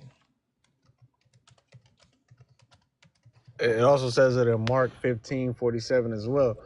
So yeah, like they're definitely gonna like know where Jesus was laid. I can't even imagine, the believed to be Messiah Yeah. is taken and put somewhere where only one person saw. That doesn't even even make sense in my mind. No, good play. Good play. Oh yeah, PRK. I just found out that the women who had come with him from Galilee followed and saw the tomb and how his body was laid. So there was witnesses to people, or there was witnesses to Jesus being put in a tomb. Yeah. I'm gonna add that to my notes. I'm telling you, man, you gotta just read for yourself, man, and stop. Just taking, read like, Paul's like letters or the Gospels or something. Get your foot in the door, bro. Dude, J-Rob, Coco told me there's a 30% chance the Christian God exists. I give it 30. I give it 30. That's pretty good, bro. That's not. That's like 30 over 70. Pretty good. 70% chance it didn't But exist. if you put that into Swinburne's Bayesian formula for the resurrection, that means there's a 90% chance Jesus resurrected. Yeah, yeah. I mean, bro, 95% chance. Coco, do you know how much has to line up to pull off this religion, man? Like I mean, a lot of stuff has to line up there are perfectly, other man. successful religions. There's like the Greek, there's Greek mythology that's very successful right now. Greek Islam, Greek mythology is successful now. What? yeah, like Greek mythology has plenty of members, and they all worship the Nobody Greek god. believes in it. Yeah. It's kind of like Satanists, like these atheistic Satanists. It's all a fan fiction. No. There's plenty of people who believe in like the Greek mythology. There's also plenty of people who believe in Islam too. I've yet to meet a person who actually believes in the Greek gods. But Islam is just a bootleg version of Christianity. Christianity, like it steals everything. Like you can't go to a Muslim lives and when they say, "Hey, Jesus is a Muslim" or something like they build off of what the foundation, you know, of that was laid out. So it's like not even. And I mean, when you study Islam, you can see how easily it's false. Like it's not even like most people who are Muslim are people who are like born and raised Muslim, and then just uneducated. A lot of uneducated people, man. Christians built off of. I mean, we have to think Muhammad's a prophet, and he in the Quran says, "Cut off the hands of people who steal," and it says, you know, he married a 6-year-old, and it says to be your wife, and it says that you get 72 virgins in heaven, and it says that women are half like are just stupid, like all these things. How can Yeah, I that mean, be from a true prophet? just intuitively, you could just like see like this can't be it, bro. Like it literally teaches to beat your wife. If not if she even doing anything crazy, it says if you fear disobedience, you have permission to beat your wife if you follow the steps. Just seems like it's reflecting what 7th century Arabic people would believe Right. instead of what God actually said. Yeah, like tell me something like within Christianity, not like Old Testament laws that were for ancient like Israelites who were, stubborn in their hearts and wicked. Tell me something intuitively you feel like is wrong, morally within Christianity, like within Jesus and his teachings. Well, I mean, like Christianity's built off of like Judaism, so like there's probably like more things I could find wrong with like its foundation than like I'm probably talking Jesus. about Jesus, like Jesus, that person, Jesus. What he did, how he lived, and like what he teaches Christians to do. What do you feel like is like, oh my gosh, this can't be, or this is definitely immoral. He told slaves to obey their masters. I knew Ko would say that. Wicked or One, Jesus just. didn't say that. Yeah, he One, did. Jesus didn't say that. He said, "Obey your But masters, wicked or but just, would be like serving me." but is that something that like if I'm a slave, right? Am I doing something wrong by obeying my master? I mean, wicked or just. Right. Am I doing something wrong? I mean, no, but like if your slave is like beating you and being wicked, and like So you have to so he's obey not him. okay, but he's not asking you to do anything wrong. He's just saying, hey, look, there's gonna be some people could be in bad situations, but trust me, God is going to take care of you, even if people are harshly treating you. You know, um, it might seem counter intuitive to not want to return eye for an eye, you know what I'm saying, or to obey those who persecute you, because it says that it says bless those who persecute you, right? But nothing about that is you doing something wrong. You might not see it because you're not looking at the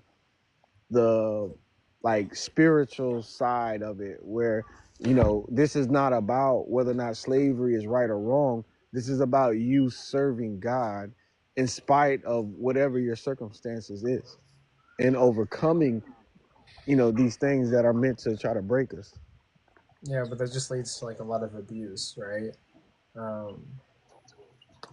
Yeah, Yeah, yeah, I get, but you're looking at it like, okay, could a person who is abused, could they overcome that and but like, spiritually and emotionally, I mean, yeah, and they could can they become overcome it. strong? Like, Can a person become stronger? Can a person become stronger in spite of, you know, their trials and tribulations? I mean, yeah, but like, that doesn't mean that they Okay, should go through abuse. Like, you can get stronger from no, going to the gym.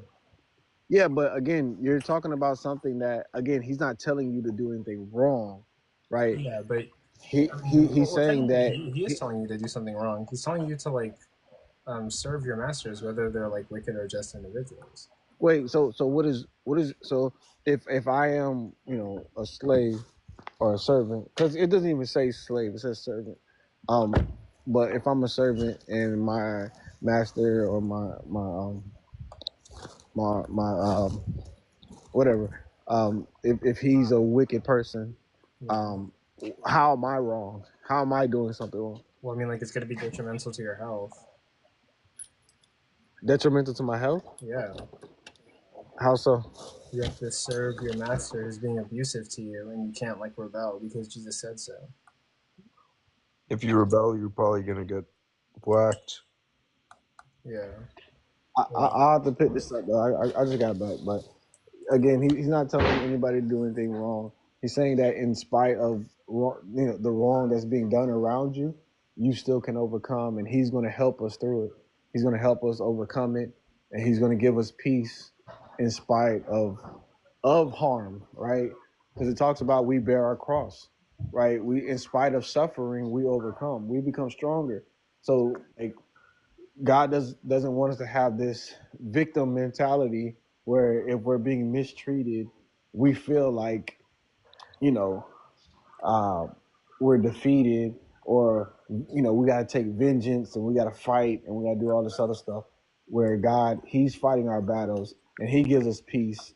That even when we go through suffering, we still have this strong connection with God, where we can mentally, physically, you know, emotionally still be good regardless Yeah, of but our like circumstances. if literal God is like on Earth, couldn't you just tell people I like, gotta go. I gotta go though, man. oh, okay, Yeah. God bless you though. yeah, I'll see you around.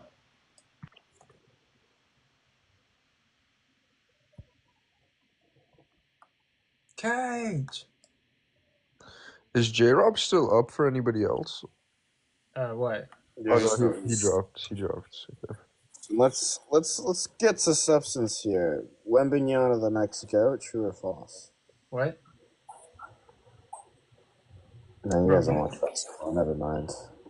you know what really sucks? I literally spent like hours building my house on Minecraft, and like that thing that blows up, those like green things that blow up, it just showed up at my fucking like front door and blew up an entire wall.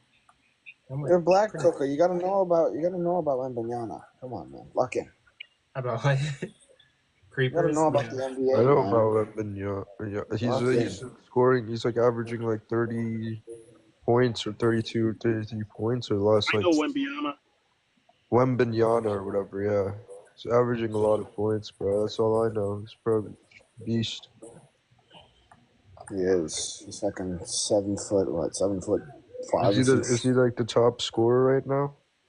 No, Who's but the he top is scorer? fucking. He's like over 7 feet and he's fucking shooting No, threes but from. like who's scoring more points than him per game? Probably Luca. Uh, Probably Luca. probably Luca. Yeah. Let me see.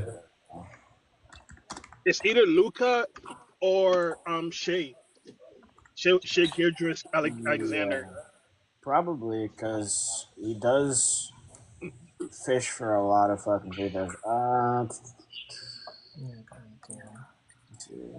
Yo, fuck these monsters, man. No, Giannis is. Monsters are Sorry, pussies. is this Phoenix? What am I on right now? Right now. Is he honest? Yeah, it's Giannis. And Shy is at 3. Austin Reeves 4. Austin Reeves. Jaden Don, yeah. Victor isn't Austin even. Reeves. Yeah. All I Wait, know is for wait, the Austin. last like 5 games, Wembanyama has scored like over 30 points, hasn't he? Wembanyama's not even top 10. I know, but over the last 5 games, he scored like 30, 32, 33 points on average. Yeah, he was cooking. But who's leading though? Who's leading? Right now, I actually don't know anything. Just look at There's scores. in terms of teams, Oklahoma.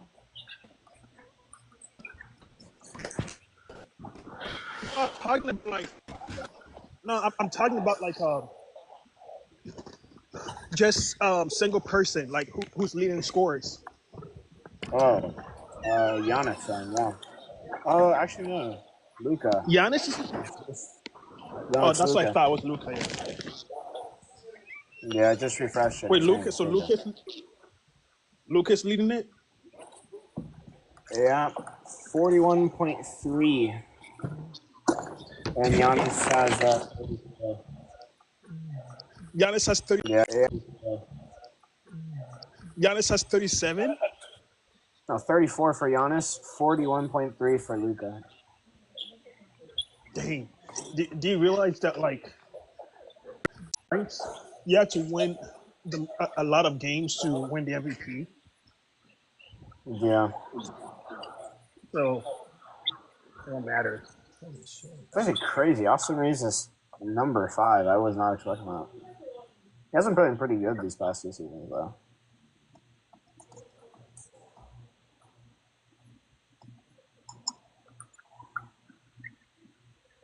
But yeah, what's up, guys? Yeah, I'm just chilling.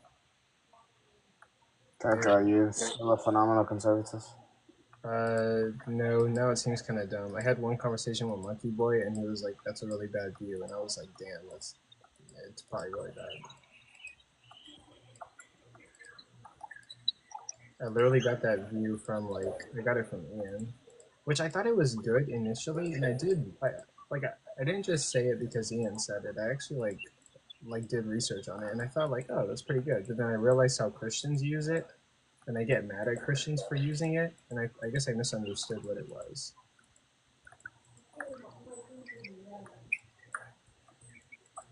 So yeah, that's my thing.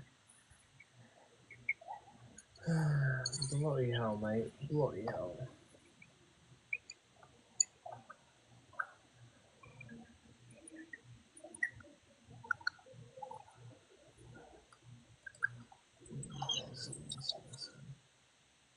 But I just finished building a PC. All I have left is the fan modules. Nice. Oh shit. I thought you would have finished yesterday.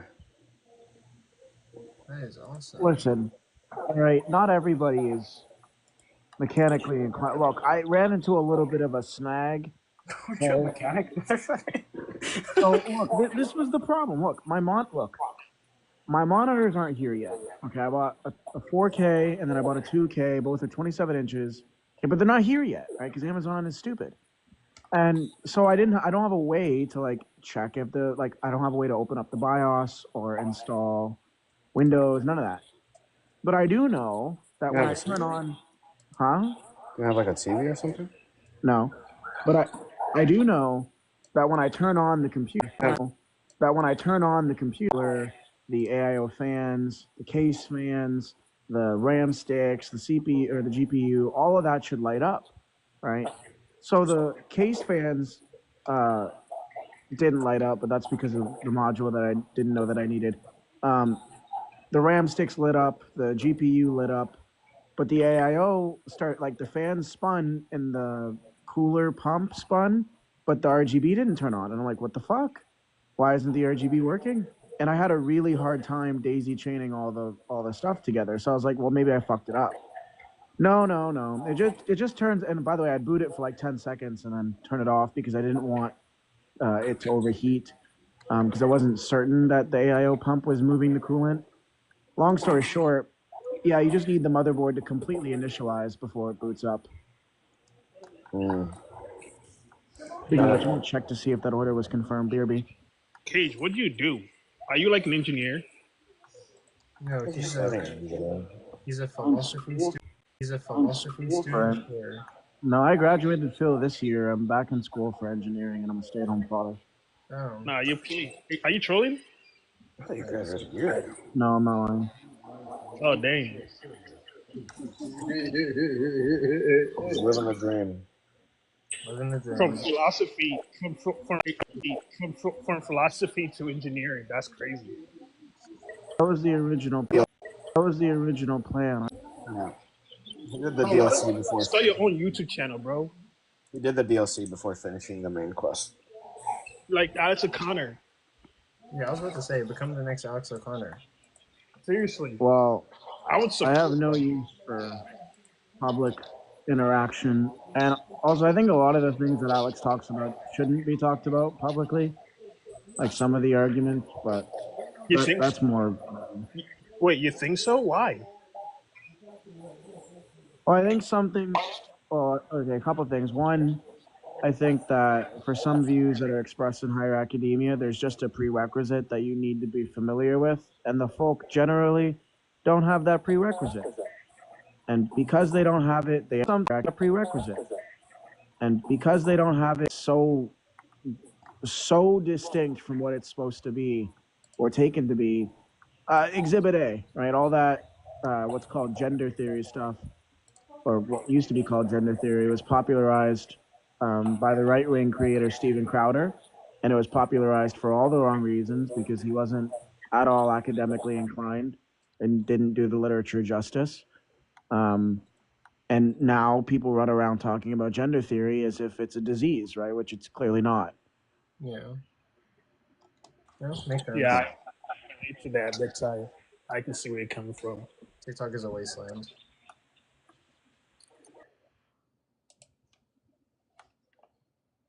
Bro, if you guys could see this world that I'm building, but maybe I'll make a video about it someday. Should make a server, Kako. Yeah, I can make a server, but like I've already invested like so much effort into like what I'm currently doing. You can make your current world a server. Wait, I wonder if I can. I wonder if I can duplicate it. But this is like my friend's server, so I'd be duplicating. You can duplicate servers. You can like make the server itself, or you can make like the world itself a server. You can duplicate the world into a server, and then like have one private world and the other one be a server. You can make it like realms, but realms suck because then everybody has to pay $10 a month. It's just fucking stupid because Microsoft is a bunch of greedy fucks. Oh wait! I might be playing Realms right now for free. But no, life's good. Life's good. That's right.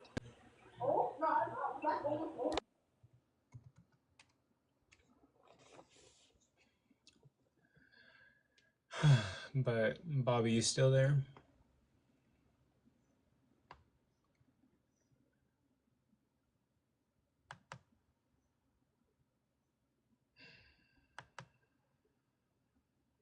Damn. Nobody on Twitch, nobody on YouTube. But goddamn. You have a Twitch? Yeah. But like I don't do numbers on Twitch.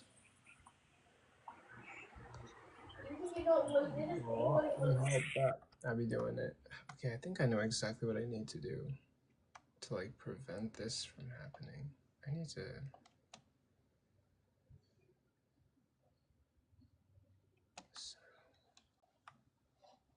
these are all stairs. Blocks, stairs.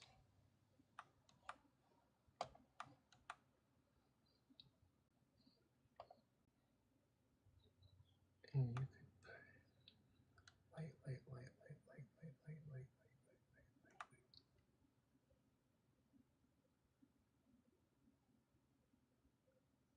I have to find some lights.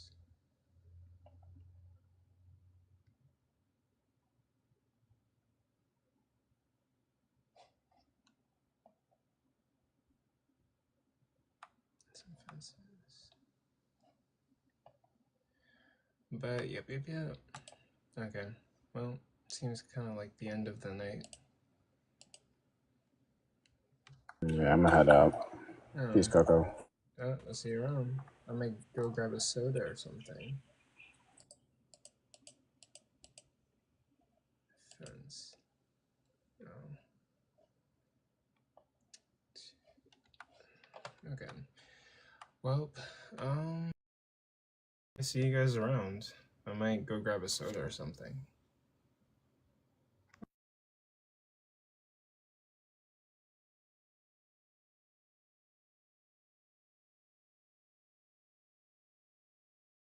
That his nature is one way, and we were to ask, well, why is it that God's nature is that way, right? Why is God maximally good or maximally loving or whatever, right?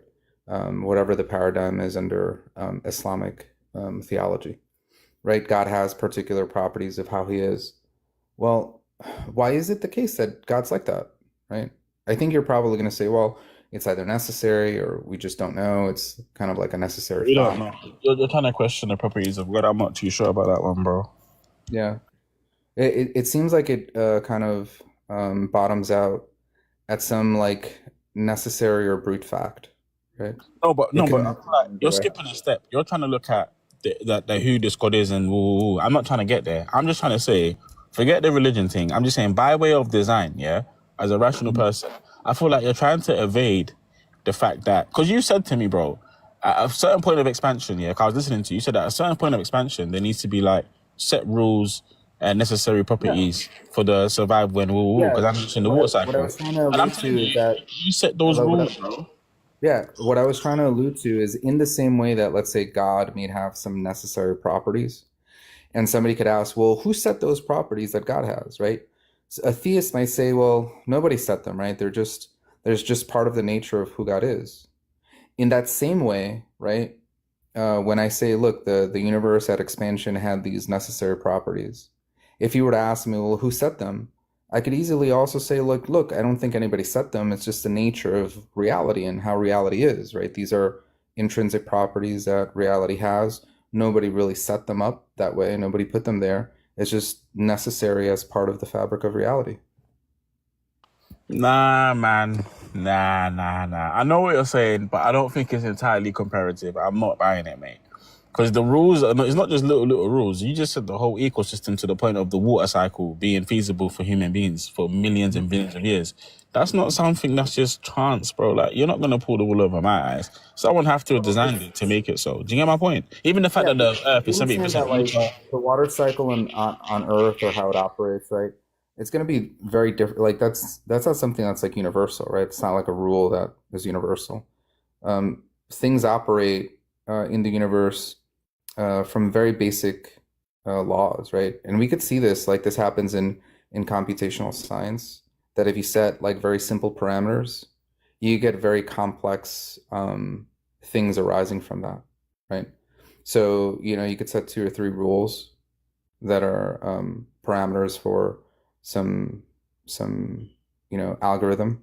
And out of that, you get very complex like fractals or very complex behavior, right? That aren't embedded in like necessarily in those simple rules. So like when you point at all these different complexities, all these things are derivative of like very simple laws that are intrinsic to the fabric of reality. No, but what's pissing me off here is you're saying stuff like fabric of reality. What the fuck does that mean, bro? Like speak English. What you're saying intrinsic to the fabric of reality. What So does like that mean? by that I just mean that like think of like the universe that we live in, right? This kind of like bubble that began to expand. Think of it as like a construct, like the Matrix. You remember like the Matrix when they went into the program? Yeah. Think of it like that, right? So within that sphere or that construct, right, there are particular rules that are necessary for things to happen. That's what I mean by like the fabric of reality, just like the construct, like the universe itself. No, I get what you're saying, yeah, but my question is, why are you trying so hard to not associate these rules or properties to a designer that's designed these rules? Like, why is it so far-fetched to you? Yeah, because I think that we tend to equivocate here on the notion of intelligence, on the notion of mind, on the notion of designer, right? Because when we look about the world and we see things like watches and cell phones or houses, we associate that with a designer, right? With a particular notion of mind that we have, right? And typically it's like some type of physical, biological person, right, that has some kind of like neural network, a brain, and they have this ability of having a mind and cognition, and so they have this ability to be able to design things, right? I know this because like I went to school for design. I'm an architect, and I studied design for close to 7 years. So we understand what the process of design is. And even if we look out in the world and we see like birds building nests, right? You could say that's kind of like a primitive design. But the mind and the designer are also kind of be like these physical, biological entities. So now if we say, look, I look about the world and I see all these things that are being designed, so therefore there has to be this other mind or designer. But the kind of mind or designer that you're alluding to is nothing like the entities that we see around us, right? It's some like other mind that's like outside of a body. They're like, spiritual, they're disembodied or something. And so I think we tend to equivocate on this notion because it's no longer the same type of designer that we understand. It's Yeah, some because other type of it can't designer. be though. But it literally can't be. But even to the point of like the fucking what's it called, the pyramids, bro. They're going around talking about, oh yeah, it's so perfectly built, this, that, and that. We don't even know how they did it, and we can't do it today. So if we're faffing and baffing around about fucking pyramids, then, but we know someone done it, but we don't know who done it and how they did it. Let's take that on a bigger scale to the point of the world. We know that it's here, it's habitable, but we don't know who did it or why it's here. It's the same thing. Do you get my point? Like, if you look at the pyramids, we don't know who built it or how they did it, and we can't replicate it. If you look at the Yeah. world, we don't know who built it, how they did it, or we can't replicate it. It's the same thing. But like, look, if we look at the pyramids and we don't know who did it, who built it, right? Who designed it, would you jump to believe that whatever did it was like some fairies that built it, or No, don't say fairies. Don't say fairies. I know what you're trying yeah, to do. But yeah, my yeah. point is, yeah, Or would you say it's like it had to be some person or something that yes, built but it? that's what you're ignoring, bro. I didn't even say believe in a particular god, but you're trying to evade the designer when it comes to the complexities of the world. But then we've dumbed it down to the pyramids. But irrespective of who built the pyramids, we have to conclude as a rational person, somebody or something did do it because it's here, it's built. We don't. Do you know what I mean? It's the same with the world. It has to be like here through someone. Like it's not just by chance, bro. Same with the pyramids, bro. Do you get it? Right. But that's what I'm saying. Hey, Jericho, your hot mic being different.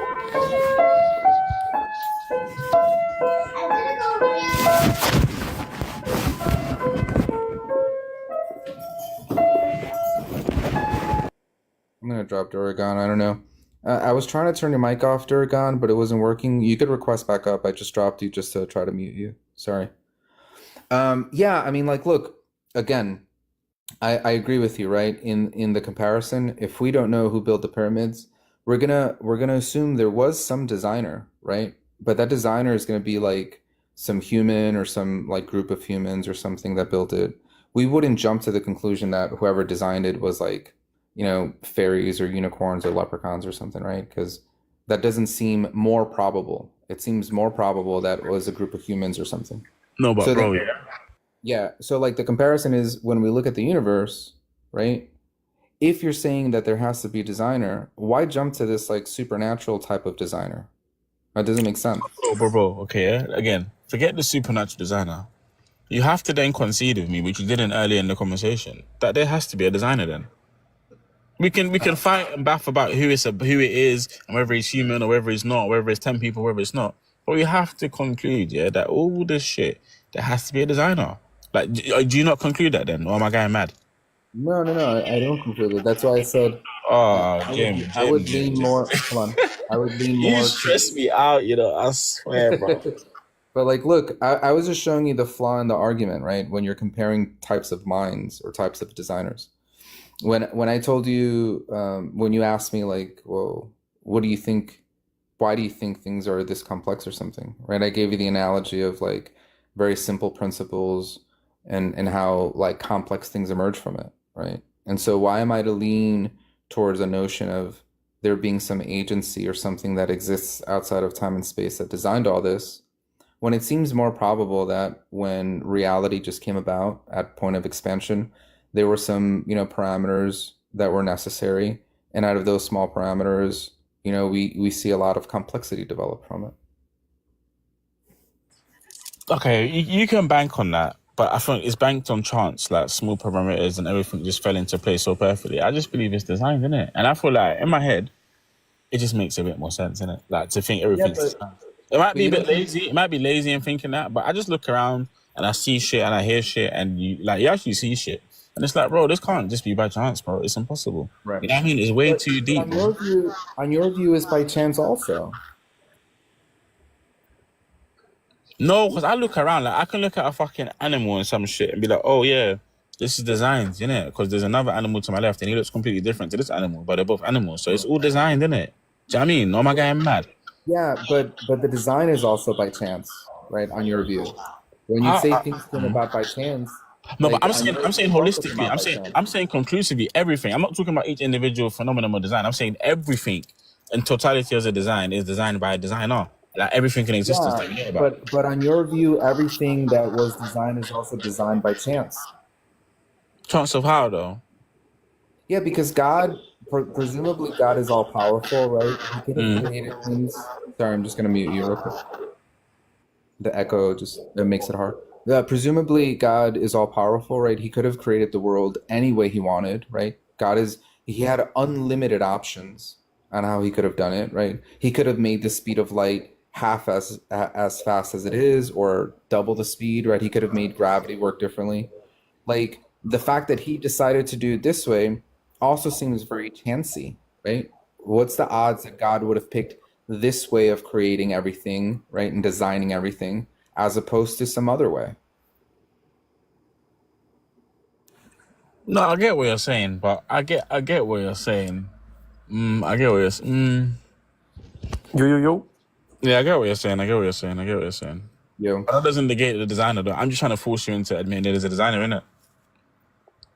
Well, I think what you're trying to say is that it's more probable that there was a reason as opposed to by chance, right? Because if I say, look, I don't think there's a designer, I think, things came about naturally. Like you're saying, well, that seems very chancy, and it's less likely that things came about by this chance.